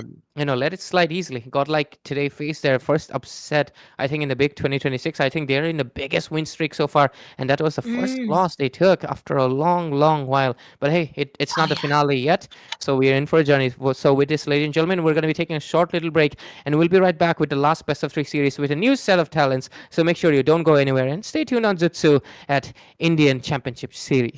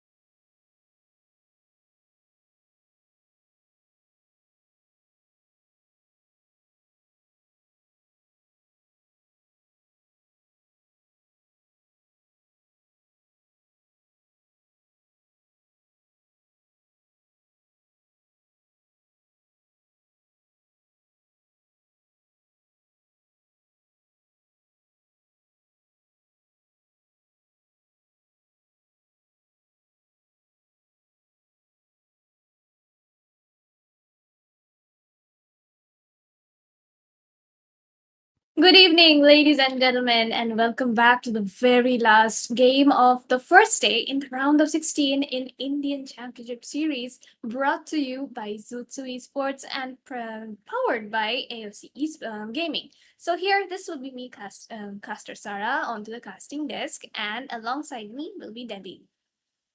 Yep, we are excited to bring down to you the last two teams that is going to be playing into the best of three series. We have Metaru versus Dakusena, and this time around we can see that we are already going to be going into the drafting phase. And Metaru, they have the first pick, and Dakusena they have the second pick, and the bands are already set in. Kalea got taken away. Yeah, those are going to be some very respect and targeted bands. I would say the Kalia is a very staple pick, being chosen by DS every single time. Garut Kacha is also one of those roamers which are difficult to counterplay into the team fights, especially because of the AOG and the taunts coming in. Grok will also be a respect band, so we might even see a Hilda band out next. We'll be seeing a Freya band coming in from DS, and quite possibly the Jushin might be their third. Yeah, Jushin is always going to be a red side ban. You cannot really let it go. But for the side of Metaru, they still have a choices to make whether they want to ban out the rumor again, like the Hilda, right? And try to keep it or pick up a completely different hero if they want to go for a prioritization. The fact that they are the one actually banning away two heroes already, which is a like the Grok is a signature for Jazz. Also, I think they did their work very, very well. They are others trying to prioritize onto the different heroes that they can come to together with here. So for Dakusena, this should be a Jushin ban, no? Or is there any other options? It should be a Jushin. Like you would not want to give away the Jushin to anybody. And Metara will be taking away the Claude from Funny Valentine's. Those are Oh, some like very targeted bans, I would say. yeah, But let's see what's open here. We could look in for a Hilda on mm, towards the what is it? The Rome. Yeah, the Hilda goes in for the yeah, Rome. The Eve and Esmeralda could be locked in by DS almost instantly, and they could secure the carry as their third. But onto the side of Mitaru, they could choose a YSS deny pick as well as their first pick because the Yisunshin, it just works. No matter what the draft is from the opponent side, the Yisunshin is just mm. one of those heroes who works out anyway. But oh, they're gonna go in for a Sora pick. This should Wow. enable DS for a classic Valentina, don't you think? Yeah, this should be a classic Valentina directly and nothing too out of ordinary. I think it's definitely going to be okay to go for this. But to pair that together, I think the Yuzong is still available, right? So if they want a prio onto the Yuzong, it can be into the hands of Height and Boost. That is also a big factor. But yeah, I cannot forget the Esmeralda, so that could also be a factor. But they have a Hilda too, right? Imagine a Valentina plus a Hilda. That's already a good winning mid lane. But like you mentioned, the Yi Xin can also come true because it's still a flex no matter what. And the previous game we have seen Arentix playing, but oh wow, whoa, there we go. It's gonna be the Hylos and the Yi Xin instead of the of the Valentina. Are they cooking And something? We yep, should I know. mean, this is a little bit new for me as well. I haven't seen the high lows being picked up by them Oh. so often. So I guess that's kind of a debut Mm-hmm. pick for them into the tournament. Yasimchin, of course, that's a very obvious pick. He loves that hero. Khalid and Khadita, meanwhile, from the side of Mitaru, definitely counters the Yasimchin. He's gonna have to play it out very safe. Hylos can sustain it away, but we'll have to see what Peekaboo or Haidambush decide to pick up here. The Valentina, they could lock in here still now, but they could also Mm. try to lock in on something like quite possibly the Esmeralda and then play it out as a flex pick later on. That's what the Esmeralda comes in handy when you face this kind of scenario, especially if you have a Yushin already. That's gonna be creating a lot of flex picks. Even Esmeralda can be flex too. That's why it's really important that they go for it too. But the fact that Metaru they went very early onto the Khalid kinds of tells us that they might want to put this Sora into the XP and get a damage into the goal lane, either the goal lane or the jungle, and I'm pretty sure they can go for the goal lane here instead. But look at Dakusena though. They did not flex at all, right? This is gonna be a Yi Shin gold lane, I presume. Yep, that's gonna be a Yusichin gold. The trend among all the gold laners that we see from, I don't want to say it, but yeah, I'll just give you the reference: Misery, Radium, now Funny Valentine. Yeah. Yeah, Fate also played of Yusichin today Oh, in Fate. into the gold. So it's definitely becoming a staple these days. Metaru, meanwhile, they definitely gonna ban out the Valentina. And up next, most probably could be the Zacian or the Yves as the best choice. The Yves more than the Zacian, because of course the Kadita is going to be there to counter whatever Yeah. position the Zacian does. DS, meanwhile, they take out the carry. Definitely a smart one out there. Quite possibly they could take Mm. out the Yuzhong or the something like the Granger up next, but no, it's gonna be the CC. So I think they're trying for something like the Alice on towards the EXP. Yeah. I think the Alice wouldn't be so bad here anymore. But the thing is, they need a very strong mid lane here, a very bursty one, right? Because they're gonna be lacking out onto the damage dealing mages here, magic damage dealer. So Metaru can ban out another magic here. Wait, they ban out the Z10 instead.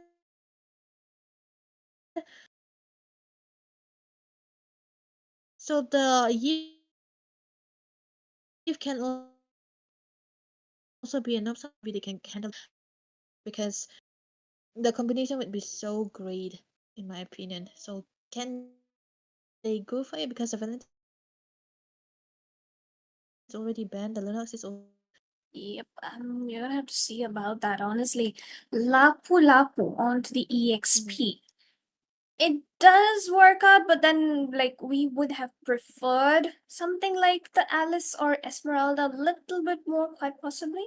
But yeah, we'll have to see how Mataru answers that. And then for the last pick for the side of DS, I think the Eve is just gonna be working wonders here, like you mentioned. There's a glorious pathway, the RWM lockdown, and then they can just jump in with the Mountain Chalker and the Bravest Backer at the same time. Fredrin, of course, is going to be omnipresent, but they could also try and get the Kimi. But then you would have to watch out for the Khalid and the Khadita jumping onto you in every single team Yeah. fight. I'm pretty sure Metaru are kind of hoping to get a marksman for themselves. But the thing is, the Claude is already gone, the carry is already gone, the only valid option has to be the Granger, or either the Granger and the Khalid together. Khalid.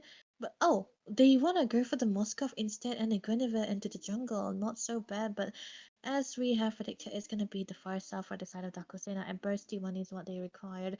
I think the Moskov is gonna be so much in big danger with this calm already set in by Dakusena though. Yep, that's gonna be the problem because there's a Fredrin in front of you, there's a Lapu Lapu in front of you, and then there's always going to be the Hylos and the Mountain Chopper jumping in, as well as the Feathered Airstrike, not to mention. The only ray of hope comes in is if Moskov gets an early snowball, and if he can manage to Mhm. position himself like a god on towards the late game. Because if I'm not wrong, the Hylas on the Fredrin will be targeting him down every single time. I love the Guinevere pick here because it does counter the Fredrin jungle a lot, especially with the Surge ultimate coming in from the Sora. So that's going to All be an troops interesting deployed. combination for them. But there we go. We're into the Land of Dawn. It's the upper bracket, best of three, and this is the first match. The first match, and we are already going in with Silver onto the Fredrin, and onto the other side we can see Kyler is definitely going to be picking onto the Guinevere here, so they're trying to go for a bit of a contest onto the first turtle here, which is definitely going to be important for both of the sides, and I'm pretty sure that they might want to actually have that scaling onto the later part of the game because they have a Moskov already for the side of Metaru, but the mid lane is what they want to have a good win on because Farsa and the Kadita, they both need a lot of pressure onto the mid side if they want to have a good rotation as well. And it can be countered, proactively if they have a good positioning too. And looks like Dakusena, they have a good winning mid lane with the clearance that they have together. And there is going to be a little bit of pressure on towards the EXP. Sora is going to take a big chunk of damage, but hey, there we go. Whoa. That's going to be a first blood. Peekaboo with a clutch rotation here, but the same thing is actually happening on towards the top. So the Yusunshin has got to play safe, and Moskov will definitely be having a easier time. I won't say a very smooth time, but definitely an easier time as he would have originally had. The fact that, oh, mid lane, good. That's a kill already from the Chosen when Peekaboo able to take away the Roma here, but the bottom lane is what you want to focus on.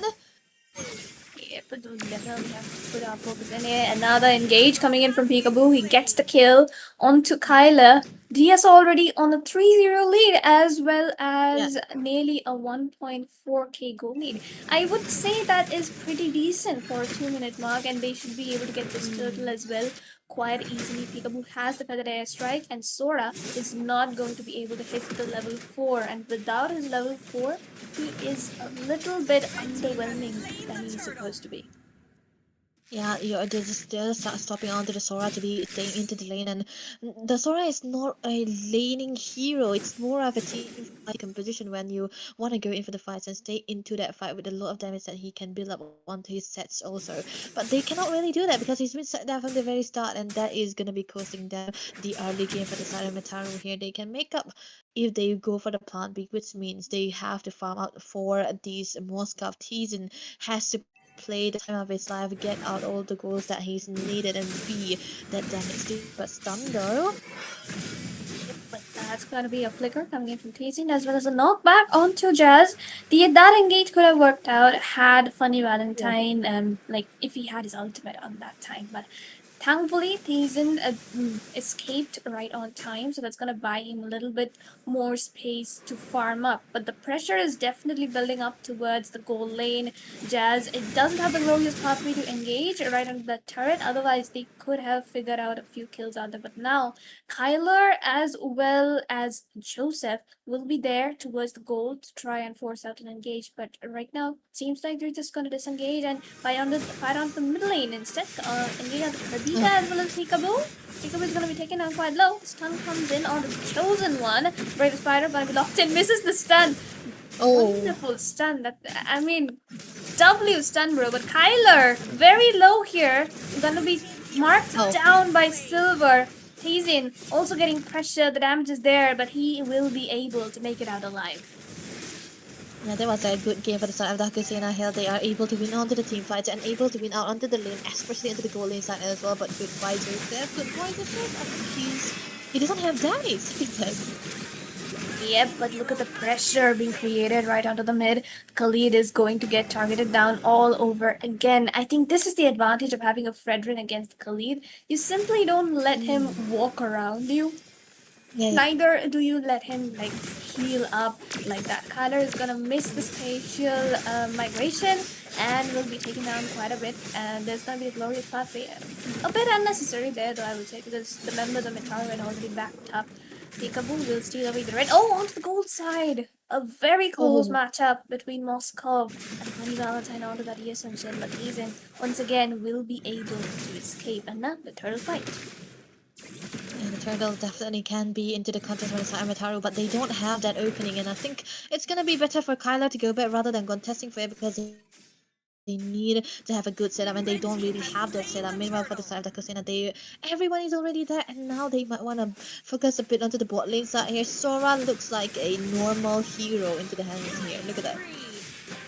I mean, where was this when we needed it, I guess? But hey, onto the gold side. We're gonna see the pressure being created on the Funny Valentine. There's gonna be the Khalid with the engage onto Chosen One. Yep, and he's gonna get taken down almost instantly. Funny Valentine kind of missed that Mountain Shocker had he landed it onto Chosen One under the turret. That could have been a kill, but bro just kind of walking, but that's okay. Jazz though definitely zoning out Kyler as well as Khabita here. Joseph gonna use up the rough wave to try and get the minion out of the way so the mid turret can be saved, and he's actually successful at that. So this is actually a good thing for Mitaru that they are not losing their mid tier 1 already, and if they manage to defend it up for like 3 to 4 more minutes, the Moskov should be able to scale up much better.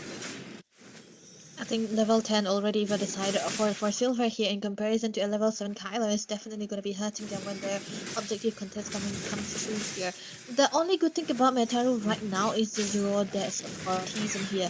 He is in Moskov, of course he's going to be needing all of those items, but he's going to be losing onto the lane right now, and that means the bot lane and the top lane are already gone, and the mid lane is barely standing for the side of Metaru here. They need to be very, very careful and Peekaboo in a good position if you want to go for the damages and try to get out onto these mid turrets so fast on. Look at that, they already started. Very strong engage, I would say, but the rough waves definitely comes in clutch. Sora gets a surge onto two people right at the turret, but the farm difference and the damage from Wow. Peekaboo's feathered airstrike, that would be enough to take down two people from the side of Metaru. Engage still in over though, Bravest Spider comes in and Teasen will have to escape out of that situation. Still on a 0-0-1, so that is still a positive ray of hope for Metaru, but the goal difference, it's steadily rising, Debbie. Yeah, it's steadily rising for the side of Kusina, and we can see that Funny Valentine already got the farm that he's required, and he's not on the flicker, right? He's on the purify too. There's a lot. Look at that. Yep, too much damage coming in from the feather airstrike, but the flicker was used up by Chosen One. He managed to survive for now, which is a good thing. Yep, Jet. Oh. Okay. Jet's just trying to bait them to use up their skills a bit, walking in like a robot, walking out like a robot. But I guess that's fine. Yeah. Because Metaru here, they can still farm up the Moskov and they can still pull off a comeback. It's gonna be a camp right at their own jungle, but I think at this point, DS is just waiting up for the next load. Yeah, they have to wait for the next round, but special migration and for the airstrike, just enough damage. But Highland boost, I don't think he's gonna be dying, right? Yeah, that's Lapu. He have a lot of damage. I mean, defense item already getting out a lot of sustains, but engage though. Yep, but that's gonna be a lot of damage coming in onto Kyler instead. Silver tries to go in for something, doesn't have the stacks to land the Appraiser's Wrath, goes in for it, gets the damage at the very end, still survives and will go back for the Lord, but up top, Hazen, the man, is trying his best to push forward for his team, will find a turret. Tier 1 will be busted down by him. Still camped there, trying to clear up quite possibly the next wave, but if Varsa and Fredrin managed to realize that, let's go, the Spear of Destruction does hit the Lord, but even going to steal it away. He can't go in like that because one taunt and it's gonna be dead because this is the Versa, and you cannot outrange the Versa with even with the blinks that you have right there. But bot lane though, that's gonna be Luke in trouble. Has to flicker out. I mean, that's just the problem with Yi Sunshine. You just can't escape no matter how hard you try. Silver definitely trying to look for a knockup there, but the movement speed from the Chosen One quite high. Facial migration from Kyler. The damage though from the left strike just a little too much for him to handle. Will get marked down. Hiram was taking quite some damage out there. Will use the Bravest Fighter as a defensive method. But DS here, they look kind of steady, not willing to make mistakes, and discipline. It's somehow there today. Today. Today. That's a good occasion now. But I think Silva, yeah, he's just trying to join them away, and mid lane already taken away, but that's gonna be another stun. Yep, that's gonna be a stun indeed. Sora gets taken down 0-4, not looking good for him there. Teasen is the only hope for this side of Metaru right now, but 1-12, 9k goal lead, rough waves into play. Kyler gets a Violet Requiem onto the Fredrin, who's already very, very tanky. Adam was just gonna get a killing spree, meanwhile still has the damage, will have to flicker out because he cannot really take down the turret damage, but the Lord should be defended successfully by the side of Metaru, even if they lost two of their inhibitors. They did, but two shield already built away by the side of Dakasena. He had a Peekaboo onto the Blood Wings, and meanwhile for Phantom Bruce, he already gotten the Queen's Wings, which means that there's gonna be a lot of sustain here. But Chosen One, he is able to still tank up. That's gonna be a kill from Funny Valentine finally. Yep, finally indeed, but he gets taken down as well at the same time. Look, it's a shutdown onto the Fredrin. That is actually huge.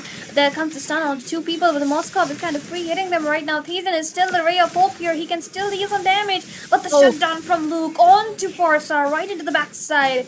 And that's gonna be the Sora getting a double. Rambo's getting tongued down right here. Doesn't have the flicker or any escape mechanism. Dashes away. But can he Uh, sustain? This is the question. Brave the Spider comes into uh, play. Gets Patan. Dodges. He manages to get the outplay with the unstoppable. Absolute cinema moment that was.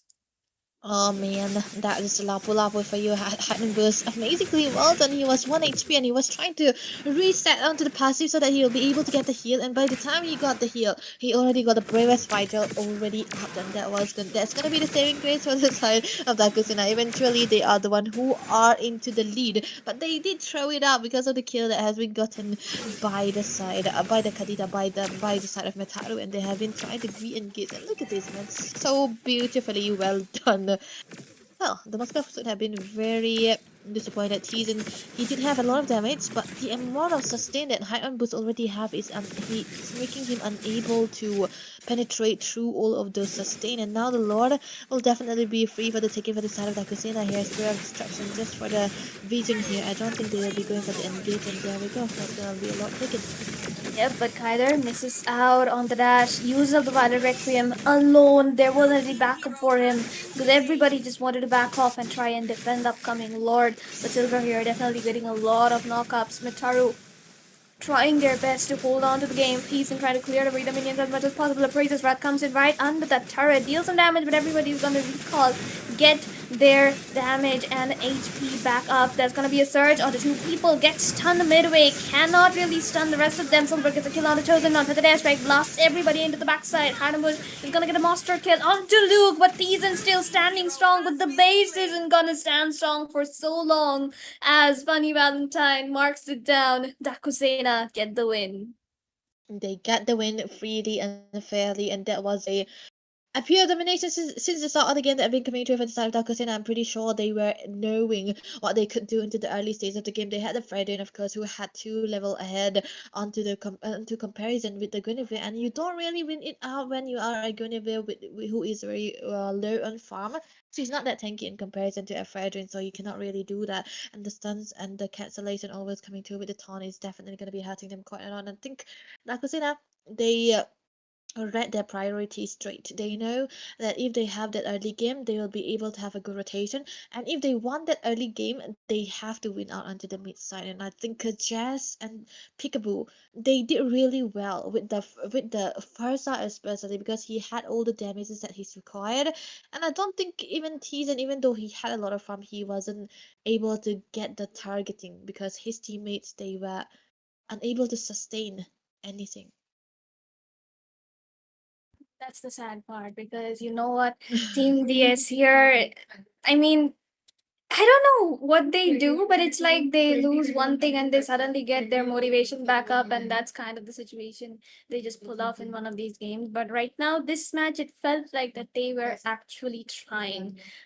I don't know what happened in other places, but Mitaru, they just weren't able to keep up. I think that's the only sad part.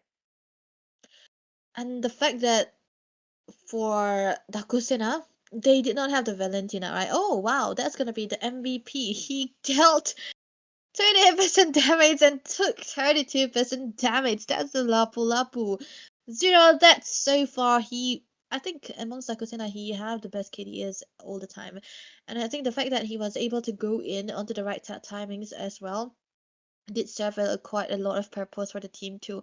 And also for Lagosena, this time around they know that the Sora could be a problem if he is let out, and they did not let him out. They focused so much onto that XP lane, give height and boost a lot of goal lead, especially level lead, and he was level 4 way before the Sora also, and that kind of started the snowball for the side of Dakusena, and they just bulldoze their way through it from that very start.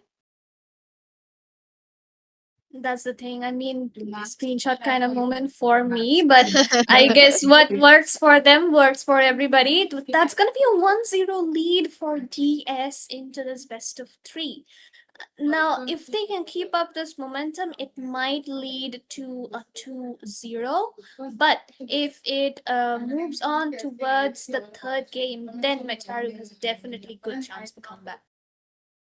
Yep, Metaru, if they're able to cancel out onto the get a winning, the thing is, I think they should try to get a winning mid lane and an XP lane because I feel like he can play the weak lane very very well and he can become the win condition for the side Metaru. So get a good winning XP lane and get a good winning mid lane and then try to have a good rotation. That might be creating a lot of space for the team for especially for the gold laner and I think Tizen will be having that time that he can use to get the farms in, and that can work out if they are able to draft in that particular position. But I think I haven't seen Jazz do much on a hero that's passive like the Hylos, right? He's more of an aggressive roamer from what we have known. I think he really did well with the Hylos. This kind of become make him a bit more flexible onto the roam. So it's gonna be hard for Mentaru to focus on him. So either they have to focus onto the XP or try to get a winning mid lane. That's exactly what I guess you learn from your mistakes, and that's what Jazz Yeah. did. I mean, the entirety of DS did, and I think Mitaru will do the same this game. They have a very high chance of winning this one because this time they do not have any kind of server disadvantage either. DS, meanwhile, they take out the God of Kachas, sticking to their standard bans. Mitaru will be taking out the Jushin. Definitely, blue side ban for, sorry, the red side ban in every single match that we see. You leave her open, you are kind of giving away the match itself. That's just how good she is. But DS, meanwhile, they should be taking out the Claw of the carry like the previous game, quite possibly. Or maybe even something like the Grog for themselves if they want to put Jazz on something different than what he usually plays. Metaru, though, I guess they will just stick to their bans, probably ban out on the Lapo or the Esme this time, or even the Yves if they want to do it. And yeah, like I mentioned, the S do go in for another tank ban that's going to be the Hylos. Yeah, Hylos ban, it's very good here. Oh, they ban for the carry also. Wow, that's a good read. And I think now Metaru, they just want to remove out the Yi in here because of the flexibility that it provides. They did not really expect the Yi to go into the goal lane here. And I think they did not even flex it. So now it's gonna be either they want to ban out the room, right? Still, I don't think it's gonna be a good idea to let go of the Grok here. But then again, the Lapu Lapu or the Esmeralda can become a problem, and the Yuzong can come through as well. Now it's gonna be the Kusina who have the first pick, so they are gonna be they have to be very decisive, right? And I'm pretty sure it's they should take away the Grok instead of anything else. But then again, if you take away the Grok, maybe the Freya can come through again. Not only the Freya, but also the Kalia, and you do not really want to give a Kalia into the hands of Jazz. But hey, that's gonna be a Fredrin ban coming in, and DS instantly they're like, I don't care, kinda funny Valentine, what you play, but you're gonna try out the Freya this time around, and you're gonna play it into the tournament itself. And I guess that works out for him if he manages to play it. But Metaru, definitely a good answer to that. That's gonna be instantly the Grok and the Sora getting picked up. Most of the time when you see a Sora, you play it together with a Valentina, right? I kind of wait to see that Metaru is definitely gonna be picking up the Grok here. I think it's gonna be a respect also and maybe a comfort as well for the chosen one. Now I think Dakusena can either play the Khalid or the Hilda if they wanna. But then again, I think they should pick out and prioritize onto the mid here because for now they need to get it. Oh wait, they did go for the Valentina and the Hilda. Okay. So they need a magic damage dealer into the jungle now, right? Like the Joy. Exactly. Yeah, they would need a magic onto the jungle or mid if they decide to go for a Valentina into the EXP. But let's see what Mr. Head on Bush decides to farm up for these people, strategize. We'll see about that. Mitaru, meanwhile, what can they answer this with? They could lock in on the Heave, a very classic with the Grok. Hmm. As for their marksmen, they could actually lock in onto a Claudia if they want to, or pick up the Esmeralda for themselves. No harm in playing Esme into the either of the lanes, but hey, they decide to go in for a Kimi. This is gonna leave open quite some options for DS in a way because now, what's his name again? Ah, Peekaboo. He can go in for a Farsa or a Yves or even a Kadita all over again. I think the Sora became reflex. So it's gonna be dependent on where Mataru puts the Sora here. That's gonna be where the Valentina gonna go. Uh, I think I kind of don't like the Valentina into the mid side when you see a Sora. It has to be the place where Sora should go. So if Tizen is the one onto the Sora, which is gonna be the goal, he's gonna be going against the Freya, right? And then the Valentina will have to go into the mid lane. He's always not gonna be available. But it has to be dependent on the rotation as well, so that can be a big factor.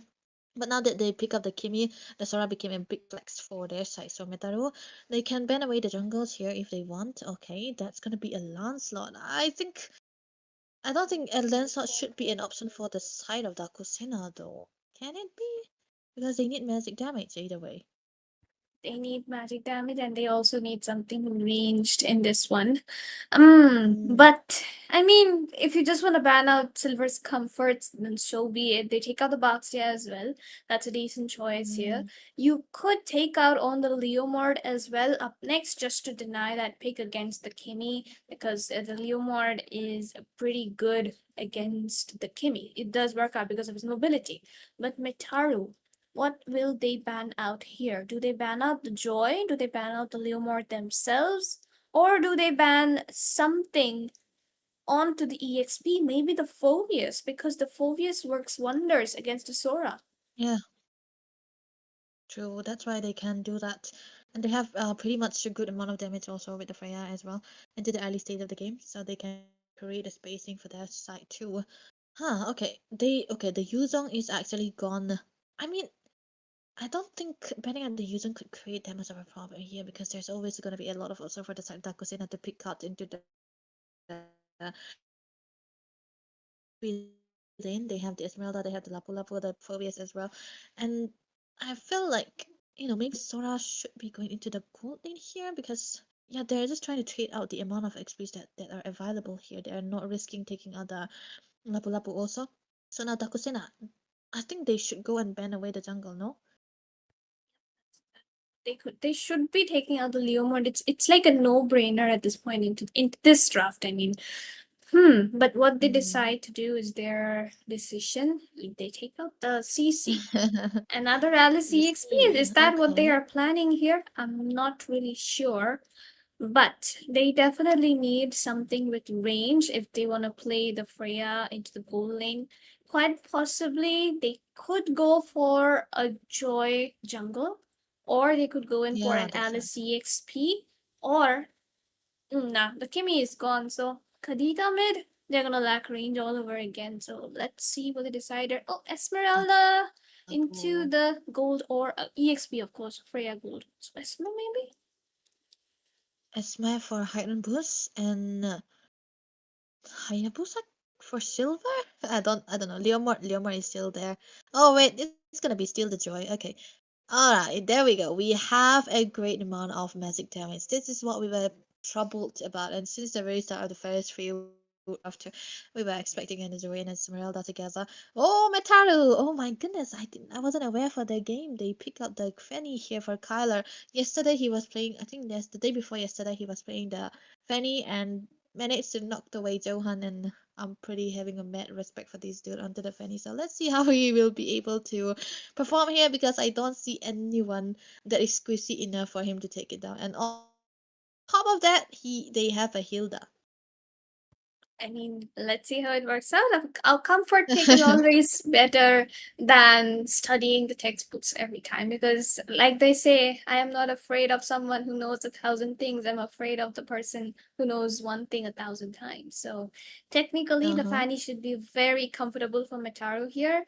DS, though, they are also on three of their comforts, I would say, but Silver and Funny Valentine, they would have to be a little bit careful in the game. But welcome to the land of Dawn once again, ladies and gentlemen. This is going to be the second game between teams Dakusena and Mataru. DS currently leading with 1 point.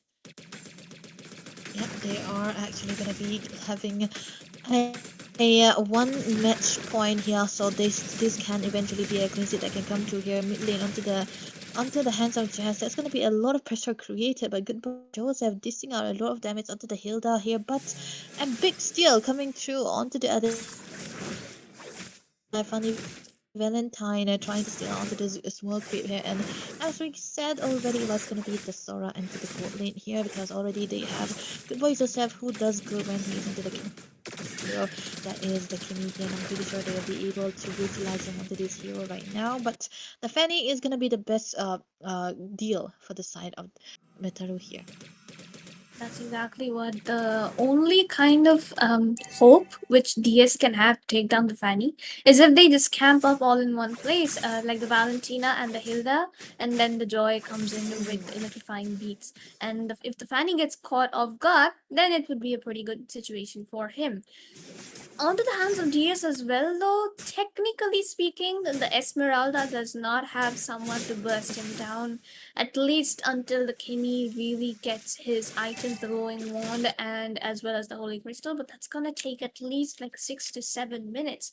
So by then, the Esmeralda should be able to take away some of the farm, just like he did now, steals away level 4 from Kyler.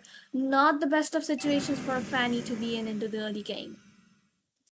Yeah, the Fanny he's gonna be needing out to the blue buff again and again, and he did not want to do anything here. Bot lane though, that is a fast pace and coming through from the side of Kazena. Look at that, chosen one. Yep, chosen one gonna get busted down. Peekaboo with the play, the flicker, and the ultimate. But now he's the one in danger here. That's gonna be Luke dishing out a lot of damage from that bravest fighter.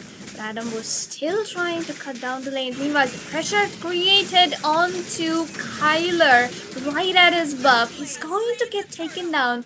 Despite having secured that buff, he got the level 4 at the last moment, could have used the cutthroat, but he just got bursted down before he could click on it. That's what we were talking about when the problem arises because of the presence of the hero. There's gonna be always an invade for Fanny here. You cannot really do anything about it too. And the fact that Fanny Valentine has a good clearance better than the Sora, like I already said, the Sora is not laning hero. Freya is a definitely lane lover, so he is able to lean out and get out the clearance on. He's able to rotate out up to the blue buff of Kyler, and that is saying a lot. And now it's gonna be very, very bad for the side of Fanny here right now. But a flicker already ways to enter the top lane side here. He's able to burst down a lot of HP from Fanny Valentine here. He does not really have the ultimate right now, but still they can try to go in to get Kyler. Yep, that's going to be TZ and Kyler onto their signature picks, I would say. Sorta Gold is not so common for any Indian teams, but when someone plays it, they kind of play it out something like innocent. Like yesterday, we saw Zitat play it away. Today, we are seeing Tegan play it away. Yeah, look at that. He just immune those ultimates coming in, but somehow, just because of the fact that it was the damage form of his ultimate, he cannot sustain the damage which came in from Peekaboo as well as Hide on Bush. Good, like, immune coming in from him onto Hilda's ultimate, but how can you really sustain all that burst coming on down to you when you do not have any defense? That's what, and I think this time around the blue buff is definitely going to be in jeopardy here yet again for Kyler, not having the best time of his life. And Funny Valentine trying to just slam up onto this lane, but hey, Silver taken down! Yep, I think he just got caught into the Grok ultimate and we kind of missed the show, but it is what it is because Haramuch falls down as well at the same time. And the problem happened was because he did not have backups when he went to chase down Lapu as well as Fanny near their base, while Silver was already taken down, Jazz dealing quite some damage onto Akimi. Wow. But he's gonna have to recall and come back for the turtle now. And the Mitaru slowly but steadily trying to recover a little bit of that gold lead. What? Okay. That's a grog though. That's a grog, bro. How do you get melted so fast? That's a fast melt coming through from the side of the casino here. They don't really have the burst potential with the Valentina, but they are still able to find a way through it. And Casino looking so good with the turtle pick that they have right now to the bottom lane again. Highland Boost, of course, gonna be winning out with Esmeralda. That is his signature pick, and especially against the Lapu Lapu, he's having the time of his life. And I think he'll be able to be available onto the team fights again with the clear that he has so far. Teasen though, he is a Sora, but he can get melted down, he gets spotted out, so he has to be very careful. But the turret again in jeopardy onto the top lane side. The Highland Boost handling two people, and the other, they are so sure that they will be winning it out. Look at this. I mean, Suhas, just stop showing the Esmeralda. I don't need to see the Esmeralda. But the Anymore. rest of the map, like Jazz has such good positioning, I would say, and the amount, I don't know how they are dealing this much damage onto a Grok. I do not know what his emblem set is because a Grog does not die that easily, and there's not even that much of magic damage to take down a Grog. I don't know what's wrong, but Mitaru needs to stop getting that Grog getting killed. I do not know what they're about to do here. They need to create space for Kyler as well as Joseph to farm out because they are their win conditions. I know it's difficult for the Fanny to kill anybody here, but she can get the damage like the damage she's getting now. If she gets a little more farm, she would be able to deal a lot of damage. Funny Valentine, that was an early flicker, but it did save him.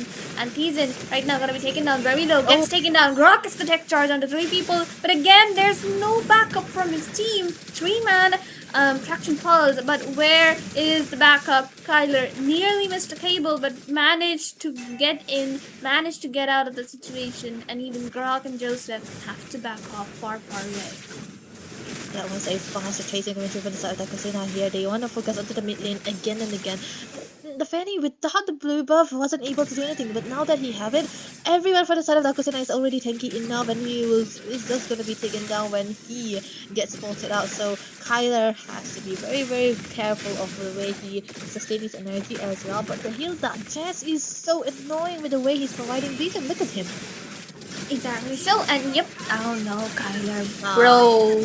You wanna go in? Oh no, Thiessen though. That's an amazing surge ultimate, I would say. Gets the the timing of that Hilda passive, bro.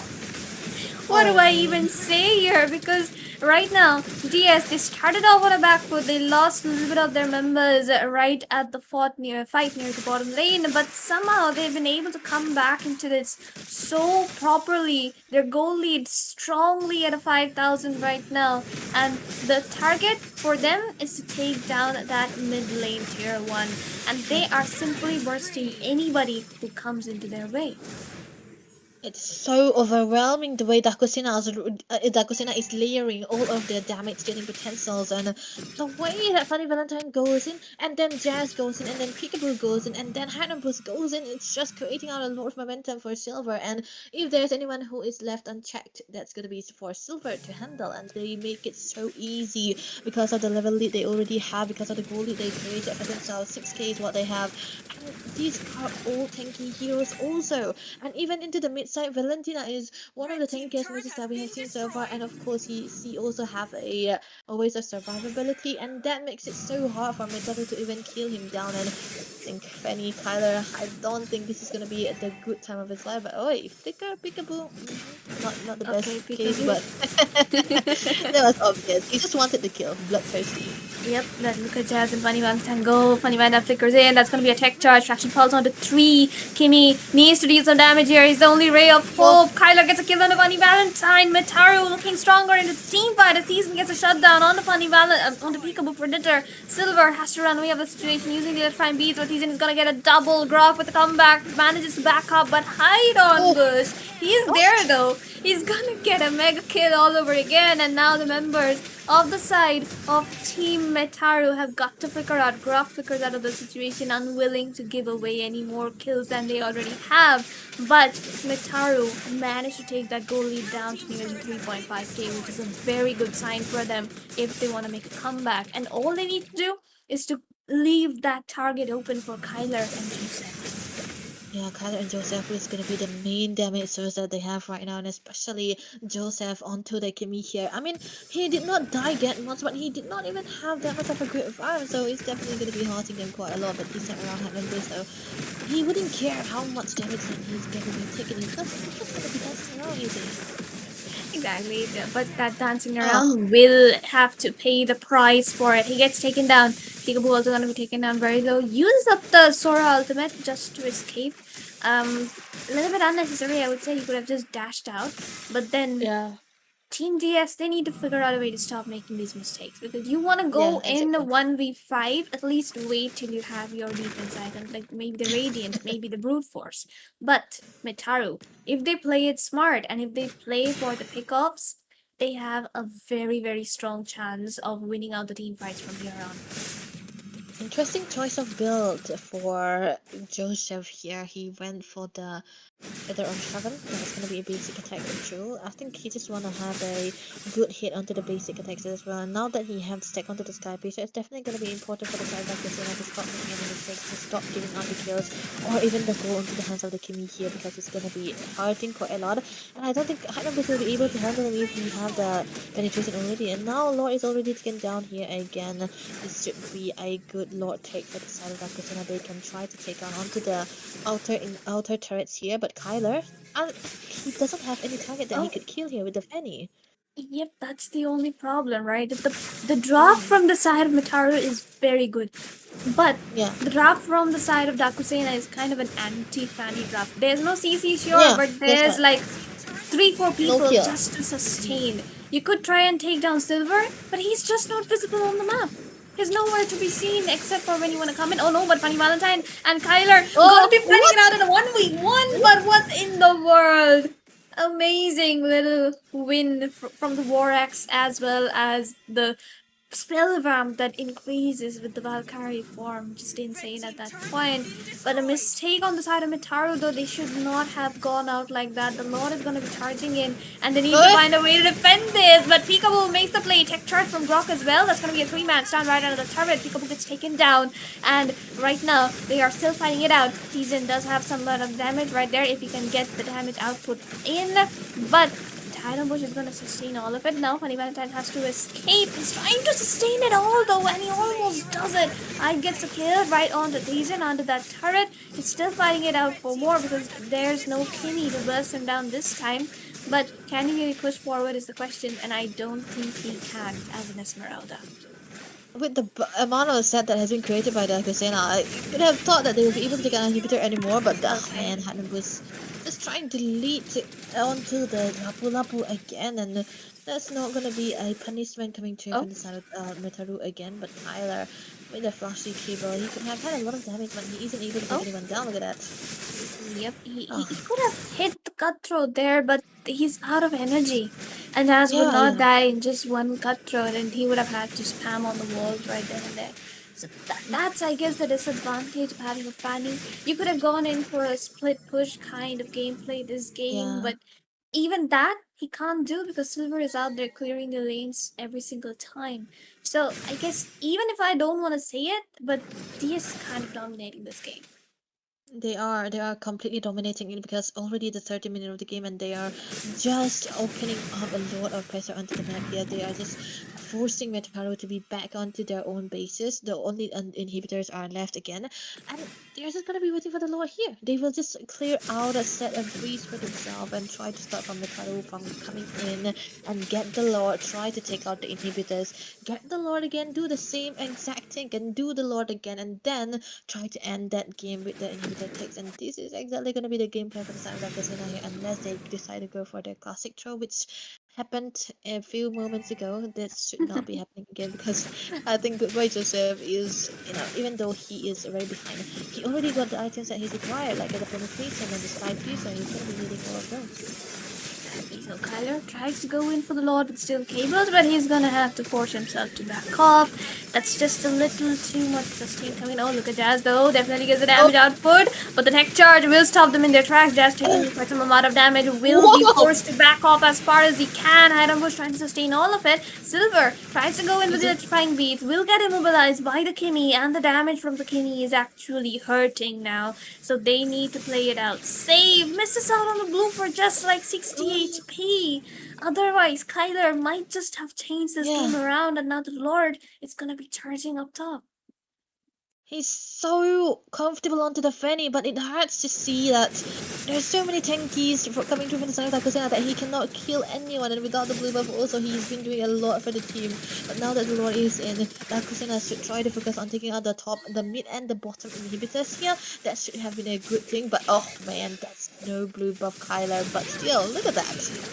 Dang, the DS is kind of just fighting inside the base here. Oh, but Joseph is gonna get a kill on the Funny Valentine though. That's a Oh, nice situation to be in. The Hidden Bush eh, gets immobilized. That's gonna be a double for Metaru, and as they successfully manage to defend this law, Joseph will still try and go in for more, but Jazz, he kind of has damage, so you might want to avoid fighting a Hilda as a king because you can get taken down, especially when you do not have the blood wings.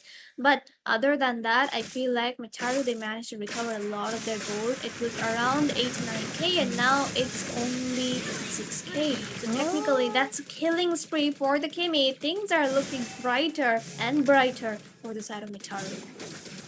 23, I mean, it has to be around 35 or 32 stacks into the sky piece for Goodbye Joseph with just one fight. And the fact that Kyron is almost full build is going to be the decider of the match as well. And look at that, he got the Demon Hunter Sports, which means No, that Kyler. he, oh, he's gonna have to be careful. He's just chased away by Jess. He doesn't really care. Okay, finally a blue buff from Mr. Fanny here.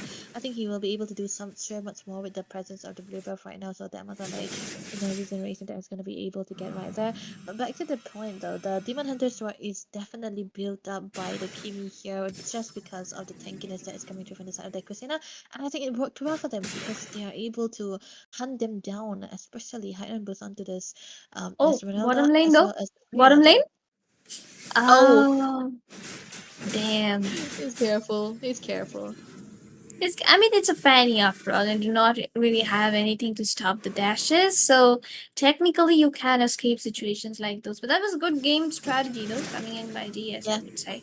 They could have picked up if it was something like the Kenny, but here, Hiram Woods is the one in danger, and he's taking in quite some damage from Kyler, who has the Sea Albert. Fractured Pulse comes into play. The Chosen One will try to stop him in his tracks, but would not take the risk of trying to expend their resources onto an Esmeralda just yet, especially since the Lord is up and they need to find a way to fight this one. Chosen One trying to provide the vision which Kyler needs, but Jazz and Peekaboo completely trying to zone Kyler away, and Chosen One will be taking some amazing amount of damage from Funny Valentine though. That's the most unexpected thing I have seen in a while. Season tries to run away with that ultimate. Silver taking quite some damage. Kimmy is Oh, gonna get bursted. Has to run off to base. That's 3 people down. Kyler needs to walk back with the steel cables right from the side of the bottom lane. But the minions are gonna be clear. That's 3 down. Only 2 people alive. And if they dive in onto the Kimmy, it might just be game over for the side of Mitaru. But can they hold is the question. Kimmy doesn't have the passive yet. About Peekaboo is gonna miss out on the tech charge. But there is the damage. There is the engage as the base oh. will get marked down by all those cannon minions. And Dakusena will find game 2. Game number 2 with a clean sweep. This is going to be ending them. And that's going to be the upper brackets that we have witnessed so far. Amazingly well done by the side of Dagosina here. And I think they really know how to handle Fanny, how to handle all the Sora as well, because they were able to find all the right targeting. And the fact that Freya was able to out-rotate that Sora also did amazing amount of work for them too. But congratulations to Dagosina. They are going to be the last team today that can bring forward into the upper bracket. Gonna be it. They will be the last ones. And I think this game the MVP should be Jazz. He just was so present onto the map, I feel like. Yeah. And he also kind of managed to target down the Fanny and the Kimi. Like you mentioned in the draft, you have a Hilda, why do you want to pick the Fanny? And I think that kind of jinxed it for Kyler there, unfortunately. He He's flashy. did the Kyler and Joseph, they did so much. Even Tazin, he had 2 or 3 amazing Surge ultimates. Even the damage form, he managed to get some good pickups. I think he got a triple this game. So technically, Mhm. Metaru, they had every single chance they could Oh, have had. But hey, I guess just a little bit of execution part, the Grok maybe and the Lapu Lapu, they did not perform up to the mark. But hey, MVP, with 26% damage taken and 21% dealt as a Hilda, I think that is pretty commendable to be. yeah, it's already very commendable, and he have the heptasis also. To the very start of the game, I was actually worried for Kyler because there's a Hilda, and they did really well with the Hilda too. And now they are able to set up this bar so high that up to the very end of the game already, the Hilda or he is full build, right? And then he did. The Hilda was supposed to be falling down to the later part of the game, but then again he was zero deaths down. And I think that has something to do with the front line that they already provided for themselves, like the Freya, like the Esmeralda, and the backlines were just ready. Silver, he's unscathed. Yep, but that's gonna be it, ladies and gentlemen. This is sorry, not game, day one of the top 16. We'll be back with more matches tomorrow. Some more amazing teams are gonna come. We'll see upsets, we'll see the rise of new teams. So make sure you stay tuned on Zutsu Esports on YouTube because this is Indian Championship Series brought to you by Zutsu Esports, powered by AOG Gaming. And this was me, Sarah, and Cinnamon Roll onto the casting desk, along with Debbie and Fortuna. We'll be taking our leave.